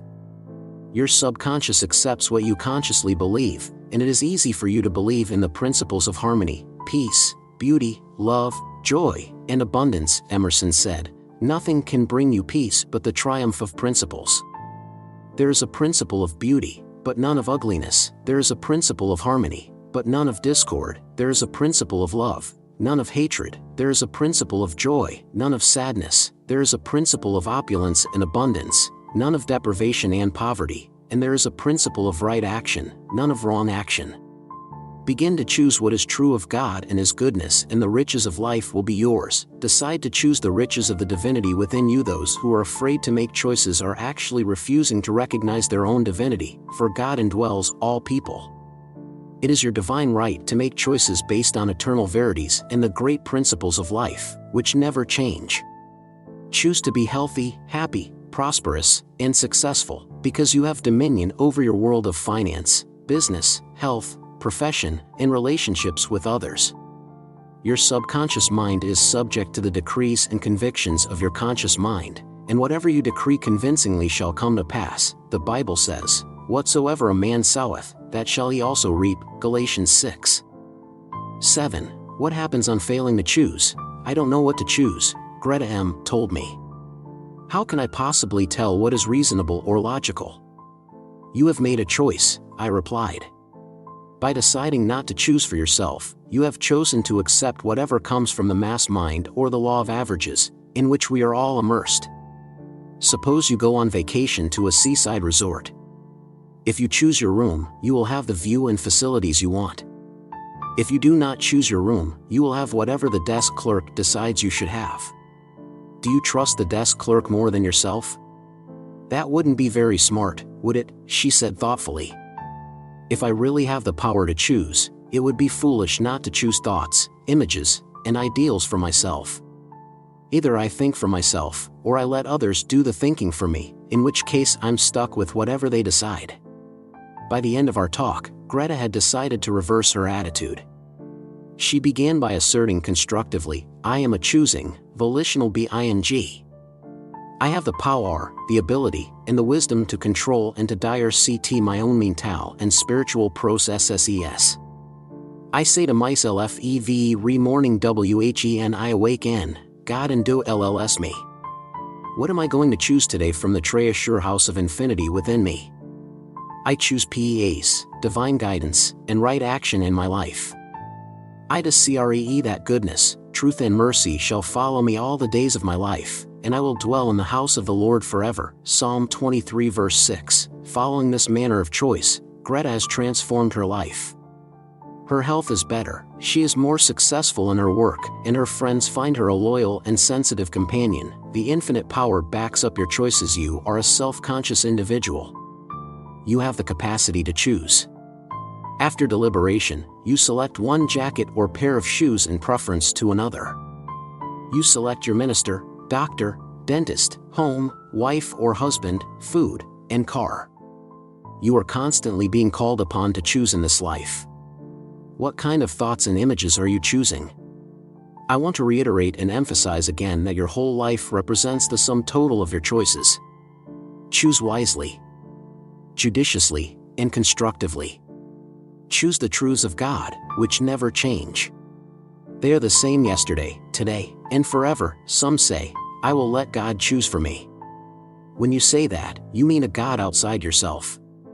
God, or the living Spirit, is omnipresent and is also within you, the very life of you. The only way God, or infinite intelligence, will work for you is to work through you. In order for the universal to act on the individual plane, it must become the individual you are here to choose. You have volition and initiative. This is why you are an individual. Accept your divinity and your responsibility and choose for yourself. Make your own decisions. Some other person cannot possibly know what is best for you. When you refuse to choose for yourself, you are actually rejecting your divinity and your divine prerogatives. You are choosing to think from the standpoint of a slave, a serf, or an underling. The courage to choose transformed and enriched her life. Thelma W. was a 54-year-old widow who ran a successful real estate agency in Santa Cruz, California. She came to me perplexed, baffled, and frustrated. I want to remarry, she told me. The problem is, I've been seeing two different men. I'm fond of both of them, and they are both fond of me. They've both said things to indicate that marriage is on their minds too. But I can't marry them both, and I don't know how to make up my mind. Meanwhile, time is racing by. What do I do? You've heard the story about the donkey, haven't you? I replied. It was halfway between two stacks of hay and it starved to death because it couldn't choose which one to eat from. She laughed. It's not really funny, she said. That's just the way I feel. You say you don't know how to make up your mind, I said. That may be because you are trying too hard to force your conscious mind to choose. You have the ability to choose infinite intelligence within yourself to lead and guide you. Its nature was responsiveness. If you ask clearly and confidently, the answer will come to you. How will I know when it comes? She worried. You'll know, I assured her. It will be in a form that is impossible for you to miss. That night, on going to sleep, Thelma spoke to her higher self as follows: Faithar, you are all wise. Reveal to me the answer and show me the way I should go. I give thanks for the right answer, for I know you know the only answer. During the night she had a dream that she remembered vividly. The next morning, first one, then the other, of the men she was trying to choose between appeared to her. Each took her hand while she said a sad but definite goodbye, then receded out of sight as if on an invisible conveyor belt. For a moment she stood alone in a featureless plain. Suddenly, a third man appeared. She recognized him at once. He was her late husband's best friend, who lived in the Midwest. She hadn't seen him in several years, but they had always gotten along very well. Just as he reached out both hands to her, the dream faded. She awoke feeling both desolate and oddly hopeful. That very day, she received a card in the mail from the man. He had taken early retirement from his job with a power company and was strongly considering a move to Santa Cruz. He was coming later that week on a sort of scouting trip. Could she find time in her schedule to have dinner with him and show him around the town? She telephoned him the same day. 2 months later, I had the pleasure of officiating at their wedding. Thelma followed the biblical injunction, choose you this day whom ye will serve, Joshua 24 verse 15. If, like her, you turn to the infinite intelligence within you and call upon it, you, too, will receive the joy of the answered prayer. You can choose confidence, riches, and a full life. Many say that they have always experienced sickness, failure, frustration, and loneliness. All these failures can be dissolved by choosing to believe in the one infinite healing presence. Feeling and emotion follow thought. You can. Therefore, choose to build a new emotional life.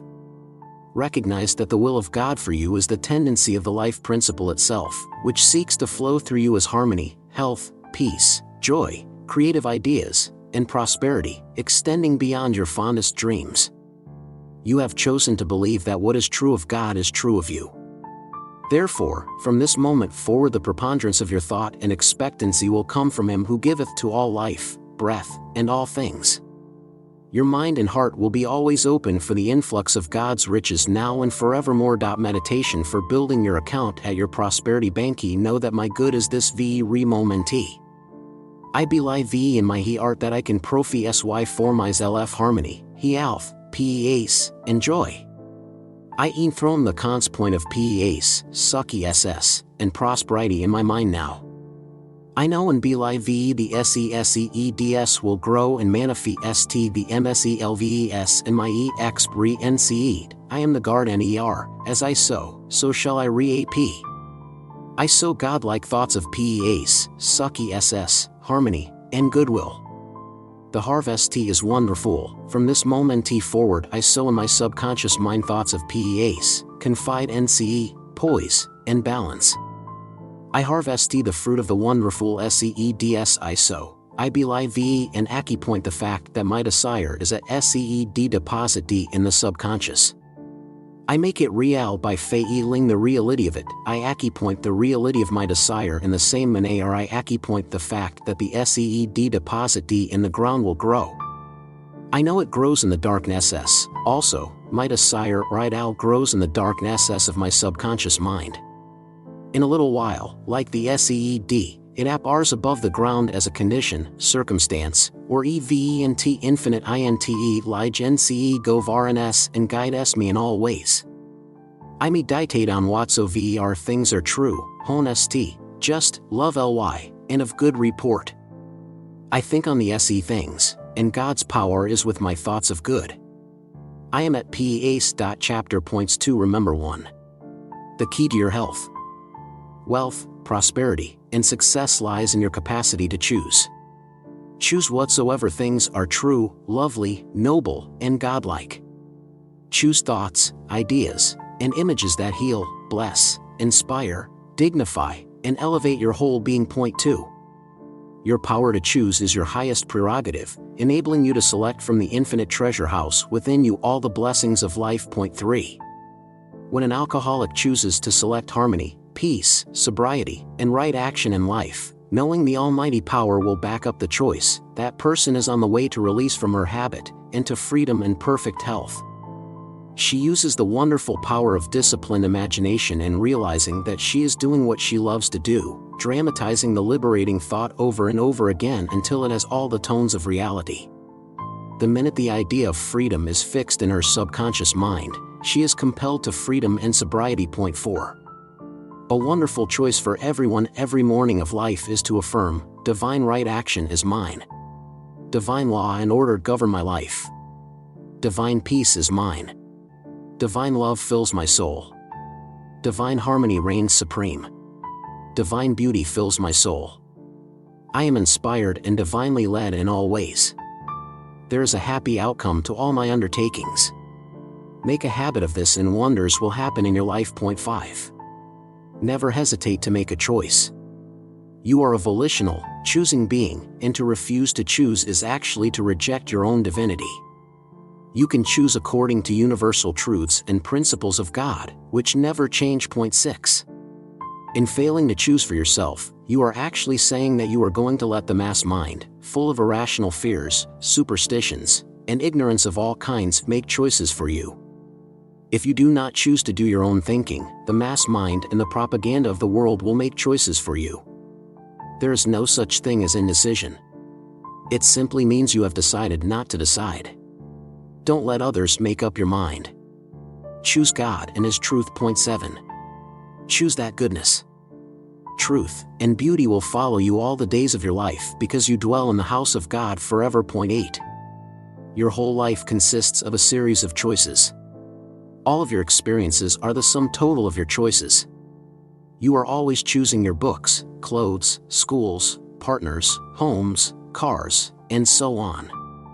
Watch the kind of thoughts, images, and ideas you choose.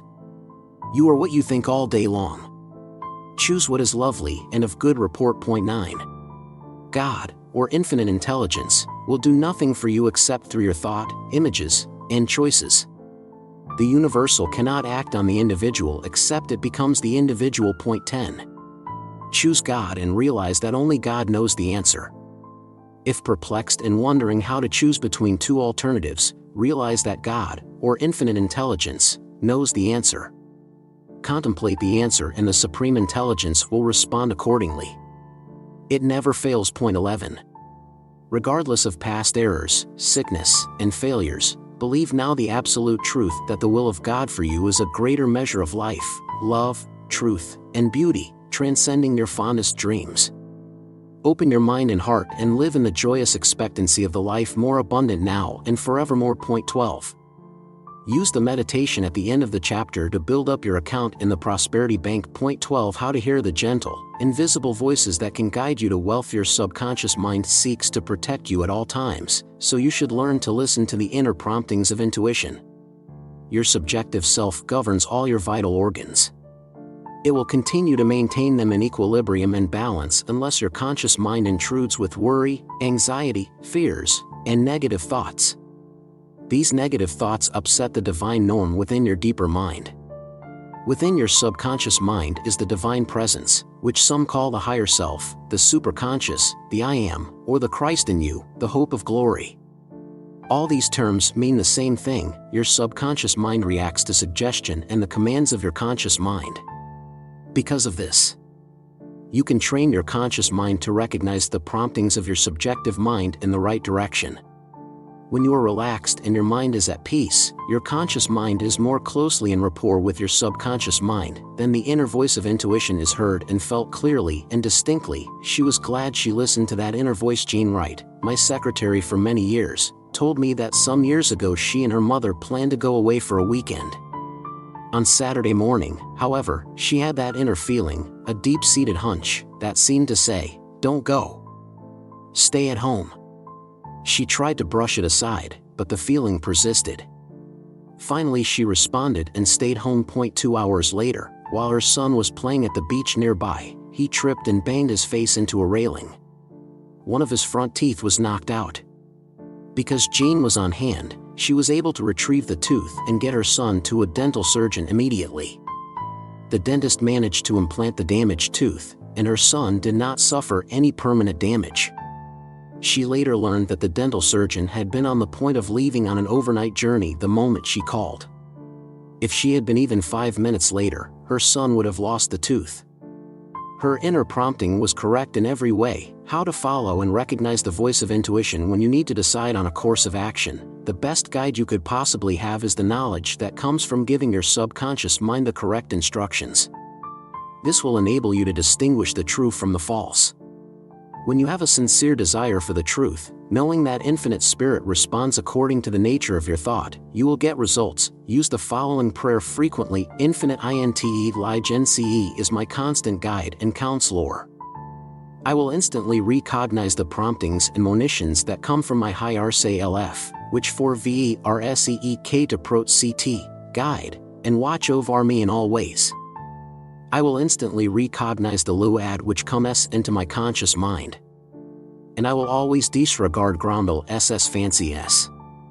I know that my DEPER mind responds to what I am now consciously writing on it, and I give thanks for the joy of the ants. Read D pray as you form the habit of using this prayer regularly, you will become able to recognize instantly the interior voice by the inward sense of touch it gives you. This will make it possible for you to differentiate and distinguish between the false and the true. How cultivation of the intuitive faculty brings riches to you. On the basis of what you consciously meditate upon, you will receive answers and directions from your subconscious mind. The question you entertain or turn over to your deeper mind gestates in the darkness of your subconscious. When all the data are gathered, you receive instantaneously an analysis and conclusion that your intellect, or reasoning mind, might require weeks of monumental trial and error to accomplish. When our reasoning faculties fail us in our perplexities, the intuitive faculty sings the silent song of triumph. Artists, poets, writers, and inventors listen to this voice of intuition. As a result, they are able to astonish the world by the beauties and glories drawn from this storehouse of knowledge within themselves. They have discovered the source of true riches. The infinite riches of intuition saved his life. Many of you may have read about a Japanese air disaster in which so many unfortunate people lost their lives. Some weeks later, I received a letter from a Japanese student. He wrote, "I have been reading your work, The Power of Your Subconscious Mind, which has machimper ssed me. I was ticked to go on the aircraft flight that ended so tragically." As I was about to leave for the AE report, an inner voice spoke to me. It said quite clearly, "Do not go. Do not go." It was as clear as a message over a loudspeaker. "Because of your book, I need that I should list in." I did not go. I have been saved so that I can tell others about the wonderful powers of the subconscious mind, intuition, and what it means. Intuition means the direct perception of truth, independent of any reasoning process. It is an immediate apprehension, a keen and quick insight. The word intuition also means inner hearing. Hearing is not the only way to nurture intuition. Sometimes it comes as a thought, but the most common way is to hear the voice. Intuition goes much farther than reason. You employ reason to carry out intuition. Very often you will find that intuition is the opposite of what your reasoning would have told you. The conscious mind of man is reasoning, analytical, and inquisitive. The subjective faculty of intuition is always spontaneous. It comes as a beacon to the conscious intellect. Many times it speaks as a warning against a proposed trip or plan of action. We must listen and learn to heed this inner voice of wisdom. It does not always speak to you when you wish it to do so, but it will when you need it. She had a persistent feeling that she should not accept the position. "I'm in a real quandary," Louise B. told me. "I'm a little bored with my present job, so I registered with one of these new online headhunters. The next thing I know, I get a fabulous offer from a high-tech startup. More responsibility, a big boost in salary, stock options, travel. It's like a dream. My boyfriend tells me I'd be a total idiot if I didn't grab it." "And?" I prompted. "I can't," she said. "I don't know why. I know Greg must be right, and I'm sure I'll be sorry down the road, but something keeps telling me not to take it. Isn't that crazy?" "Not at all," I said forcefully. "What you are hearing is probably the voice of your subconscious mind. It has ways of knowing that are beyond our conscious ken. You must decide for yourself what to do, but I urge you not to brush aside your intuitive feeling." "That's what I hoped you'd say," she told me. Relief was painted plainly on her face. "I'm going to call them this afternoon and turn down the offer." 3 weeks later, I found a message from Louise on my voicemail. "My subconscious must be really on the ball," she said. "That company that wanted to hire me just went belly up." Chapter 11. If I hadn't taken your advice and listened to my intuition, I'd be in a real mess now. Louise's conscious mind, and her boyfriend, may have been right in terms of the facts that were objectively available and known, but her intuitive faculties understood other aspects of the situation. Before she permitted her objective mind to argue with her inner knowledge, she came to a quick decision that proved to be correct in every way. She later told me that, since that experience, she has made it a habit, after praying about anything, to follow the first impression that comes to her. She has found that it is always correct. The riches of clairaudience. Clairaudience is a term that means clear hearing. It is a faculty of your subconscious mind. A classical example is the demon that the great Greek philosopher Socrates described. He believed he could clearly hear this inner voice, whose admonitions were always wise. The voice was usually one of warning. Moreover, he pointed out that its strongest manifestations came when his safety or well-being was involved. His subconscious mind communicated with the conscious mind in words audible to his senses. This phenomenon is based on the most powerful instinct of the human soul, the instinct of self-preservation. Socrates believed that the silence of the demon was an approval of his conduct, and according to his belief was it done unto him. How the voice of intuition proved to be a lifesaver. A young woman named Lorinda H. was invited to visit relatives in a distant city over a Labor Day weekend. Another guest could give her a ride. Even as she was talking to her cousin on the phone, Lorinda's inner voice spoke to her clearly. It told her, "Stay home, stay home. She followed the advice and turned down the invitation. She later found out that the young woman who was supposed to pick her up was killed in a multi-car pileup on the freeway for several years, since beginning to attend our meetings and lectures. Lorinda has directed her subconscious mind to supply her with guidance. She lives in the certain knowledge that divine right action will govern her. She constantly affirms that she will be instantaneously warned by the wisdom of her subconscious about anything she needs to know for her welfare and spiritual protection. It has never failed her. Through repetition, she has conditioned her subconscious to respond, and the intelligence enables her conscious mind to receive communication from her subjective mind by means of spoken words. It is one way of bringing the wisdom of her deeper mind to her surface or objective mind. The sound she hears is subjective, it does not cause atmospheric vibrations, but its reality is clear to her nonetheless. These sounds or mental stimuli are distinct to her but are not perceptible to others who may be near her. You can employ this technique with fabulous dividends in all phases of your life. A broker discovers the riches of intuition. A broker friend of mine, Philo L., invests solely on his own account and those of a few wealthy clients. His special field of interest is small-cap stocks.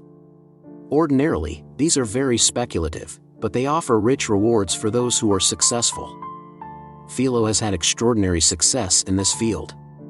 Some months ago, the name of such a stock welled up in his mind. His inner voice said, "Buy it." He did so and also put his clients into it. In the time since, he and his clients have realized profits of several 100%. Philo's secret of success is that he trusts and listens to the voice of intuition. He makes a practice of charging his subconscious mind as follows: my subconscious mind will make me instantly aware of the right stock to buy, at the right time, in the right way. This will bless me and my clients. It is obvious that Philo has succeeded in getting the intuitive faculty of his subconscious to respond according to the nature of his request. The magic of extrasensory perception is alert to his request and presents him with the information he needs at the right moment. A most extraordinary experience. An old friend, Fred W., admitted to me that at one time he had been on the verge of committing suicide. "I had just lost my wife and baby in an automobile accident," he said, with tears welling up at the memory. "I was sure that the world held nothing more for me except misery. I held a pistol to my temple. But just as I placed my finger on the trigger, I heard a voice. It was the most commanding voice I've ever heard. It said, very clearly, 'Not now. With long life will I content you.' I was stunned. The thought of going against such a command was unthinkable. I put the pistol down. Later I threw it in the river, in case the temptation to do away with myself returned." "What an amazing experience," I commented. "When did this happen?" "Oh, long before we met," he replied. "I was just in my 20s at the time.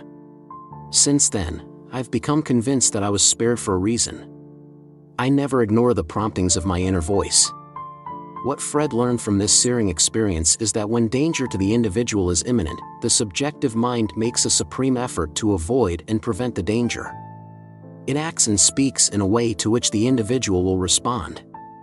The highest activity of your subconscious, or subjective mind, I use these words interchangeably, is exercised in the effort to preserve the life of the individual. Remember, the monitions of your deeper self are always life-ward and should be heeded.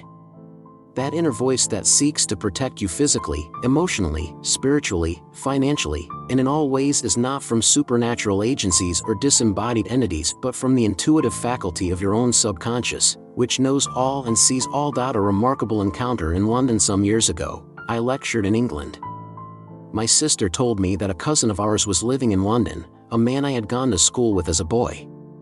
She had no idea where he lived or what his occupation was, but a friend of hers had mentioned he was in London. I checked the telephone book, but his name was not there.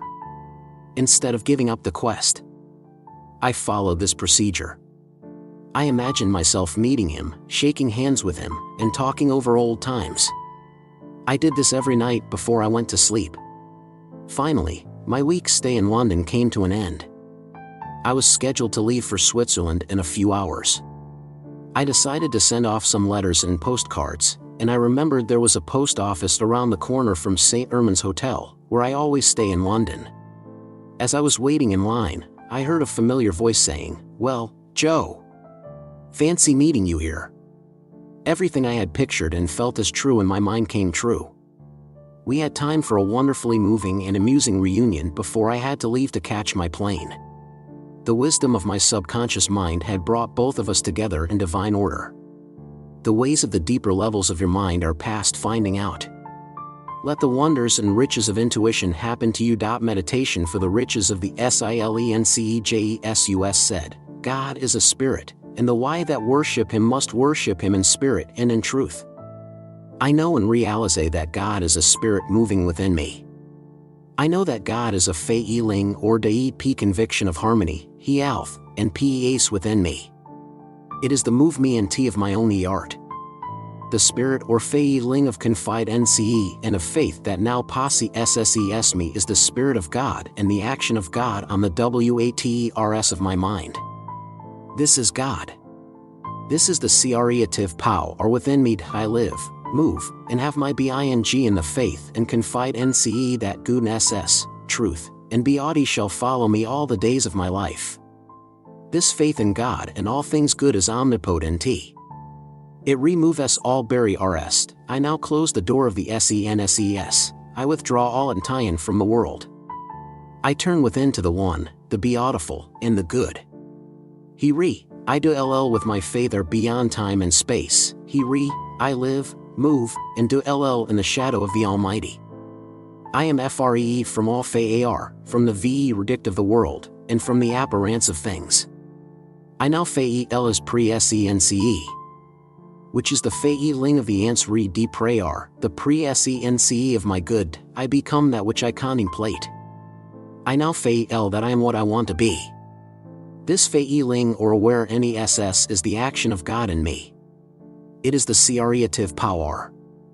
I give thanks for the joy of the ants re de prayer and I re-ST in the silent old age that it is done. Chapter points to remember 1. Your subconscious mind seeks to protect you at all times, and it behooves you to learn to listen to its inner monitions and promptings at all times. Point 2. When you are relaxed and your mind is at peace, the inner voice of intuition is heard clearly and distinctly. Point 3. The inner voice often speaks to you as an inner, persistent feeling, a sort of hunch warning you of danger to yourself or a loved one. A mother who followed her hunch was able to get prompt assistance for her son. Point 4. When you have a sincere desire for the truth and know that infinite spirit responds according to the nature of your thought, you will get results. Affirm boldly that infinite intelligence is your constant guide and counselor and that you will instantly recognize the monitions of your higher self. You will receive answers according to your request. Point 5. You will receive answers and directions from your subconscious according to what you meditate on. Point 6. Artists, poets, inventors, and other creative people listen to the inner voice of intuition. They astonish the world by the beauties and glories drawn from the storehouse within. Point 7. A Japanese student heard an inner voice saying clearly to him, "Don't go on the plane." He followed the instruction. Shortly thereafter, that particular plane was involved in a tragic air disaster. He has trained his subconscious mind to watch over him in all his ways. Point 8. Intuition means direct perception of truths or facts independent of any reasoning process. Intuition also means inner hearing. 9. The extrasensory faculties of your deeper mind can see the motivations of an employer and also the future result. These are hidden from the conscious mind, when that intuitive feeling wells up telling you not to take a new position. Follow it. Point 10. After praying about anything specific, the first impression is usually correct. Point 11. Clairaudience is a faculty of your subconscious and means clear hearing. Self-preservation is the most powerful instinct of the human soul. Many times your subjective self speaks in a voice to warn you and to protect you. Point 12. You can direct your subconscious to guide you always and know that divine right action governs you. You will be instantly informed about anything you need to know for your protection. If you hear a voice saying, "Don't go," obey it. Point 13. A successful broker conveys the idea to his subconscious mind that he will be instantly made aware of the right stock to buy or sell. the names of particular stocks well up from his subconscious, and he becomes consciously aware of the right course of action to follow for himself and his clients. Point 14. When danger to the individual is imminent, the subjective mind makes a supreme effort to avoid danger. It may speak in a way to which the individual will respond. Point 15. The monitions of your deeper mind are always life-ward and should be heeded. Point 16. If you wish to meet someone and you don't know where the person is, picture yourself talking to the individual, feel the reality of the experience, dramatize it in your mind, and enter into the tones of reality. Your deeper mind will bring both of you together in divine order. Point 17. To avail yourself of the amazing riches of the silence, use the meditation at the end of the chapter. Point 13. How your money dreams can make you rich. The secret of psychic osmosis. In his essay on self-reliance, the brilliant New England philosopher Ralph Waldo Emerson says, "Trust thyself, every heart vibrates to that iron string. Accept the place the divine providence has found for you, the society of your contemporaries, the connection of events." Great men have always done so and confided themselves childlike to the genius of their age, betraying their perception that the absolute trustworthy was seated at their heart, working through their hands, predominating in all their being. What is Emerson telling us? That God indwells us, that the absolute trustworthy is seated in our hearts, and that all we have to do is to permit ourselves to vibrate or tune in on the infinite within and receive all the blessings and riches of life. He is saying that you are life, or God manifested, and that you are an instrument of life's expression. You are unique. There is no one in all the world like you, because you are you. Your thumbprint, the rhythm of your heart, the pattern of your retina, the secretions of your glands, the information encoded in every cell of your body are different from those of any other person in the entire history of our species. Infinite differentiation is the law of life. Your thoughts, your attitudes toward life, your beliefs and convictions, all are your own and different from those of others. You were born with your own particular endowments, talents, abilities, and special inherent gifts. You are here to express more and more of the God presence and to experience the joy of living the life more abundant. You are uniquely equipped to express life in a way and manner that no one else in all the world can do. You want to be what you want to be, you want to do what you love to do, and you want to have all the good things of life. You can achieve all these goals in life because you are endowed with the qualities and faculties of imagination, thought, reason, and the power to choose and act. Let life flow through you as harmony, beauty, love, joy, health, wealth, and fullness of expression. How a teacher instills the riches of self-confidence in his pupils. Is it not written in your law, I said, ye are gods? John 10 verse 34. Hugo D. is a young man who teaches Sunday school in Las Vegas. He confided to me that many of the children he taught were shy, timid, and diffident. Some of them seemed to suffer from a profound inferiority complex. I saw it as a part of my duty toward them to show them a path toward a greater appreciation of their own value. He told me. So I wrote an affirmation on the blackboard. I told them to copy it and repeat it for 5 minutes every night before going to sleep. How does it go? I asked, intrigued by his personal discovery of this technique. This is what I gave them, he replied. I am a child of the living God. God loves me and cares for me. I am different, and God wants to do something special through me. God watches over me and guides me, as I am growing in strength, love, and wisdom. My He Avenue NLY faith are love His child. He walks and talks in me. He added. I told them that as they used it and affirmed it every day, there would be a response from the God presence. They would grow in wisdom, strength, and power and would become outstanding students, successful in college, and rich in all the blessings of life. What were the results? I asked. Since then, they have been practically blossoming, he said enthusiastically. Their confidence and self-reliance has grown wonderfully. They are relating better to their parents, too. It's just amazing. I really believe that I am seeing God at work. What Hugo did with this technique was to instill into the minds and hearts of these children the knowledge that God indwells them and that He would respond to the simple prayer of their hearts. They came to realize, as Emerson said, that the absolutely trustworthy was seated at their heart working through them at all times. The true meaning of self-confidence. Confidence means with faith. Faith is a way of thinking, an attitude of mind, an understanding of the laws of mind. It is an awareness that your thought and feeling create your destiny. You have faith when you know that any idea felt as true by your conscious mind will be impressed on and accepted by your subconscious mind and be manifested on the screen of space. In simple, everyday language, your faith is an awareness of the presence and power of God, the living Spirit Almighty, within you. Through your contact with this presence and through the medium of your thought, you can live a victorious and triumphant life. You will find yourself meeting all obstacles, difficulties, and challenges head-on, realizing that they are all divinely outmatched. Tuning in on the divine presence within you, you can move through the vicissitudes of life with a deep abiding trust that you can do all things through the God power that strengthens you. How she developed self-confidence and became rich and successful. Recently, a young entrepreneur named Lori Y. came to see me. In the few years since leaving college, she had started 2 internet-related companies, both of which stirred some excitement, then eventually went under. Now she was down on herself, full of self-criticism. "I think I'm fooling myself," she said. "And fooling everybody who's been trusting enough to invest their money in my ideas, too. I just don't have what it takes these days. I look around and see these kids, 5 or 6 years younger than me, and I realize I'm not on the cutting edge anymore. I'm through. What those kids have, you have as well," I told her. Within you is infinite intelligence. It created the world and knows no obstacles.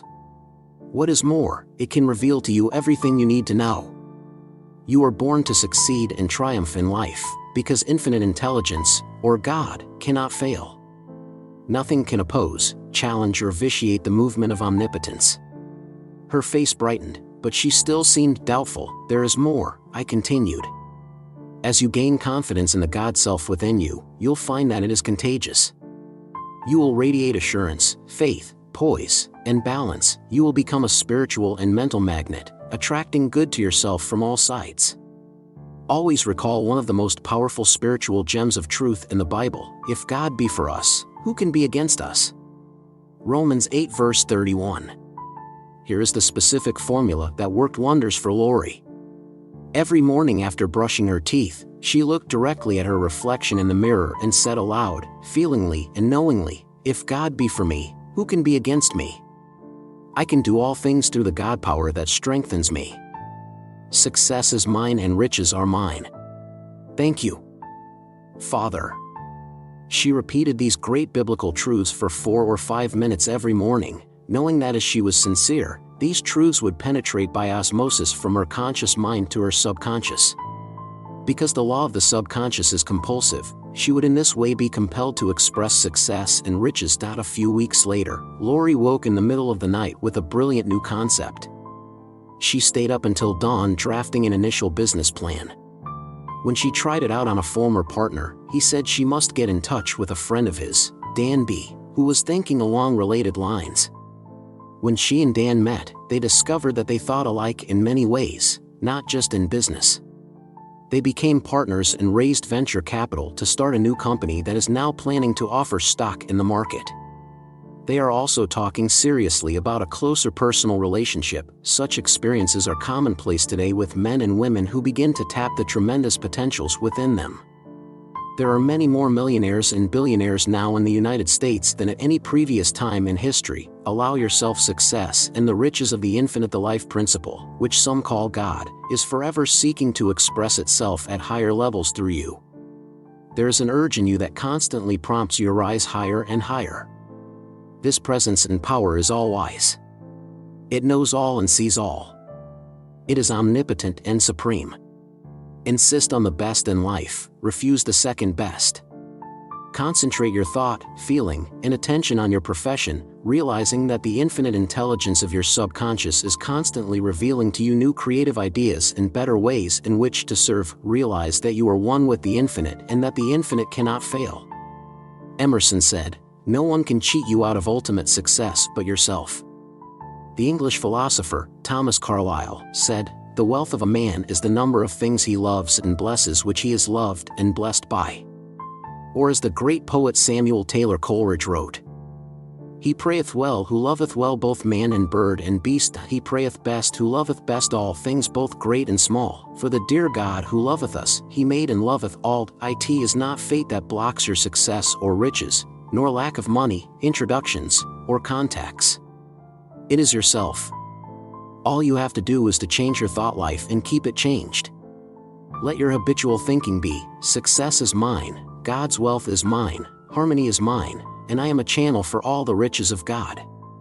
Your thoughts are creative. You become what you think all day long. Millions of people claim to believe in a variety of creeds, dogmas, sects, traditions, amulets, charms, icons, shrines, and so on, but because they have no real workable faith, their lives are chaotic and confused.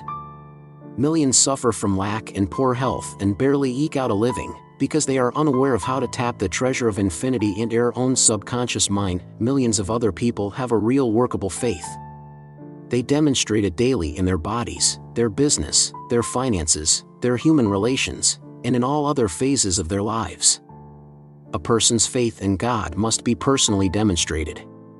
It will show itself by the light in his eyes. Affluence is a sign of faith in the law of opulence. An attitude of trust and understanding of the bountiful nature of the providence of God is reflected in a person's confidence in himself and the powers within him. It is manifest in his positive manner, gestures, speech, and the sunshine of his smile. A lonely bachelor discovers the riches of self-confidence. I don't know why I can never meet anyone who clicks with me spiritually, Leo D. told me sadly. Maybe I've worked so hard that I never had time to learn the right kind of social skills. Or maybe I'm simply a born loser. Losers are made, not born, I replied. If you cling to thoughts of loss, of isolation, of being alone and unlovable, you attract those qualities to yourself, both within and without. However, once you begin to recognize your innate qualities, which are the sign of the infinite within, you manifest those qualities on the screen of reality. That, in turn, draws to you those who are spiritually prepared to respond to them. I gave Leo a simple technique to use. I told him to visualize himself in a beautiful and soul-enriching setting, such as a lovely beach or woodland glade. He was talking to someone whose qualities were as manifest as his own.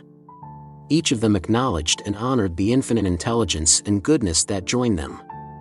He was to imagine this scene, in as much detail as possible, every morning on awakening and every night before going to sleep. Remain faithful to this picture in your mind, I told him.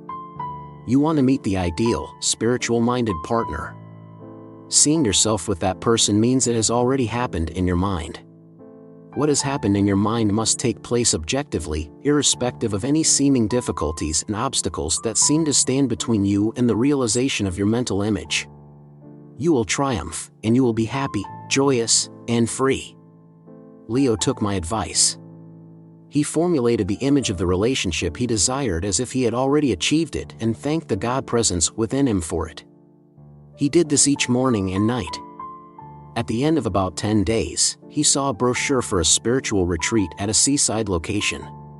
The photo of the beach exactly matched the spot he had imagined. He signed up for the retreat and while there, met a young woman whom he immediately recognized as the one in his visualization. I later had the pleasure of conducting the wedding ceremony for them, realized there's always an answer.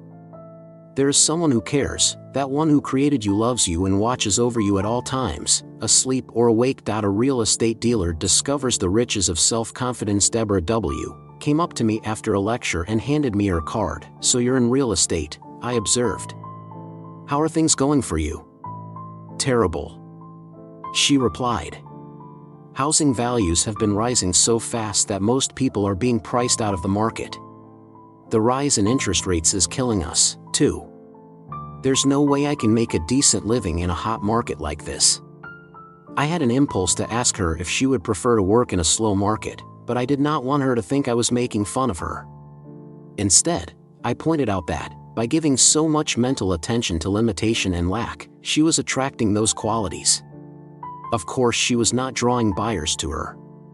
She broadcast inadequacy. I told Deborah to make it a point to suggest constructive statements many times a day to her subconscious. I had my secretary print out a card for her with the following statements: which she was to meditate on every time she had an unoccupied moment. I have PERFCT faith in God's supply and in God's guidance. I know that all who buy a house through me are prospered and BLE SSED, infinite INTE Lige NCE attracts by RS to me who want the house SISELL, who can afford to buy the M, and who will rejoice in the IR Posse Sion. I am BLE SSED, and the Y are BLE SSED. I am strong in the Lord and in the power of His might.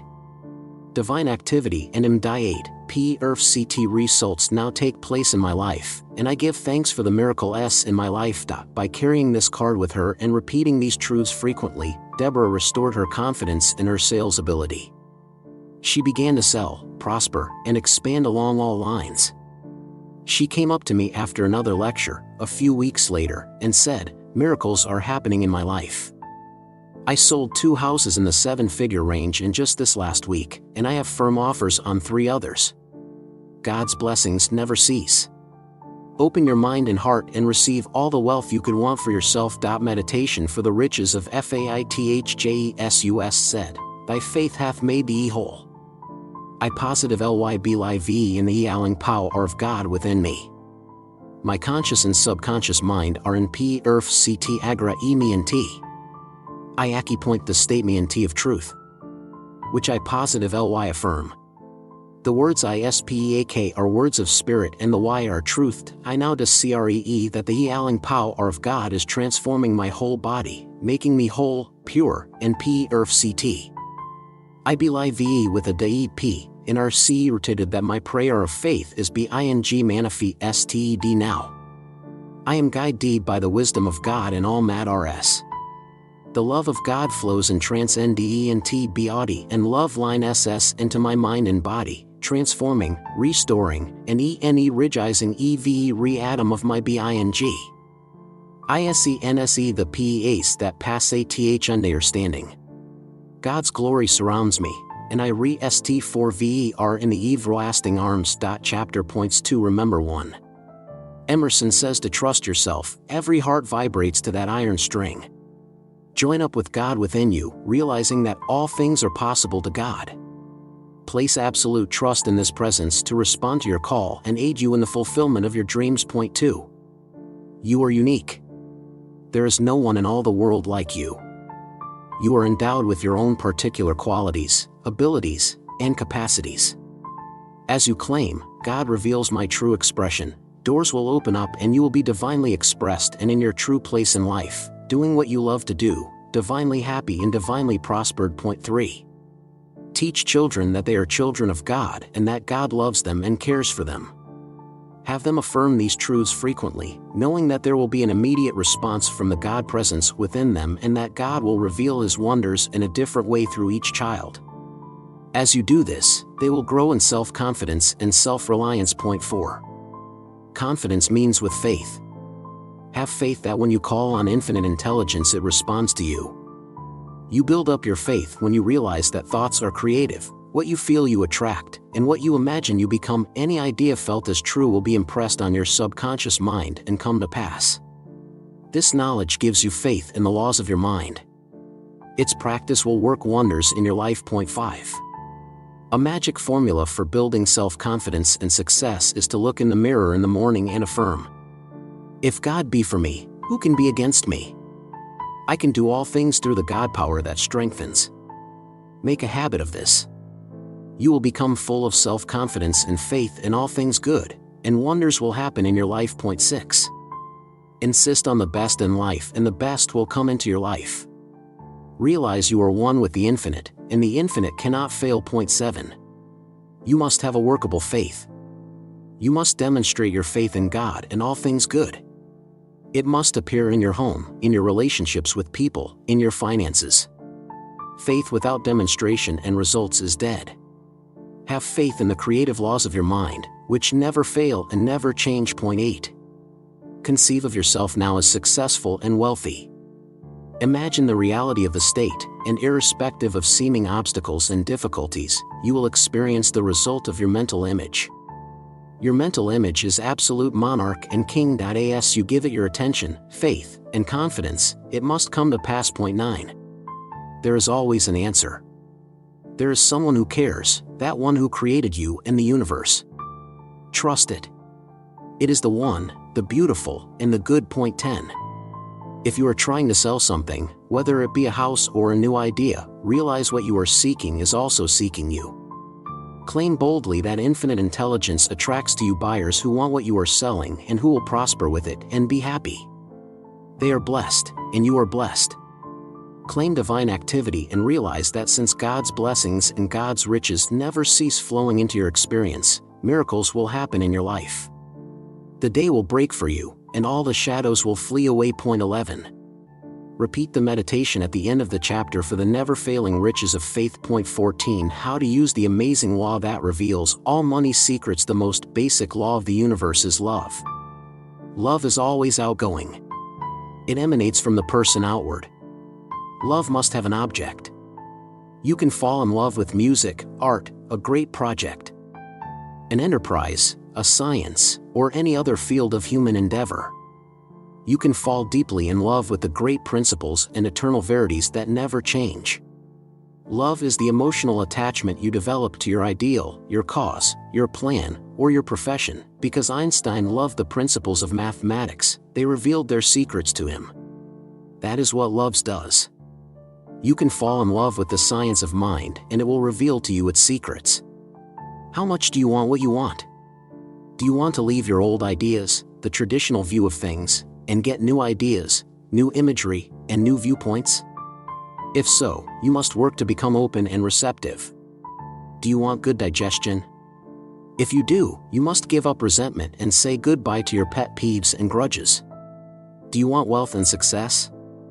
If so, you must be willing to accept the riches within and without. You must realize that you are born to succeed, for the infinite within you cannot fail. You have to leave your jealousies, your envies, and all of the false concepts you may have of God and enter into the joy of abundant and richer living. How an actor proved the riches of love. Some years ago I went to a stage performance of Shakespeare's Henry IV. I was particularly struck by the performance of the actor who played Falstaff. He seemed to capture the childlike wisdom that is such an amazing feature of the role. I checked my program. His name was Drew W. After the performance, I went backstage to compliment him. He was clearly pleased, but also seemed troubled. When he found out my profession, he gave an ironic laugh and said, "I wish we had you on staff. I know I could use some help." "In what way?" I asked. "Not with your acting, certainly. Your performance tonight was brilliant." "Thanks for that," he said. "Would you believe that I spent the half hour before the opening curtain drowning in worry?" I said, "It's not the first time I've heard of such things. Tell me about it." "Oh, it's all very dull and ordinary," Drew said, looking away. "I start thinking that I'll mess up. I'm sure I'll blow my lines. Not just dry up, you understand. No, I imagine myself saying something so utterly stupid that I ruin the entire performance. If that happens, who'll want me?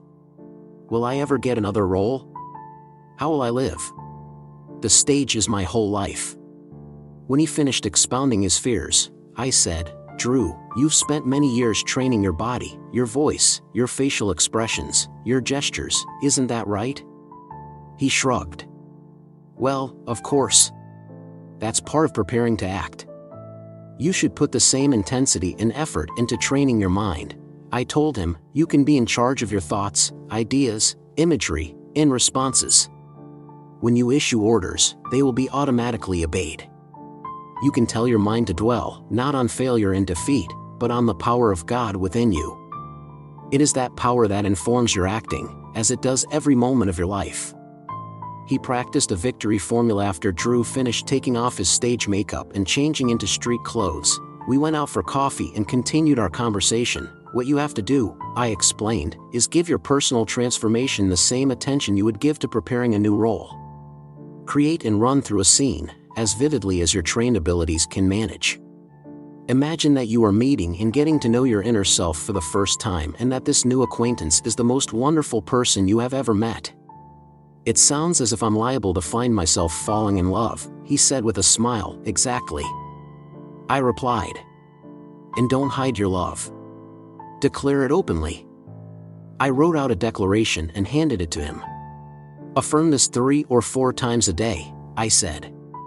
Put into it every ounce of conviction you can muster.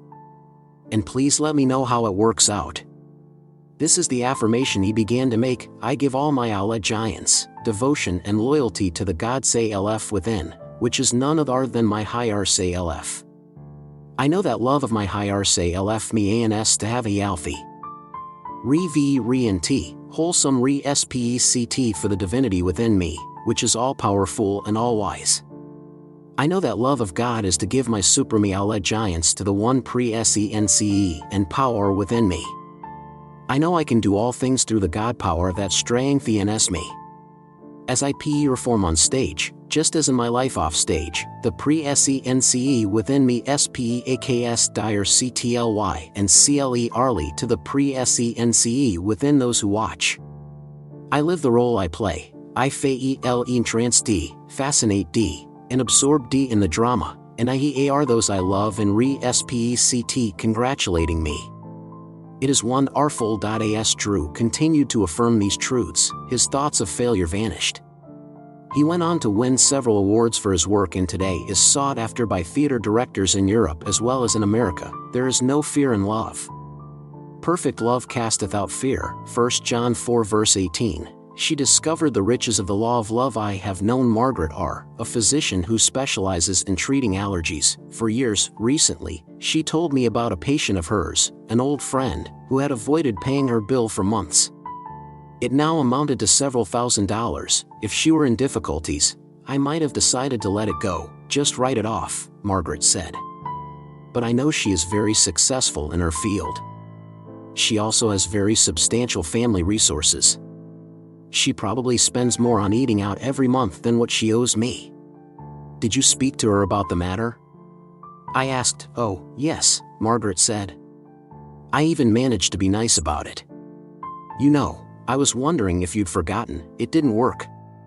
She got very huffy with me, said my fees were out of line, the treatment didn't work, and so on and so on.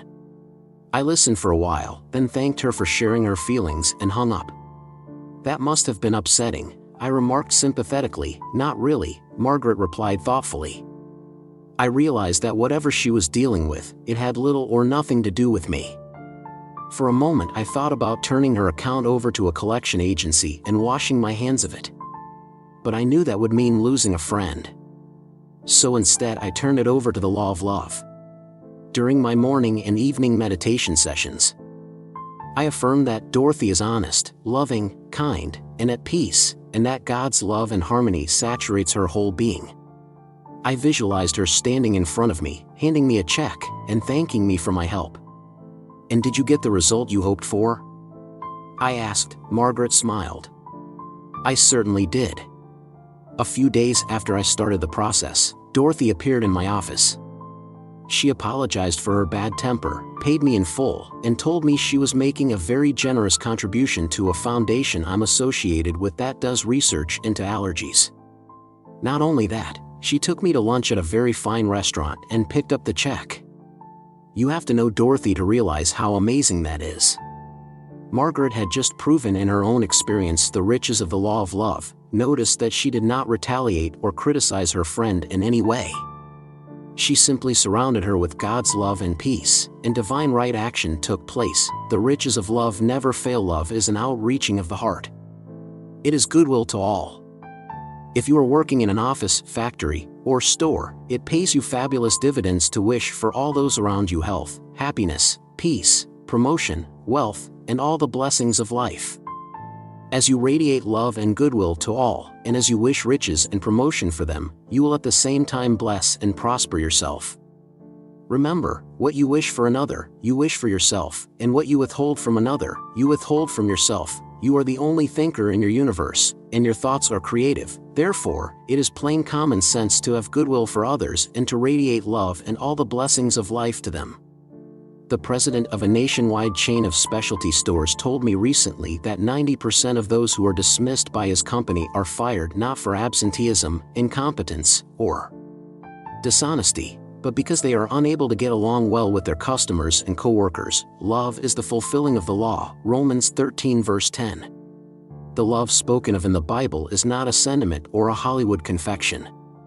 Love is the cohesive force that unites families and nations.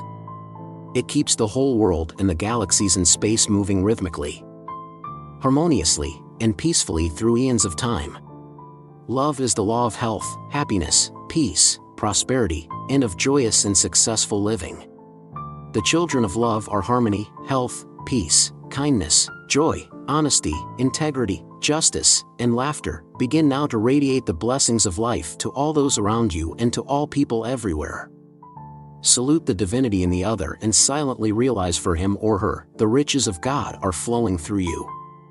You will be amazed at how you prosper. Showers of blessings will be yours. The infinite riches of love's healing balm. The late Dr. Harry Gaze, who was a famous international lecturer on mental and spiritual laws, told of a man in London who was wasting away due to tuberculosis. This man's spiritual advisor discovered that he hated bankers, brokers, and all wealthy people. This feeling stemmed from an early childhood experience, when he had witnessed his father being dispossessed of their home because he defaulted in payment to the local banker. In response, the child generalized from the particular and hated all bankers and rich people. His spiritual advisor told him to go down to the London Stock Exchange and stand for 1 hour on the street near the building. For every single person, man or woman, who passed by, he was to affirm, "God's love fills your soul. The riches of God are yours now." The man did as he was told, albeit reluctantly at first. He kept his bargain. As he consciously and deliberately expressed love and riches to all, it came back to him multiplied 100-fold. According to Dr. Gaze, this man experienced a remarkable healing. X-rays and other tests by Harley Street specialists showed he was completely healed. This man later got a job in a prominent banking firm and became very successful. Divine love became alive in his heart, in his body, and also in his pocketbook. The riches in loving your wife, husband, and children in the right way. Claim that your loved ones are alive with the love of God and that his love saturates and permeates their whole being. Picture them in your mind's eye surrounded by the light of God's love. Realize that this healing light of God's love enfolds, enwraps, encompasses, and illumines their minds and bodies. Wonders happen as you pray this way. She found the healing power of love. My kid sister is really unhappy, a friend told me. Her skin is a mess. She's tried all kinds of lotions and medications, but nothing seems to help. She's so miserable about it that she doesn't even want to leave the house. Can you help? I think so, I said. I found my mind turning to the words from the Bible. His flesh shall be fresher than a child's. He shall return to the days of his youth. Job 33 verse 25. We made a few appropriate changes in the verse. Beginning the next day, my friend's sister looked at herself in the mirror each morning while affirming, "My skin is an envelope of God's love. It is without spot and blemish. It is fresher than a child's, and the radiance of youth and beauty saturate my whole being." Her face cleared up in a few weeks. It is now as soft and beautiful as she desired, as it radiates the sunshine of God's love. The riches of love bring justice. In a lawsuit, Vincent G. came to me full of frustration. He was the defendant in a civil suit that had dragged on for years, tying up his resources and attention. He could talk of nothing except the unfair judges, the unscrupulous attorneys, and the witnesses whose depositions were full of deliberate lies. "I can't afford to settle this thing," he concluded. "But I can't afford to go on like this either. It's taken over my whole life. I don't know what to do." "The approach you've been following obviously hasn't worked for you," I observed. "Why don't you try something very different?" At my suggestion, Vincent began to pray night and morning as follows: "All those involved in this suit are surrounded by the sacred circle of God's love. God's love, truth, and harmony reign supreme in the minds and the hearts of all involved. The why are all known in divine mind, and the law of love prevails." This prayer dissolved all bitterness, resentment, and hostility lodged in his subconscious mind, which then manifested a solution in divine order. A few weeks later, the plaintiff in the suit was arrested on an unrelated charge. In interrogation, he admitted having fabricated the documents that supported the suit against Vincent. Shortly afterward, the man's attorneys abandoned the suit, the riches of the protecting power of love. Howard R. is a psychiatrist whose office is in the same building as mine. Recently, I ran into him in the corridor and noticed his ashen face. "What a day," he exclaimed. "This morning one of my patients pulled out a pistol, pointed it at my head, and told me that he had orders from God to kill me." I stared at him in horror. "What on earth did you do?" I asked. "I managed to stay calm," he said. I told him, "God must have changed his mind, because he told me this morning what to do to heal you." When I saw him waver, I added, "God indwells you and God indwells me. God can't contradict himself. God is love, and he wants you whole and perfect now."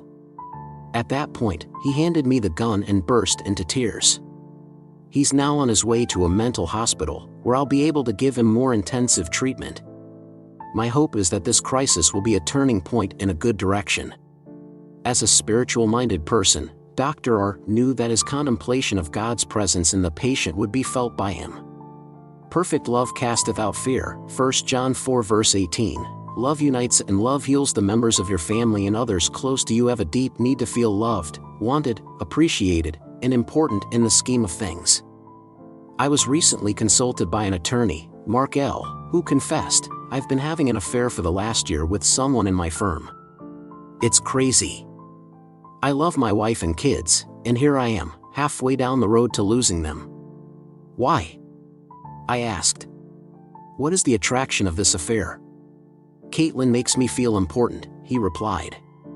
"She's a top-notch lawyer herself, but she always praises my accomplishments and tells me how wonderful I am, how brilliant I am. What a marvelous conversationalist I am, and how clever and brilliant I am in my field. I know it's flattery, but it works. She makes me feel like a king." I asked him, "What about your wife?" "She's wonderful," he said. "She's loyal, devoted, sincere, and a marvelous mother, but, well, I'm nobody when I go home. I get no recognition. She nags me." I explained to him that many people nag because they get no appreciation, attention, and praise. Moreover, your wife or husband subconsciously detects your infidelity. When we feel something valued slipping away, we are tempted to grab at it. Mark was clear that he did not want a divorce. I brought him and his wife together. After a long and heartfelt discussion, they realized that the love they felt for each other was still there but dormant and never openly expressed. For years neither of them had clearly manifested his or her love for the other. They took each other for granted. To preserve the marriage, both began a prayer process, he with the 91st Psalm every night and she with the 27th Psalm every morning. Both made a commitment to radiate love, peace, and harmony to each other regularly and systematically. Each agreed to affirm for the other 5 minutes every day, "God's love fills your soul. I love you." Love united them again in a divine embrace, for love is the universal solvent. Only God and his love can and do heal the wounds of mankind. Meditation, love and goodwill prosper me all ye are brethren, for one is your Father. Matt the W 23:8-9, I bring harmony, peace, and joy into every situation and into all of my personal relationships. I know, believe, and claim that the peace of God reigns supreme in the mind and ryon in my home and business. No matter what the problem is, I always maintain peace, poise, patience, and wisdom. I fully and freely forgive ryon, regardless of what the Y may have said or done. I cast all my burdens on the God self within. I go free. This is a marvelous feeling. I know that blessings come to me as I forgive the angel of God's presence behind every problem or difficult situation. I know the solution is the and that everything is working out in divine order. I trust the God presence implicitly. It knows how to accomplish what must be done. The absolute order of N and his absolute wisdom are acting through me now and at all times. I know that order is N's first law. My mind is now fixed joyously and expectantly on this perfect harmony. I know the result is the inevitable perfect solution. My answer is God's answer, for it is divine. Chapter points to remember 1. Love is always outgoing. Love frees, it gives, it is the Spirit of God in action. Love must have an object. You can fall in love with music, art, science, mathematics, or the truths of God. You can also fall in love with your higher self by recognizing it as the source of all blessings. It is God in you. Point 2. You are the king and absolute monarch over your thoughts, images, ideas, and responses.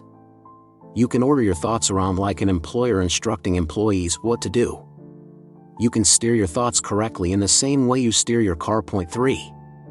Love of your higher self, or God, means you have a healthy, reverent, wholesome respect for the divinity within you, which is all-powerful, all-wise, knows all and sees all.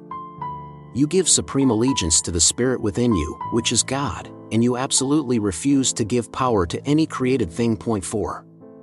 You can fall in love with a grander, greater, nobler concept of yourself by imagining you are doing what you love to do. Become absorbed and engrossed in the mental movie, and you will achieve your goal. Love of your ideal casts out all fear. Point 5. In the midst of an emergency, affirm, "The Lord is my light and my salvation, whom shall I fear? The Lord is the strength of my life, of whom shall I be afraid?" There will be a response and security will be yours. Point 6. When a person is abusive and refuses to pay a just debt, surround that person with light and love. Feel and know that the love of God flows through the person and that the law of harmony prevails. A harmonious solution follows. Point 7. Radiate love, peace, and goodwill to all people around you and to all people everywhere. Wish for them health, happiness, peace, abundance, and all the blessings of life. As you make a habit of this, countless blessings will be yours. 90% of people who are failures in life don't get ahead because they rub others the wrong way. Love and goodwill is the answer. Point 8. Love is the fulfilling of the law of health, happiness, wealth, and success. Love is goodwill to all, and what you wish for another you wish for yourself. Point 9. If resentful of others' wealth and success, affirm for everyone you see and meet, God's love fills your soul and the riches of God are yours now. Wonders will happen in your life. You will be healed of jealousy and ill will, and you will prosper. Point 10. If married, tell your wife or husband, "I love you." God loves you. Feel it, believe it, proclaim it. Love unites and preserves the marriage. Point 11. If you have skin trouble, affirm, "My skin is an envelope of God's love and is without spot and blemish." Realize that divine love dissolves everything unlike itself, and your skin will become whole, radiant, and perfect. Point 12. If involved in a protracted and complicated lawsuit of any kind, realize that God's love flows through the minds and hearts of all involved and that there is a divine solution through the harmony and love of God. See the happy ending and contemplate the divine solution through the action of God's love, and victory and right action will be yours. Point 13. You can protect yourself by realizing God's love in the other and God's love saturating and surrounding you. Realize it is God talking to God, and you will be protected and set free. Point 14. To preserve a marriage, see God in each other and exalt God in one another, and the marriage will grow more blessed through the years. Love unites. Love heals, love restores the soul. God is love. Point 15. Use the meditation at the end of the chapter to manifest all kinds of riches and daily living. Point 15. How to charge yourself with money magnetism. Ralph Waldo Emerson said, "Nothing can bring you peace but the triumph of principles." When you learn the way your mind works and direct it wisely, you will add to your peace, prosperity, poise, balance, and security. The engineer who is building a bridge follows the principles of mathematics in his work. He draws on the knowledge he has gained of stresses, strains, and the characteristics of materials. These are based on immutable laws that are the same yesterday, today, and forever. In a similar way, the laws of mind are immutable. You can gain a working knowledge of them from the Bible, which says, "As thou hast believed, so be it done unto thee." Matthew 8 verse 13. Excess tension interferes with the productive lives of thousands of people, bringing about frustration and many nervous disorders in its train. A certain amount of anxiety is normal and necessary. For example, the singer about to go on the stage is somewhat tense. This is properly understood as an accumulation of energy and power that charges her mental and spiritual batteries, enabling her to overcome any sense of anticipated failure. What is dangerous is excessive and prolonged tension. When the singer begins to sing, she ticks off that surplus energy in the same manner as a clock that is wound up ticks off the time. If you wind the clock too tightly, you break the spring, and then we have no song or time either. When you charge yourself with the feeling that you can do all things through the God power that strengthens you, you will give a wonderful performance. How an entrepreneur overcame tension and anxiety over her debts on the plane to Las Vegas recently. I got into a conversation with Maria S., the founder and CEO of a net-based electronics mall. She told me that not long after starting her company, she ran into a very severe cash flow problem. Her suppliers started pressing her for payment and cut off shipments to her. It looked as if her whole operation was about to go down the tubes. One night when things looked darkest, she said, "I picked up my Bible. It fell open to the 23rd Psalm. An idea welled up inside me. I sat down and made a list of all those to whom I owed money. I put down each name, along with the exact amount I owed them. Then in my imagination I visited each one and handed him or her a check for the full amount I owed. In my mind's eye, I saw each one smile and thank me for being so responsible. I felt the handshake of each one, saw the happy look on each face, and heard each one say that my credit is good anytime." She added that she followed this procedure every night, with as much vividness as possible, feeling the naturalness and joy of it all. Each time, when she finished her prayer process, she felt a great sense of peace and tranquility. At the end of about 2 weeks, she had a very vivid dream, in which a disembodied hand led her into a particular casino and to one of the roulette tables, then indicated a certain series of numbers on the wheel. When she awakened, she wrote down the numbers. That same evening, she did exactly as she recalled from the dream. In less than half an hour, she won more than enough to pay off all her debts. She has not gambled since and says she never will. The wisdom of her subconscious had responded in its own unique way to her request. How to banish anxiety over debts. Over the years, I have given the following prayer to many people who are burdened with debts and have unpaid bills piling up on them. God is the source of my supply. I know when I am anxious, it me ans I do not trust God. The mon why I now posse ss is magnified d and multiplied d 1,000-fold. I realize all the mon why I have is a symbol of the infinite richesse of God. I turn to the infinite presence within, knowing in my heart and soul it opens the way for me to pay all my debts, lo avang me a vast surplus. I sur ndera list of all the se de BTS in the hands of my he avenue nly faith are, and I give thanks the y are all paid in divine ord are, God's richesse are circulating in my life, and I rejoice and am exceedingly glad that eve re-cre diter is paid now, and God prospers me beyond my fond st dre ams. I believe that I have received now, and I know that according to my faith is it done unto me. I know God will rain blessings from he avenue and for me now. I tell those in debt to claim these truths joyously, lovingly, and with the understanding that there is always a response in accordance with their request. When anxious thoughts come to mind, they are never to think of bills or lack or debts, but smilingly to give thanks for God's abundance and riches and rejoice that the obligation is paid now. When this technique is followed faithfully, there is a reconditioning of the mind to wealth, and I have seen marvelous results follow. You can apply this prayer process and let wonders happen in your life. Learn to relax and let go and experience riches all around you. It is not hard to believe in the invisible source of supply. Your 5 senses reveal to you the world around you on this 3-dimensional plane. Your ears are attuned to hear only a few octaves of sound, yet your radio and television reveal to you that all about you, unhearable with your naked senses, are symphonies, music, laughter, songs, drama, speeches, and voices from thousands of miles away. Your eyes are geared to see the physical objects around you, but the atmosphere is also full of images, invisible to the eye, of movie stars, historical events, comedies, tragedies, and, of course, endless commercials. You do not see gamma rays, beta rays, alpha waves, radio waves, and cosmic rays, yet the atmosphere is nevertheless teeming with these vibrations, Your thought image of wealth, money, and property, which you don't see, is prior to that idea and causes it. By accepting this truth and feeling the reality of it, your invisible thought image will become money, riches, or whatever you need. Thoughts are things. How a secretary overcame anxiety and tension in the office. I've come to dread going to work every morning, Lisa A. told me during a consultation. She had already told me that she was an executive secretary with a major law firm. There is so much strife and contention and backbiting among the staff.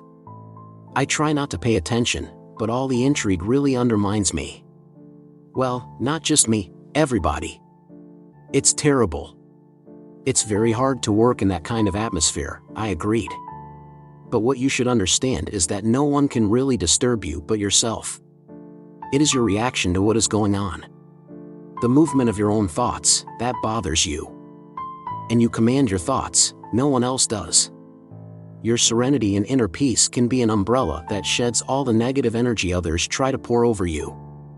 I went on to explain that the suggestions, statements, and actions of others have no power to disturb or annoy you unless you transfer the power in yourself to them and tell yourself, he or she has power to irritate me. If you do that, you are enthroning false gods in your mind. Your harmony, peace, health, or wealth is not dependent on others. Enthrone God in your mind. Let God be your employer, boss, paymaster, adjuster, and troubleshooter. I suggested to Lisa that she use the following spiritual formula regularly. God's love gov RNS me at work. I have no opinion about others. I judge not, the re for, I cannot suffer or be disturbed d. The peace and harmony of God gov RN me and all that I do. Every anxious thought is compel tly still d, for I am working for God, and his peace fills my soul. The confide nce and joy of God enfold me at all times. All who work in the office are God's sons and daughters, and EACH1 contribute S to the peace, harmony, prosperity, and sucky SS of this office. Divine love come S in the door of our office, and divine love go varns the minds and the arts of all in the office, and divine love go us out the door. God is my boss, my paymaster, my guide, and my counselor, and I recognize no other. I give all power and recognition to God, and I walk SE-RE-NELY and peace fully in his light. I laugh, I sing, and I rejoice. God works one RS in my life. Lisa repeated this prayer every morning before going to work and every night before going to sleep. She quickly built up an immunity to all negative suggestions and thoughts from those around her. When someone was obnoxious, surly, or sarcastic, she would silently say to herself, I salute the divinity in you. God thinks, speaks, and acts through you. Nothing bothered her. Nothing moved her, nothing disturbed her, and nothing frightened her. She had found God within herself, and that was sufficient. Knowing how to pray paid her fabulous dividends. It will do the same for you. How a student overcame his anxiety that he would fail his examinations. Jack R., a college senior, sat in my office with his hands clasped tightly in his lap. I just know I'm going to flunk out, he told me. I hit the books every night, but by the next day, I don't remember a thing. Every time I take an exam, I clutch up like you wouldn't believe. I've tried studying my Bible regularly, but it doesn't seem to help. What can I do? If I bomb college, it'll kill my parents. I told Jack that the root of his trouble was that ongoing feeling of anxiety and tension. He goes to class afraid he can't remember and to exams afraid he will fail. In that state of stress, the mind establishes a block. The information he needs is stored in his subconscious mind, but the stress keeps it from being accessed by the surface mind. I gave a spiritual formula, suggesting that every night, before beginning to study, he pray and affirm the following: acquaint now thyself with him, and be at peace, thereby good shall come unto thee. Job 22 verse 21, when he giveth quietness, who then can make trouble? Job 34 verse 29. For thus saith the Lord God, the Holy One of Israel, in returning in rest shall ye be saved, in quietness and in confidence shall be your strength. Isaiah 30 verse 15. For God is not the author of confusion, but of peace. 1 Corinthians 14 verse 33. Great peace have they which love thy law, and nothing shall offend them. Psalm 119 verse 165. That he saturated his mind every night with these great truths, absorbing and mentally digesting them. He imagined these truths sinking into his subconscious mind like seeds deposited in the soil and becoming a part of him. He made a mental adjustment and focused his attention on God's river of peace and power and no longer fixed his attention on his problems. His mind now stayed on God.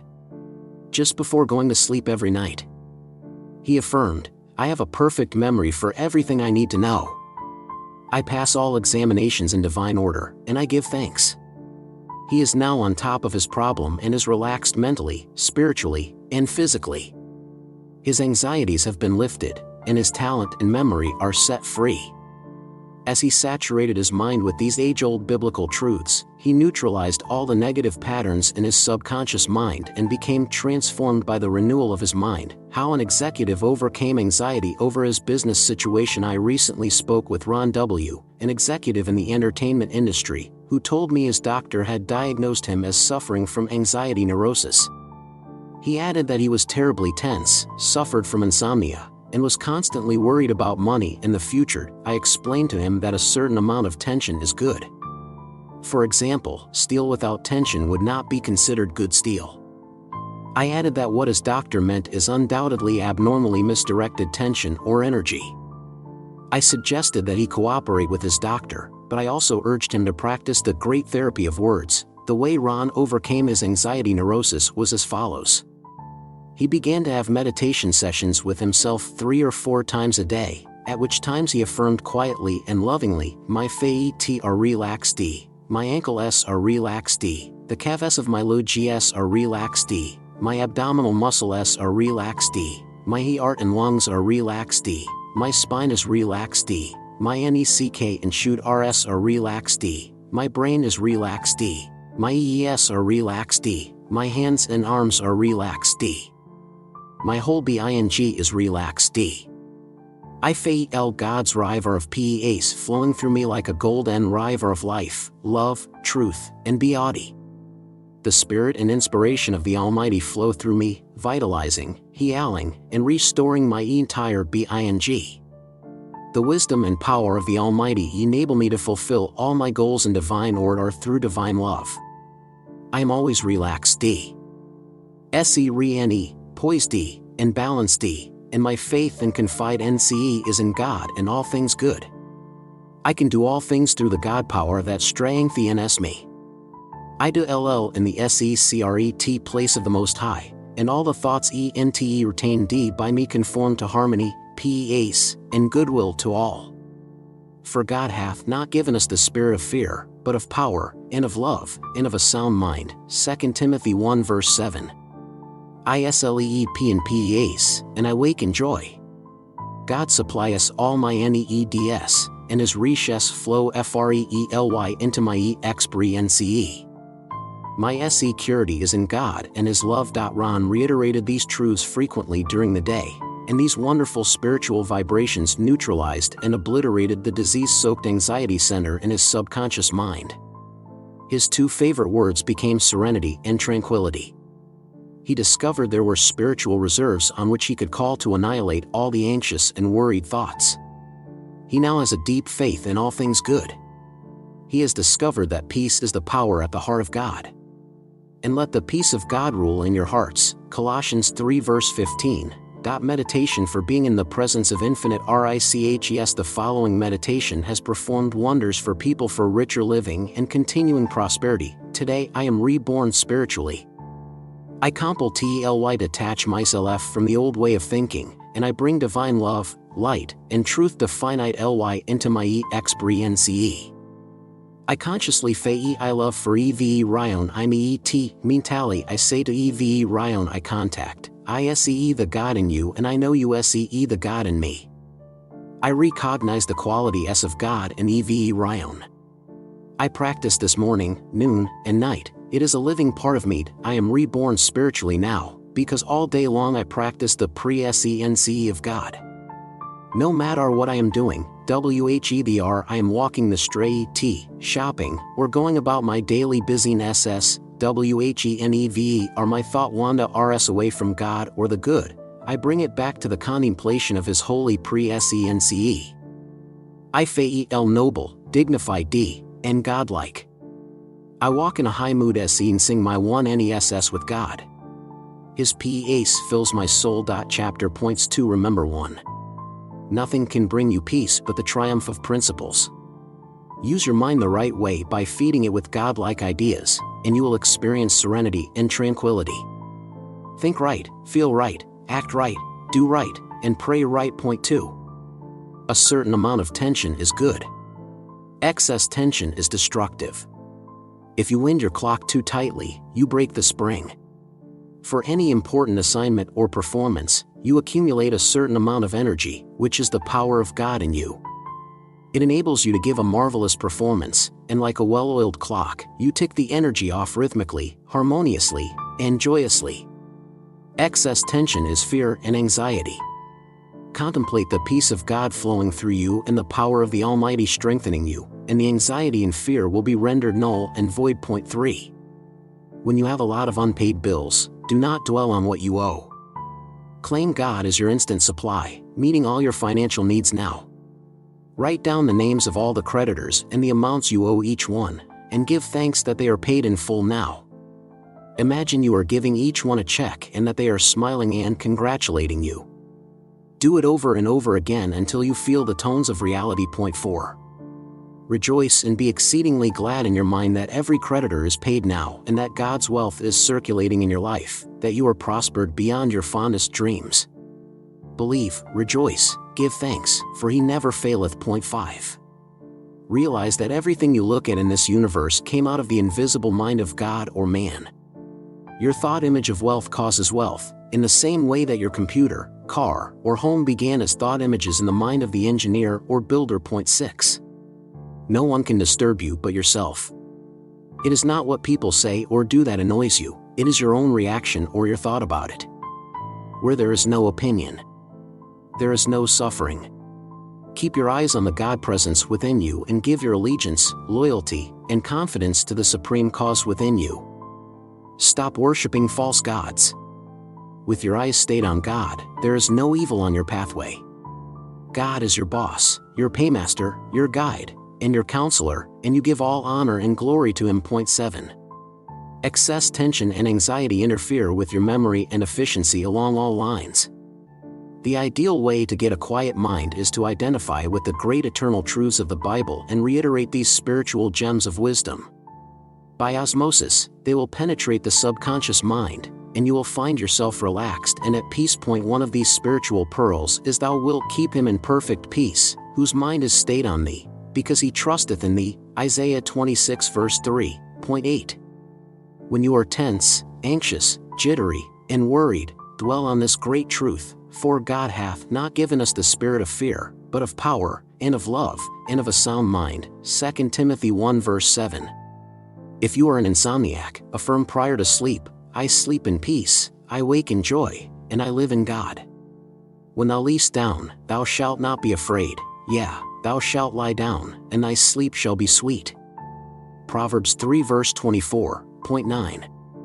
Use the meditation at the end of the chapter to ease tension and anxiety and to realize the God in everyone. Point 16. How to automatically reap an abundant harvest of golden blessings. As I have already pointed out, the key to self-confidence is given by Emerson in his work on self-reliance. Trust thyself, every heart vibrates to that iron string.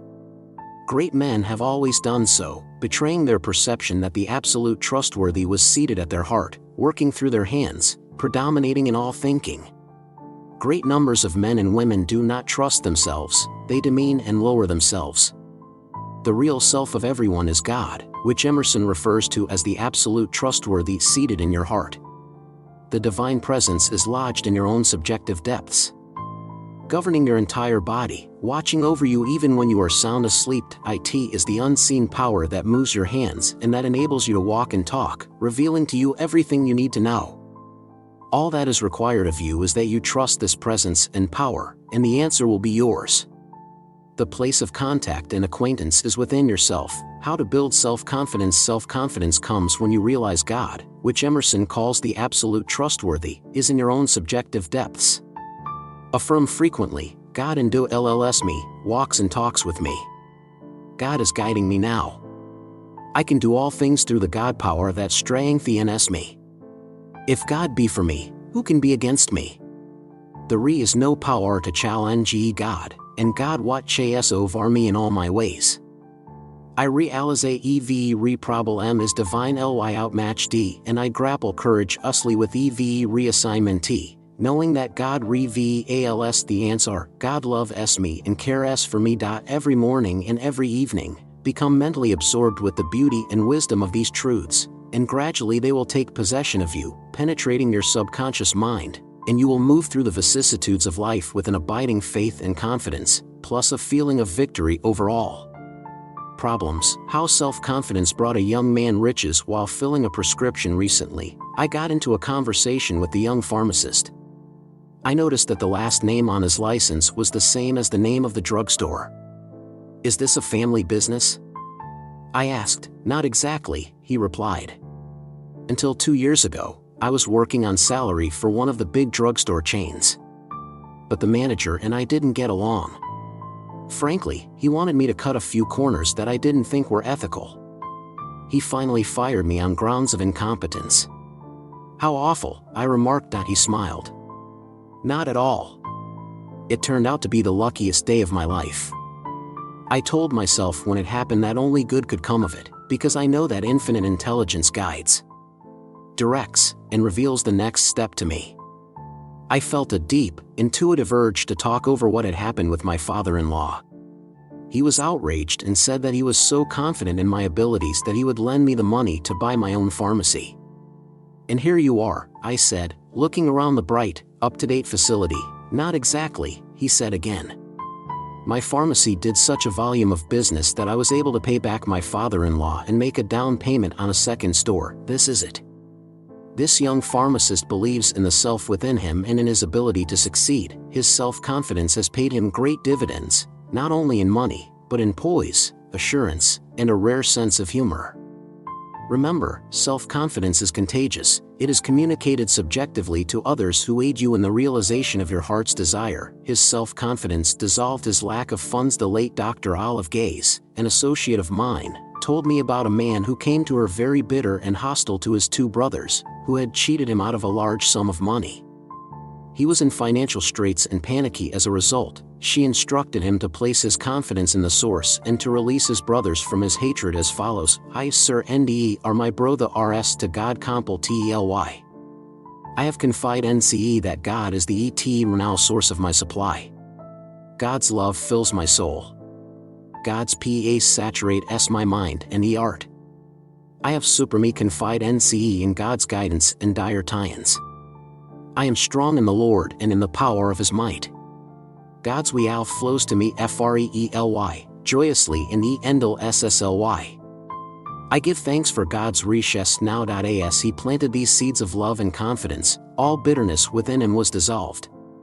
He had been taking care of his grandmother, who was very old and feeble and did not want to go to a retirement home.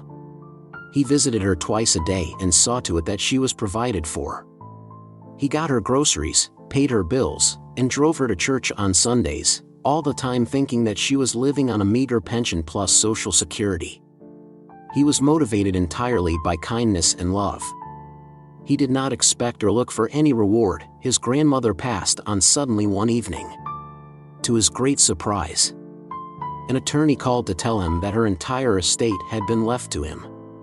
The value of the estate was several $100,000, much more than the amount he had been cheated out of by his brothers. His confidence in the source of all blessings, plus his giving of love, forgiveness, and goodwill, brought him an abundant harvest. Building self-confidence prior to going to sleep. One of the best times to develop self-confidence is at bedtime, when you are in a sleepy, drowsy, relaxed state. In such a state, the boundary of your subconscious mind is more easily crossed, which makes it one of the best times to instill new ideas that impregnate your deeper mind.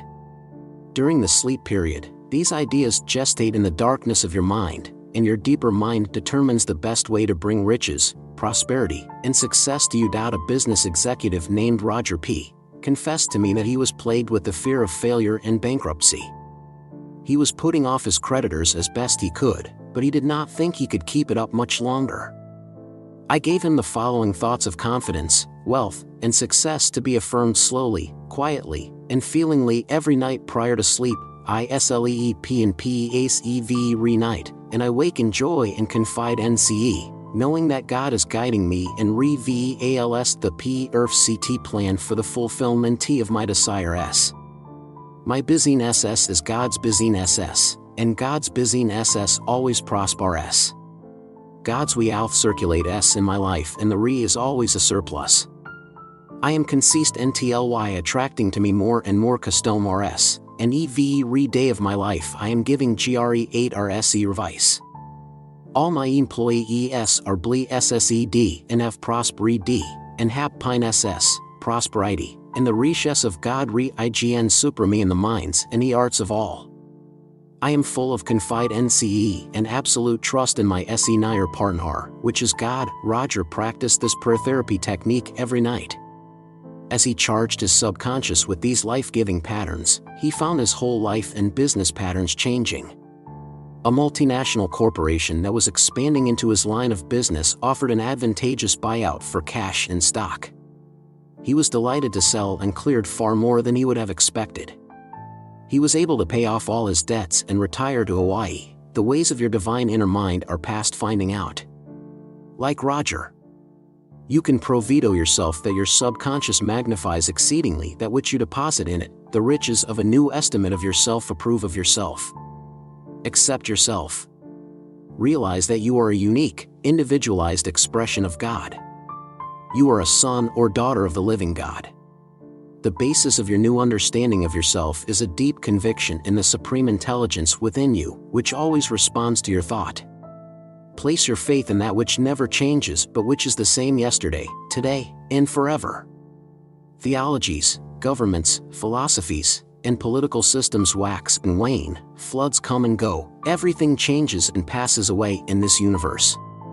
But when you place your confidence in the life principle within you, you will never want for any good thing.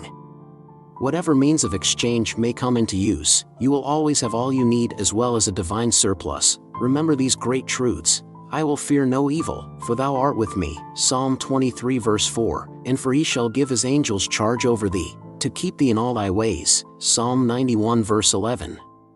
She found that the riches of self-confidence dissolved her inferiority complex. As I was buying a new shirt in a department store, I asked the young woman who was helping me if she thought the color and pattern would look good on me. A look of alarm crossed her face. Oh, please, don't ask me, she said hastily. I don't know anything about that. I'd better get my supervisor. Surprised, I glanced at her name badge, then said, well, Sally, I don't think that's necessary. I just wanted your opinion. You don't have to be an expert to have an opinion.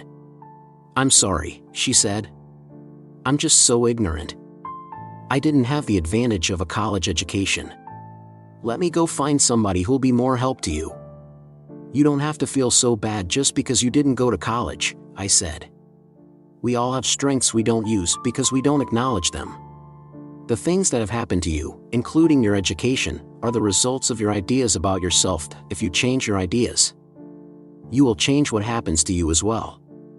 I'd love to believe that, Sally sighed. But I don't even know where to start. We arranged for her to come to my office after work, and I finished buying my shirt. During our consultation later that day, I suggested to Sally that she begin by frequently declaring the following truths. I am a daughter of God. I am unique. There is no one in all the world like me, because God never repeats himself. God is my father and I am his child. God loves me and cares for me. Anytime I'm prone to criticize or find fault with myself, I will immediately affirm, I exalt God in the midst of me. God is now expressing himself in a wonderful way through me. I radiate love, peace, and goodwill to all. I am one with my Father, and my Father is God. I know the real self of me is God, and from this moment forward, I have a healthy, Re ve re nt re spect for the divinity within me, which cre8d me and gave me life, bre-ath, and all things. As she meditated on these truths, she found all sense of insecurity and inferiority vanish. She began to think quietly of the kind of career she would like to have. She began to take evening courses in information management and soon found herself promoted to a managerial position in the store. She became acquainted shortly thereafter with one of her coworkers who also suffered from a lack of self-confidence. In the course of helping him to recognize his own relationship to divinity, she fell in love. Today they enjoy all the riches of a harmonious, spiritual, and prosperous marriage. Because she got in touch with the riches within her, she found the riches of life manifested on the screen of space. Benefits of practicing the riches of praise. Robbie M. is the son of an old friend. He came to me one day and confided that his professor had suggested he join a class in calculus, but he was afraid to do it. "I'm sure I'll be totally lost," he added. "I just don't have the background." "Robbie, I don't buy that," I replied. "I can't imagine your professor would be urging this if he didn't have confidence and trust in your ability. What's much more important, infinite intelligence is within you. You are wise enough to know that it always responds to you. You have what it takes, if you only trust in it. With your faith in God and His laws of mind, I have perfect confidence that you can do it, and I want you to accept the offer at once. God will guide you in your studies and reveal to you everything you need to know." Robbie beamed with delight at my confidence and praise. Today, he is the top student in his calculus class, and he is beginning to consider doing graduate work in the field. What Robbie needed was someone to stir up his confidence and appreciation of his higher self. Remember, whole-souled confidence in the self of you and of others will bring about miracles in your life and in theirs. A husband discovers the riches of calling forth confidence in his wife. "My wife is brilliant, but her academic career is going nowhere," Adam W. told me. I already knew that he was a rising attorney and that his wife, and taught art history at a prestigious college. "Why do you think that is?" I asked. "Pure lack of ambition," he replied. "It drives me wild to see people who don't have half her qualifications being promoted and honored while she gets ignored. If only she didn't feel so inadequate. I've talked to her until I'm blue in the face, but I can't see that it's done a bit of good." "Maybe it's time for a new approach," I said. I suggested that instead of talking to her, he try the silent method. I explained. 3 or 4 times a day, for about 5 minutes each time, he was to make a confident and sincere declaration of his wife's untapped abilities. "When you do," I concluded, "your wife will receive your affirmations subjectively. Her subconscious mind will compel her to express her latent powers." Adam agreed. He began that same afternoon to make the following affirmation. "My wife is a Training Dus Sucky SS. She is absolute ly outstanding. The infinite within her is all-wise and all-powerful. My wife is going from glory to glory. She is going up the ladder of Sucky SS and promotion. Here re el tail nts are re vald and apper d. She is divine ly guide d and here Sucky SS come s to pass now. I give thanks, for I know what I do." CRE stirs up the gift of God within her. Within 3 months' time, and had a major paper accepted for publication and was promoted to a tenure-bearing position. She also received a prestigious grant to spend a summer in Italy pursuing her research on a long-neglected Renaissance painter. She is manifesting in outer reality her husband's inner conviction of her abilities. Meditation for building self-confidence. I know that the answer to my problem lies in the God say LF within me. I now become quiet, still, and relaxed. I am at peace. I know God spaks and peace and not in confusion. I am now in tune with the infinite. I know and believe implicitly that infinite inte lige nce is re ve alling to me the p erf ct answer. I think about the solution to my problem s. I now live in the mood I would have were my problem solved. I truly live in this abiding faith and trust that is the mood of the solution. This is the Spirit of God moving within me. This Spirit is omnipotent. It is manifesting itself. My whole being rejoices in the solution. I am glad. I live in this feeling and give thanks. I know that God has the answer. With God all things are possible.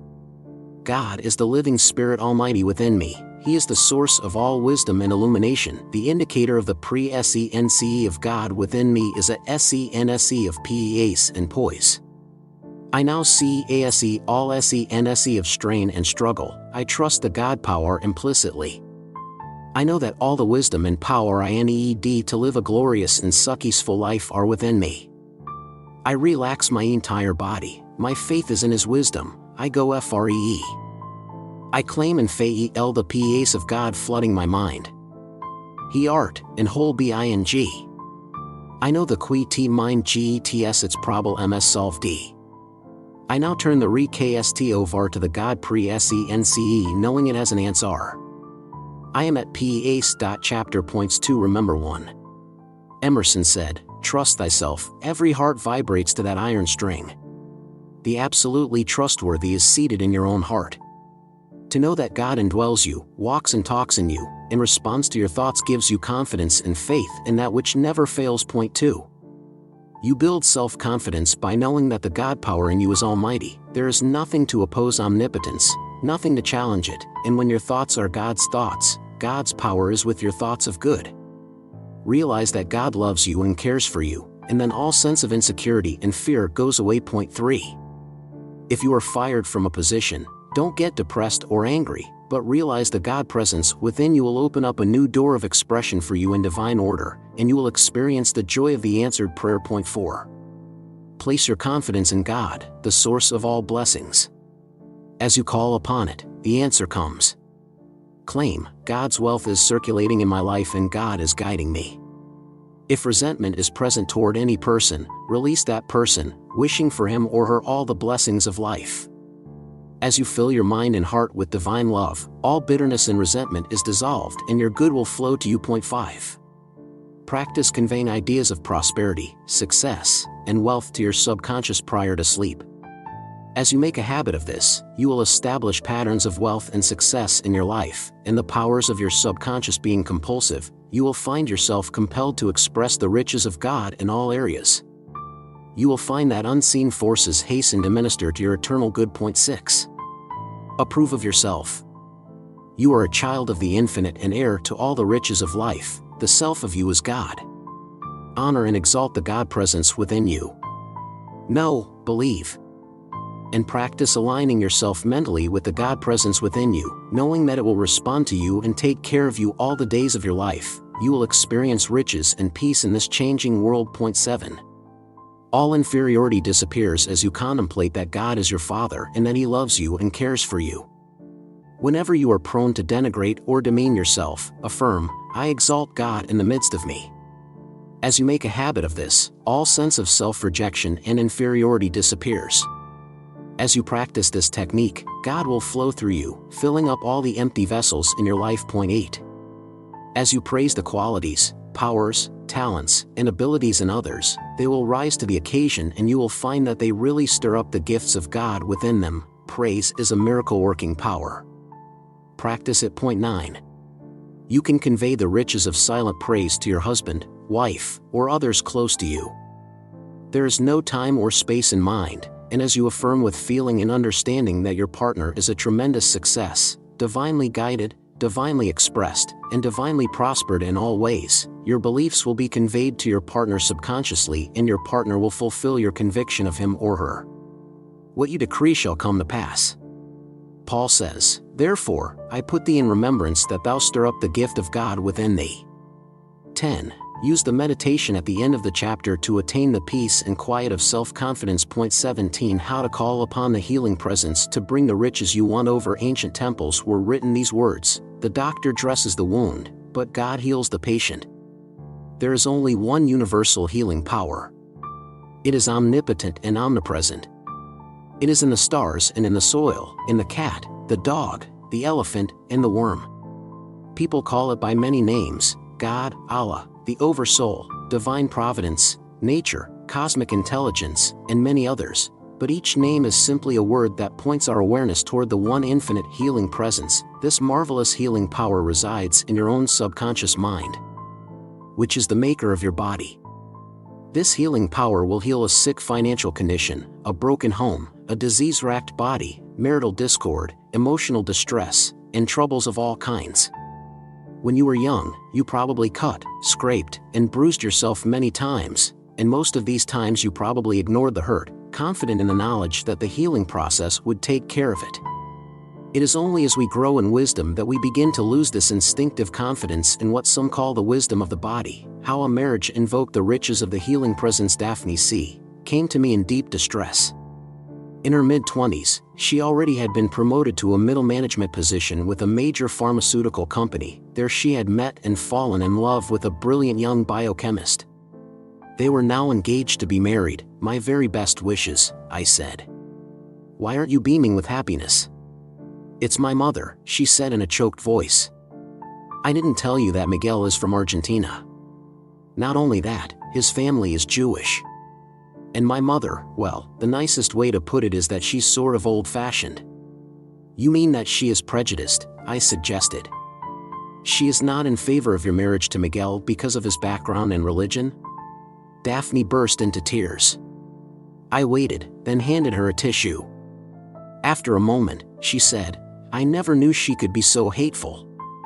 She calls him names and says he's not fit for me. About the nicest thing she said is to say he's a dirty foreigner.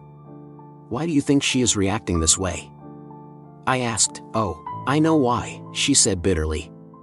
She and my dad split up years ago, and she's dating this man, Don, who's like a total bigot. She's afraid if I get married to Miguel, Don will show her the door. Besides that, Don has this loser nephew Mom keeps trying to fix me up with. What can I say? She wants to totally run my life and ruin it. I don't know if I can go on. Alarmed, I asked, what do you mean by that? She looked away. I've started having these ideas of getting away from it all, the pain, the fear. It would be such a comfort to just go to sleep and never wake up. I know these thoughts are unhealthy, even wicked, but I can't seem to make them go away, and I'm terribly afraid that in a weak moment, I might do something awful. Daphne, I said, did you ever, when you were in the shower, pick up the bar of soap and feel it start to slip out of your hand?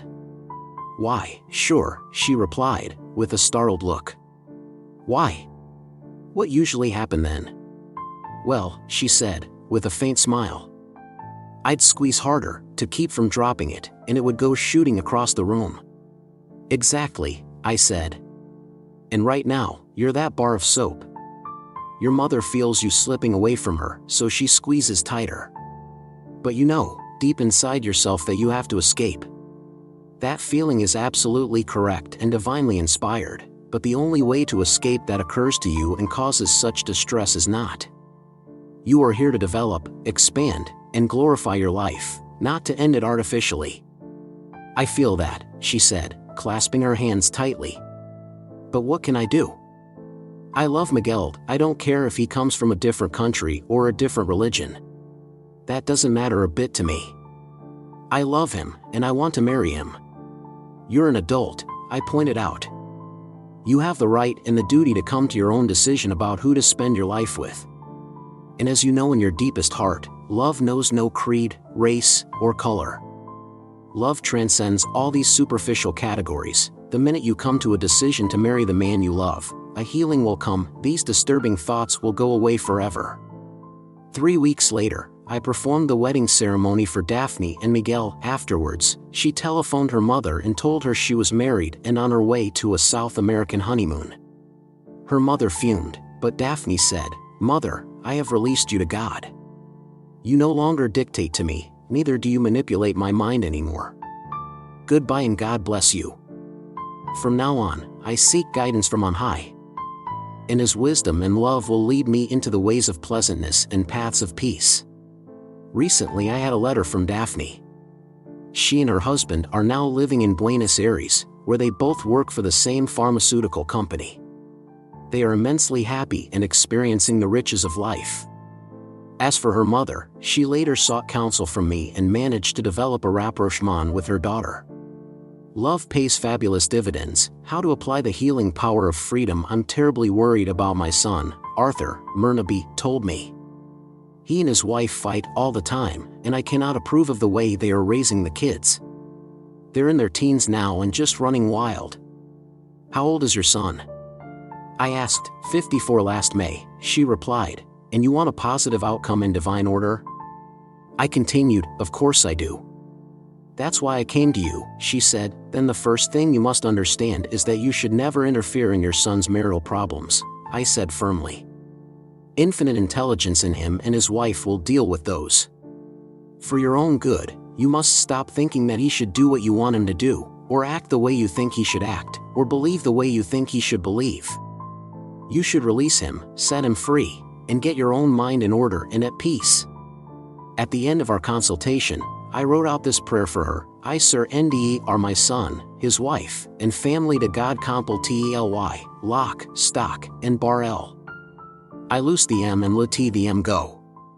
I give him free dom to live at his own life in his own way, knowing that he is God's man and that God loves him and cares for him and his family. I ase him and set him free spiritually, mentally, and emotionally. Anytime he, his wife, or his family come to my mind, I will diate ly affirm, I have asedu. God be with you. I am free now and so are you. It is God in action in my life, which me ans harmony, peace, and right action. She practiced this prayer therapy faithfully. Over the next few weeks, she found an inner sense of peace and tranquility that she had not known hitherto. She discovered a simple truth: when we set others free and release them to God's guidance and direction, we are set free ourselves. Exalt the divinity in your loved ones and friends and permit them to discover the divinity that shapes their ends. Never try to bend them to your will or your own preconceived opinions and beliefs. Allow others to succeed or fail. If they fail, it may well be the turning point of their life, whereby they discover the power that never fails deep within themselves, the infinite that lies stretched in smiling repose. In this way, you and they discover the riches of freedom. How a businessman discovered the riches of surrender. I want you to give me a prayer that'll bring my wife back, George W. told me. He was a vice president of a bank, but at this moment he was anything but cool and businesslike. Where did she go? I inquired. I have no idea, he said. 20 years. Can you believe it? Happily married for 20 years, and one day I come back from a conference in Cleveland to find a note saying she was leaving me and getting a divorce. Incredible. What do you expect this prayer you asked for to do? I asked. I told you, get her back. She must be out of her mind, doing something like this. You give me a way to bring her back, and I'll bring her to her senses. As we talked, I saw that George had been a very possessive and domineering husband who did not respect his wife's individuality. I explained to him that it is always wrong to try to force, mentally coerce, or try to influence another in any way to do one's bidding. He should not want a woman who didn't want him. He should grant her the right to make her own decisions, for what is divine guidance for one is guidance for the other. You say she's suddenly left with no reason, I continued. That cannot be true. She must have been thinking of running away and visualizing life elsewhere for a long time. Finally, her mental image became solidified. Since the nature of the subconscious is compulsive, it caused her to pack up and leave. But she had been leaving mentally for a long time. When your body is in one place and in your imagination your mind is elsewhere, you will be eventually compelled to go where your vision is. Love is not possessiveness. Love is not jealousy. Love is not domineering or coercive. When you love another, you love to see the other happy, joyous, and free. Love is freedom. George listened closely to what I said. Finally he told me, I still want a prayer, but I want one that will help bring about the best outcome, whatever that may be. Accordingly, I gave him a pattern of prayer to follow. I Sir NDE are my wife to God Compel Tely. I know infinite inte lie gen lu ads and guide us here in all ways. Divine right action re ein super me. I know that what is right action for here is also right action for me. I give here Compel free dom, because I know that love frees, it give s, it is the Spirit of God. The re are harmony, peace, and understanding be to in us. I wish for here all the blessings of life. I Luciar and Le Tihier Goda. He practiced this prayer therapy faithfully and with full inner consent. A few weeks later, he received a call from his wife. She told him she had filed for divorce and explained her reasons for leaving him in a loving, kind way. Both have since remarried, but they stay in touch. Infinite intelligence is all-wise. When you pray for guidance and right action, you do not tell the infinite its business. George handled his crisis correctly, and the law of love gave him peace and tranquility. Love is the fulfilling of the law of health, happiness, prosperity, and peace of mind. How a nurse received a windfall of money through the riches of the healing presence on a flight to Mexico City. The woman in the next seat introduced herself as Nancy W. and told me she was a registered nurse. A New Yorker, she had been invited to teach in one of the biggest children's hospitals in Mexico. I couldn't have accepted back when I was married. She said. Now I'm looking forward to it as an adventure as well as a chance to give something back. You're divorced? I asked. She replied. Mike and I were together 5 years. He was a psychiatric nurse. Then one day he asked for a divorce. He'd fallen for one of the staff at the hospital where he was working. That must have been difficult for you, I observed. Oh, yes, of course, Nancy said. It was a shock. But I told Mike he was as free as the wind, that I wanted him to be happy. I belong to a metaphysical church in New York, and I know that love always frees. Mike was surprised that I wasn't angry or bitter, but I explained that true love is never possessive and added, by freeing you, I set myself free. I don't think he quite got it, but he did appreciate it. I can understand that, I said. And I can see that things worked out well for you, for him also? I'm afraid not, she said, in a saddened tone. His new marriage fell apart after a few months. Then last year, he suffered a fatal heart attack. I was flabbergasted to find out that I was the beneficiary of a very substantial life insurance policy. That's what allowed me to take on this teaching job. The hospital in Mexico can't afford to pay very much. By setting her husband free and wishing for him all the blessings of life, Nancy had put her love and goodwill into practice, and it came back to her 100-fold. How the riches of the healing presence worked for all. In an office I was giving a series of lectures at San Diego's Royal Inn Hotel, overlooking the beautiful harbor full of ships from around the world, and I set aside a day for personal interviews. One of the first on the list was Judy L., a young woman fresh out of college who was in a trainee program at a brokerage firm. I love my job, Judy told me earnestly. The work is fascinating, the pay is competitive, and the long-term prospects are excellent. I smiled. Is this what you consider a problem? I asked. Well, no. She blushed. The problem is most of the other trainees. I usually get along well with people. But they are so negative. They don't like the program, they don't like the pay, they don't like our bosses. I swear, if they won $1 million in the lottery, they'd complain about the tax consequences.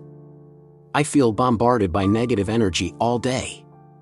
By the time I leave in the evening, I am so depressed I'm dragging my chin on the sidewalk. I have a suggestion, I said. I told her to write down the names of all the other trainees. Each morning before leaving for work and each evening after leaving she was to pray as follows: all my co-workers are known in divine mind. The Y are in the I are true place, doing what the Y love to do. The Y are divine LY happy and divine LY prosper D, God thinks, SPEAKS, and acts through the M. The Y are conscious of the I are true worth and the Y are experiencing spiritual, mean Tao, and mate real richesse now. I loose the M and let the M go, and WHENEVERIHEAR any negative state me and T from any one of the M. I will diate LY affirm, God love SU and care S for you. Over the next month, the most dissatisfied of the trainees left for positions in other fields. Those who stayed began to discover the gratifications in their work and brought a more positive attitude to the day. All of them were blessed. When the course finished and a new batch of trainees came in, Judy was asked to speak at their orientation. She found to her delight that they were all eager, positive, constructive thinkers and that several were students of the science of mind. Judy discovered that by blessing others, she not only contributed to their good, but also received the blessing back in great abundance. How parents found the riches of releasing their daughter to a new life. While in San Diego, I also met with Frank and Doris V. They were overwrought and emotionally racked because their daughter, Ellen, had suddenly dropped out of college in the East and gone off to Hawaii with her boyfriend. Why did they go to Hawaii? I asked. To become beach bums. Frank said bitterly. What else? Ellen's friend, they've known each other since high school, is a serious surfboarder, Doris interjected. As if there is such a thing, Frank said. Has Ellen been in touch with you? I asked. Oh, yes, she's called twice, Doris said. I was so relieved to hear her voice. She wanted money, Frank added. I'm supposed to send a money order to General Delivery on Maui. Fat chance. Now, Frank, you promised, Doris began. I broke in to say, your daughter is an adult now. She has the right, and the duty, to live her own life without dictation from her parents. But beyond that, it is morally, ethically, and spiritually wrong to contribute to the laziness, apathy, and sloth of another person. It tends to turn them into leaners and whiners. If you get financial help too often and too easily, it robs you of your own initiative. After much more discussion, Doris and Frank agreed to release their daughter completely. They were confident that the infinite healing presence would take care of her in the right way, provided they used the law of mind in the right way. The prayer therapy technique I outlined for them was as follows. I release my daughter to God completely. She is a daughter of God, and God love her and care for her. God is guiding her, and divine law and order govern her entire life. Wheneve we think of her, we will ly affirm, God is watching over you and he care for you. Over the next 6 weeks, they heard nothing from Ellen. They sent no money, but they prayed for her morning and night. On Tuesday of the 7th week, they received a letter from her. She was working in one of the big resort hotels and planned to enroll the following semester at the University of Hawaii and finish her degree. She apologized for what she had done and the pain she had caused them and asked forgiveness. Doris phoned me that same day to say she and her husband were flying to Hawaii to see their child. I later got a postcard with the message that the reunion had been everything they could hope for. They had discovered the riches of releasing their daughter to the care of the infinite, which knows all and sees all. Its ways are pleasantness and its paths are peace. Meditation for applying the healing principle. I will restore health unto thee, and I will heal thee of thy wounds, saith the Lord. Jeremiah 30:17. The God in me has limitless possibilities. I know that all things are possible with God. I believe this and aki pointed holy arte delay now. I know that the God power in me make darkness light and crook things straight. I am now lift up in consciousness by contemplating that God and do lls meet, ispeak the word now for the healing of mind, body, and affairs. I know that this principle within me responds to my faith and trust. The Father do the works. I am now in touch with life, love, truth, and beauty within me. I now align myself with the infinite principle of love and life within me. I know that harmony, health, and peace are now being expressed in my body. As I live, move, and act in the assumption of my health, it becomes actual. I now imagine and feel the reality of my body. I am fed with a sense of peace and we llbing. Thank you, Father. Chapter points 2. Remember 1. The infinite healing presence is present everywhere. This healing presence heals a cut on your finger, reduces the edema in a burn, and restores your skin to a normal condition. It will also heal marital problems and financial troubles. It is the solution to all problems. Point 2. Parents should never interfere with the choice of a spouse selected by a daughter or son. The child should be free to make his or her own decision. The parents should simply release their offspring to God, knowing that infinite intelligence guides and directs the young person, and that divine right action prevails. Point 3. It is foolish to insist that your married sons or daughters should conform to your way of thinking, acting, and believing. Release your child to God, wishing for him all the blessings of life. Loose him and let him go. Where there is no opinion, There is no suffering. Whenever you think of a loved one, affirm, "I have released you, God be with you." When you do this, you set yourself free. 4. If your spouse packs up and leaves you, that is his or her decision. It is wrong to try to mentally coerce or force a partner to return. Use spiritual law by realizing infinite intelligence is guiding and directing him or her in all ways, knowing that what is divine guidance for the other person is also guidance for you and for everybody in the world. Give the person divine freedom, knowing that divine right action prevails, then whatever happens blesses all. Love is not possessiveness. Love frees, it gives, it is the Spirit of God. 5. Love always frees. Love is not possessiveness. When you love another, whether wife or husband, you love to see the other happy, joyous, and free. You love to see the other as the other ought to be. If your spouse falls madly in love with another, release her or him and wish for your spouse all the blessings of life. Love frees. 6. When others are talking negatively in your office, surrender all of them to God, knowing that God thinks, speaks, and acts through them and that they are divinely led to their true expression in life. Radiate love, peace, and goodwill to them, and you will set the wonders of your prayer in action. They will be blessed, and so will you. You will discover that by exalting God and others, you also will bring countless blessings to yourself. 7. When your children are of age, loose them and let them go. Claim that God is guiding them and that they are in His care, and as you remain faithful to that prayer, your children will pick it up subjectively and be divinely led to do the right thing. Be patient, trust the infinite intelligence within you, and don't argue in your mind. Infinite intelligence knows all and sees all. All that is required of you is to trust and believe, and it is done unto you as you believe. 8. Apply the meditation at the end of the chapter for amazing benefits of the healing presence in your daily living. 18. How to use mind magic to make riches flow. I once attended a religious convention at Airlie, near Washington, D.C., where I spoke on the topic, The Law That Never Changes. During the 5 days I was there, I had a long talk with a very successful and immensely wealthy man named Peter L. He told me that the secret of his health, wealth, and outstanding achievement was in developing what he called the quiet mind. He took a card from his pocket on which the following great truths were inscribed: the superior man is always quiet and calm, Confucius. In quietness and in confidence shall be your strength, Isaiah 30 verse 15. He that is slow to anger is better than the mighty, and he that ruleth his spirit than he that taketh a city, Proverbs 16 verse 32. The Lord thy God shall bless thee in all thine increase, and in all the works of thine hands, therefore thou shalt surely rejoice, Deuteronomy 16 verse 15.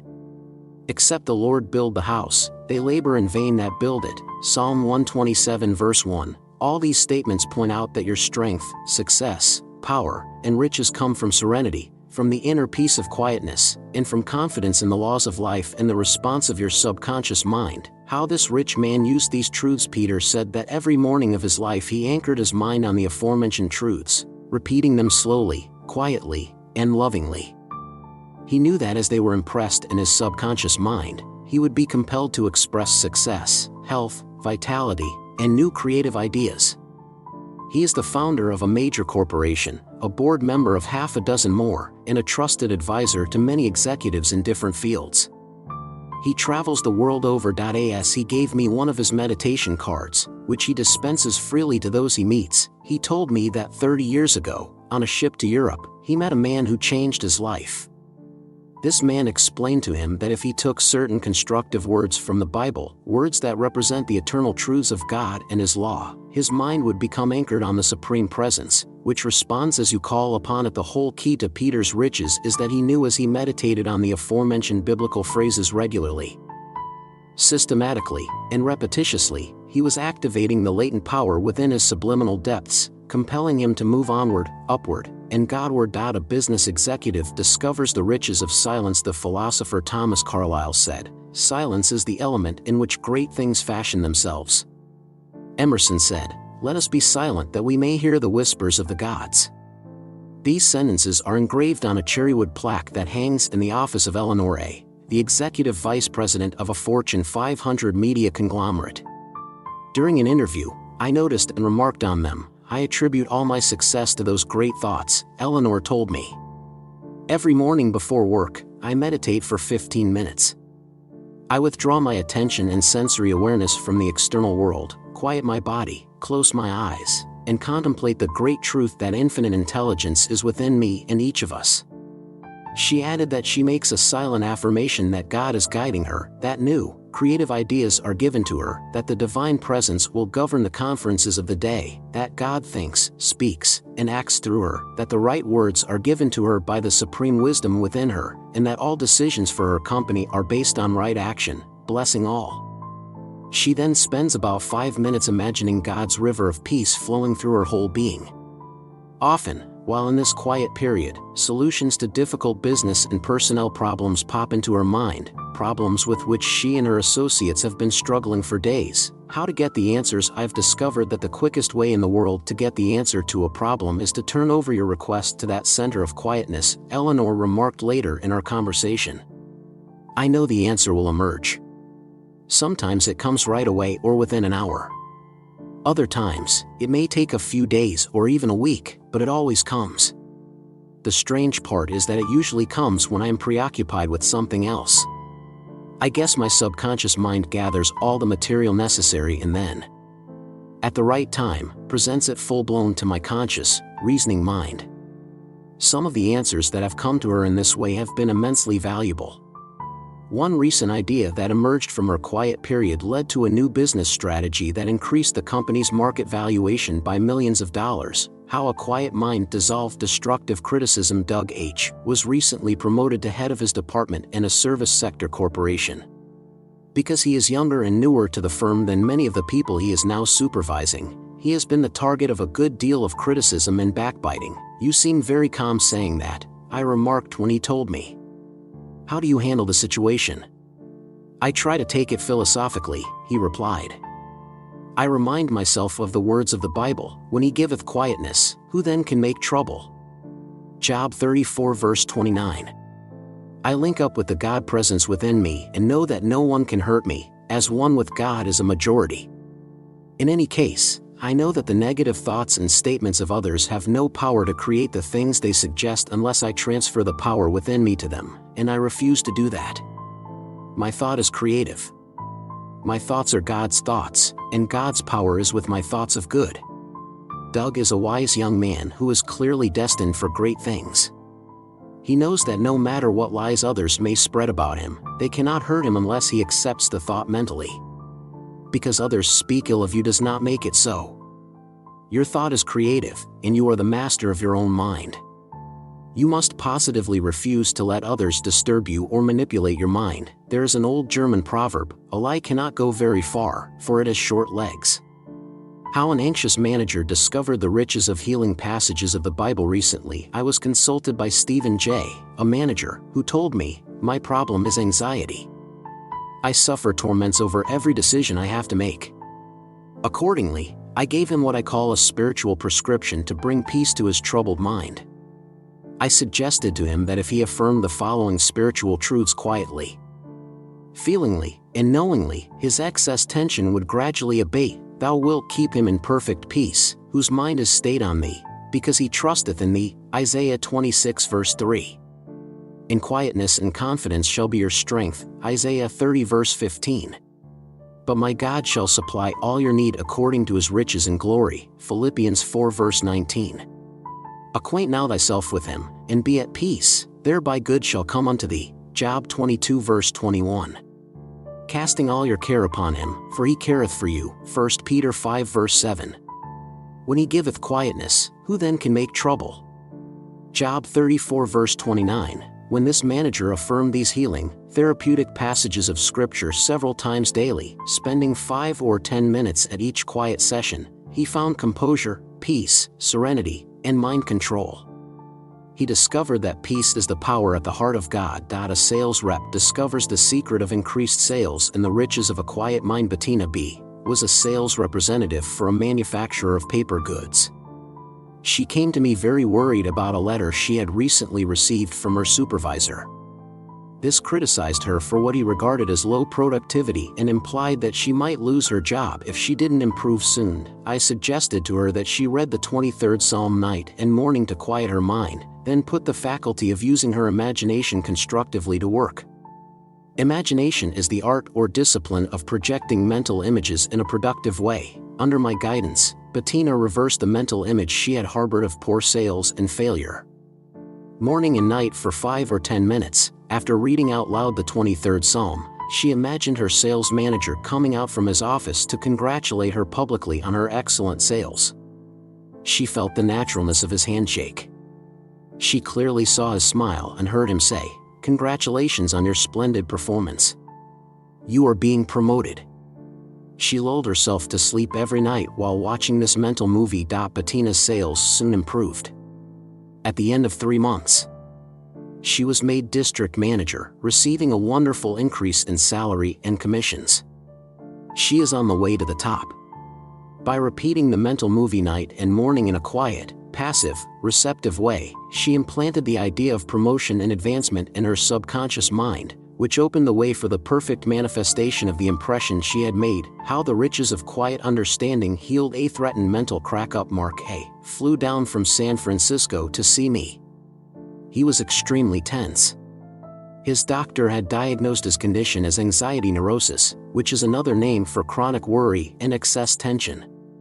He was financially successful and was sales manager of a very big corporation. He was well liked by the president and vice president of the corporation. As I talked with him, the root cause of his trouble came to light. A classmate of his was an executive with a rival corporation and had recently been selected as CEO. "I can't stand it," Mark exclaimed. "That guy came out ahead of me at everything in college.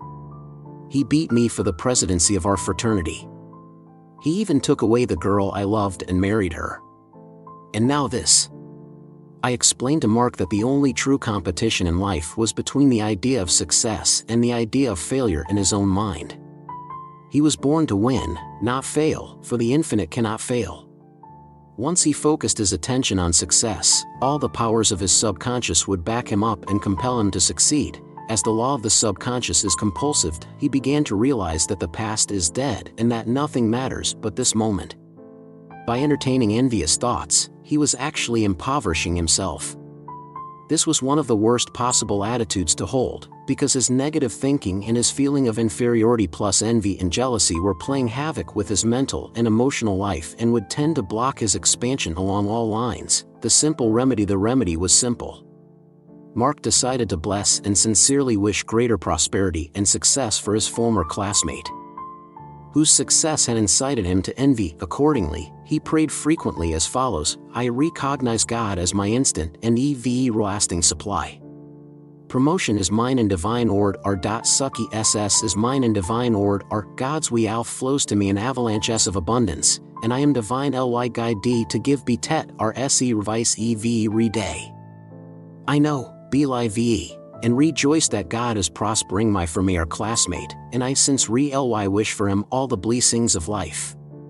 Whenevere comes to my mind, I will diate ly affirm, God multiply s your good." After a few weeks, he discovered that the envious thoughts lost all momentum, and he found that the cause of his anxiety and excess tension had been due entirely to his state of mind.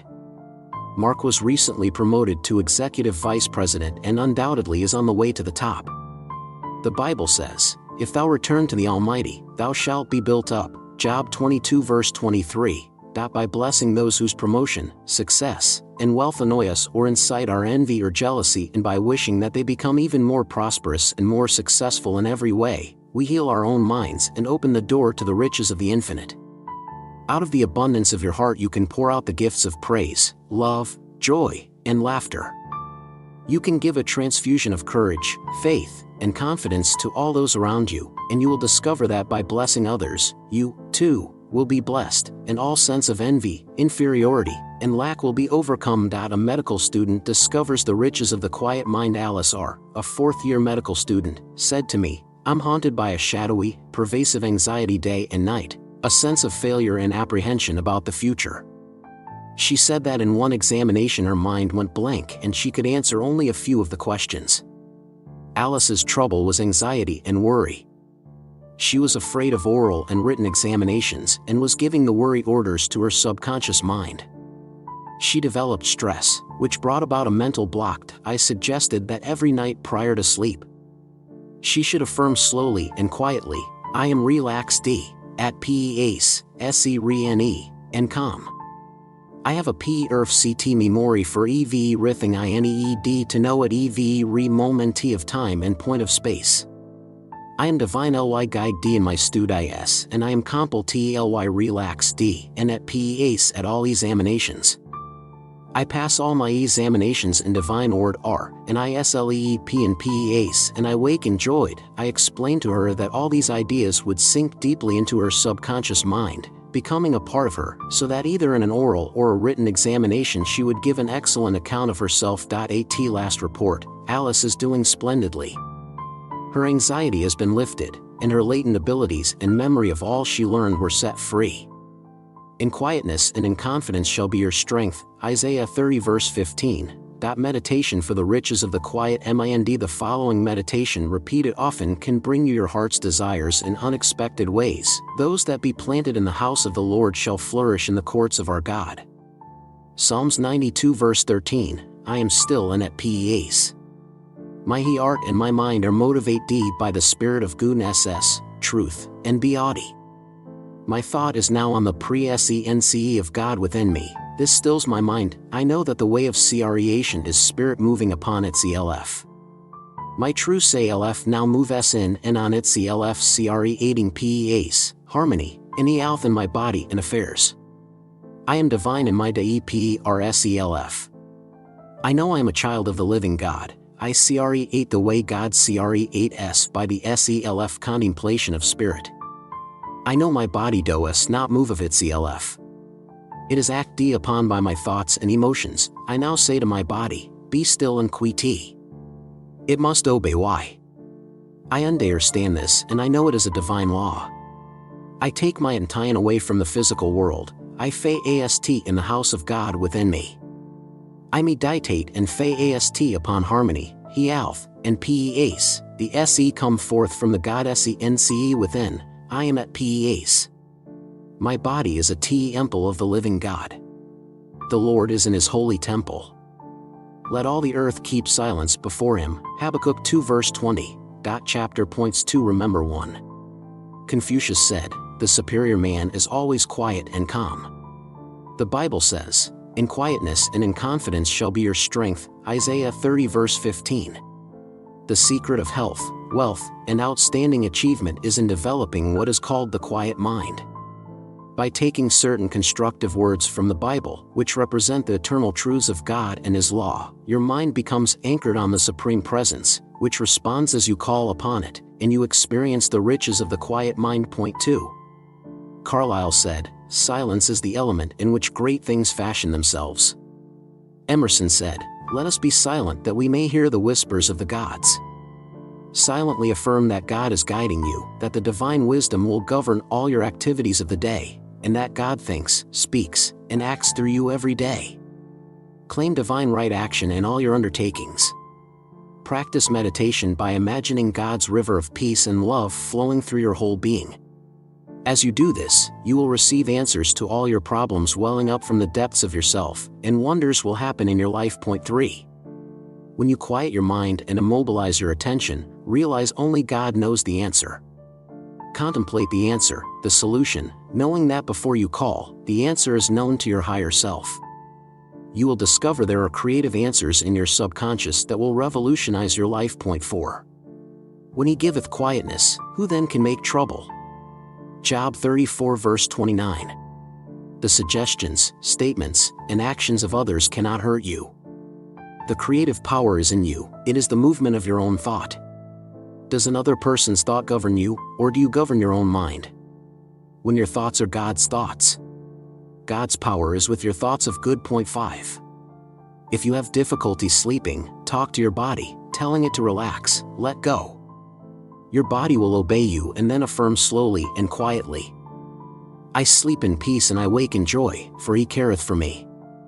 6. You can eradicate excess tension and anxiety by affirming the following spiritual truths 3 or 4 times daily. Thou wilt keep him in perfect peace, whose mind is stayed on thee, because he trusteth in thee. Isaiah 26 verse 3. In quietness and confidence shall be your strength. Isaiah 30 verse 15. Acquaint now thyself with him, and be at peace, thereby good shall come unto thee. Job 22 verse 21. When he giveth quietness, who then can make trouble? Job 34 verse 29. As you dwell on these great biblical truths, a healing, therapeutic vibration permeates your entire body. These spiritual vibrations enter into your subconscious mind, neutralizing all fear and worry patterns. A sense of peace and tranquility will govern you. Point 7. A sales rep whose sales were dropping imagined her sales manager congratulating her on her excellent sales. By repetition, she implanted the idea of promotion in her subconscious mind and eventually experienced a wonderful promotion and increase in salary. Point 8. The only place competition takes place is in your own mind. The idea of success and the thought of failure compete. You were born to succeed, not to fail. The infinite within you can't fail. Give your attention to the idea of success and all the powers of your deeper mind will back you up. Prayer always prospers. Point 9. A medical student was fearful and apprehensive about her examinations. Actually, she was fearing failure. This develops stress, which blocks the mind. She affirmed prior to sleep, I am relaxed, at peace, poised, serene, and calm. I have a perfect memory for everything I need to know at all times everywhere. I pass all examinations in divine order. I sleep in peace and I wake in joy. These truths sank into her subconscious mind and she is now doing splendidly. She discovered the riches of the truth. In quietness and confidence shall be your strength. Isaiah 30 verse 15. Point 10. You can experience the benefits of quieting the mind through using the meditation at the end of the chapter. Point 19. How to start living like a king. Almost overnight the Bible says, I am come that they might have life, and that they might have it more abundantly. John 10 verse 10. Johann Goethe said, life is a quarry, out of which we are to mold and chisel and complete a character. You are here to lead a full, joyous, successful, and rich life along all lines. You were born to win, to conquer, and to triumph over all obstacles. You are here to release your wonderful hidden talents, to bless mankind, and to express yourself at the highest possible level. Call upon infinite intelligence within you to reveal to you your true place in life. Follow the lead that comes clearly and distinctly into your conscious, reasoning mind. When you find your true expression in life, you will be perfectly happy. Health, wealth, and all the other blessings of life will follow. Your success and prosperity and the art of living a wonderful and glorious life depend on your habitual thinking and your heart's desire to transform your life from top to bottom. Remember, you go where your vision is. What is your vision? It is that about which you think, that to which you direct your attention, the object upon which you are focused. Whatever you give attention to, your subconscious will magnify and multiply exceedingly in your life. Accept wealth and happiness now. Now is the time. I talk to many people who are constantly looking forward to better times somewhere down the road. Many believe that someday they will be happy, prosperous, and successful. Some are waiting for their children to grow up, then they say they will travel to Europe and Asia and see the many strange, faraway places. Others talk about how they plan to spend their retirement years. All these people are waiting for something to happen, instead of realizing that God is the eternal now. Their good is now, this moment, waiting for them to claim it.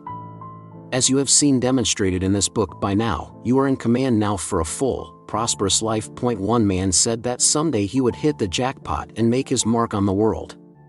His wife said that she hoped someday she would finally cure a painful skin rash. I explained to both of them that all the powers of God were within each of them. Peace is now. You can claim God's river of peace flows through you now. The infinite healing presence is available. And you can claim that this healing presence is flowing through you now, making you whole, pure, and perfect. It dawned on the husband and wife that wealth and healing are available now. The woman began to affirm night and morning as follows: God's healing presence is saturating my whole being and divine love flows through my whole being. My skin is an envelope of God's love and is whole, pure, and perfect, without spot or blemish. Within 1 week, she proved to herself that the infinite healing was instantly available to her, and she had a complete healing. I explained to her husband that wealth is available now, that it is a thought image in the mind. He began to affirm boldly, God's wealth is now circulating in my life. I am engraving this idea in my subconscious mind, and I know that what I impress on my subconscious mind will come to pass. I realize as I continue to do this that the response from my subconscious mind will be compulsive, and I will be complete express wealth. As he continued praying in this manner, new creative ideas welled up within him. He made canny investments in oil stocks, both foreign and domestic, and in a matter of months he had earned a small fortune. He had a preponderant feeling, a sort of persistent intuitive urge to buy these stocks, all of which soared greatly in value immediately. He proved to himself that wealth was available here and now. Claim your spiritual, mental, and material riches now. Strength is now. Call on the infinite power of God within you, and this power will respond, energizing, vitalizing, and renewing your whole being now. Love is now. Claim that God's love envelopes and saturates your mind and body. Realize and know that divine love is being filtered through you and manifested in all phases of your life. Guidance is now. Infinite intelligence responds to your call. It knows only the answer and will reveal it to you now. Claim your good now. You do not create anything, all you do is to give form and expression to that which always was. Now is, and ever shall be, plan for a rich future now. Remember that if you are planning something in the future, you are planning it now. If you are worried about the future, you are fearing it now. If you are dwelling on the past, you are thinking of it now. You have control over your present thoughts. All you have to change are your present thoughts and keep them changed. You are aware of your present thoughts. All that you can realize is the outer manifestation of your habitual thinking at the present moment. Beware of the two thieves stealing from you. The past and the future are the two arch thieves. If you are indulging in remorse and self-criticism over past mistakes and hurts, the mental agony you experience is the pain of your present thought. If you are fearful about the future, you are robbing and stealing from yourself joy, health, happiness, and peace of mind. Begin to count your blessings now and get rid of the two thieves. Think of a happy and joyful episode in the past as a present joy. Remember, the results of past events, good or bad, are but the representation of your present thinking. Direct your present thoughts into the right channels. Enthrone in your mind peace, harmony, joy, love, prosperity, and goodwill. Dwell consciously and frequently on these concepts and claim them and forget all other things. Finally, brethren, whatsoever things are true, whatsoever things are honest, whatsoever things are just, whatsoever things are pure, whatsoever things are lovely, whatsoever things are of good report, if there be any virtue, and if there be any praise, think on these things. Philippians 4 verse 8. Take this spiritual medicine regularly and systematically, and you will build a glorious future. Meditation for Miracle Power Steps to Richer Living and financialsuccess. It will pay you great dividends to use this meditation as often as possible. Wist ye not that I be about my Father's business? Luke 2 verse 49. I know that my busyness, prophesying, or activity is God's busyness. God's busyness is always basically successful. I am growing in wisdom and understanding every day.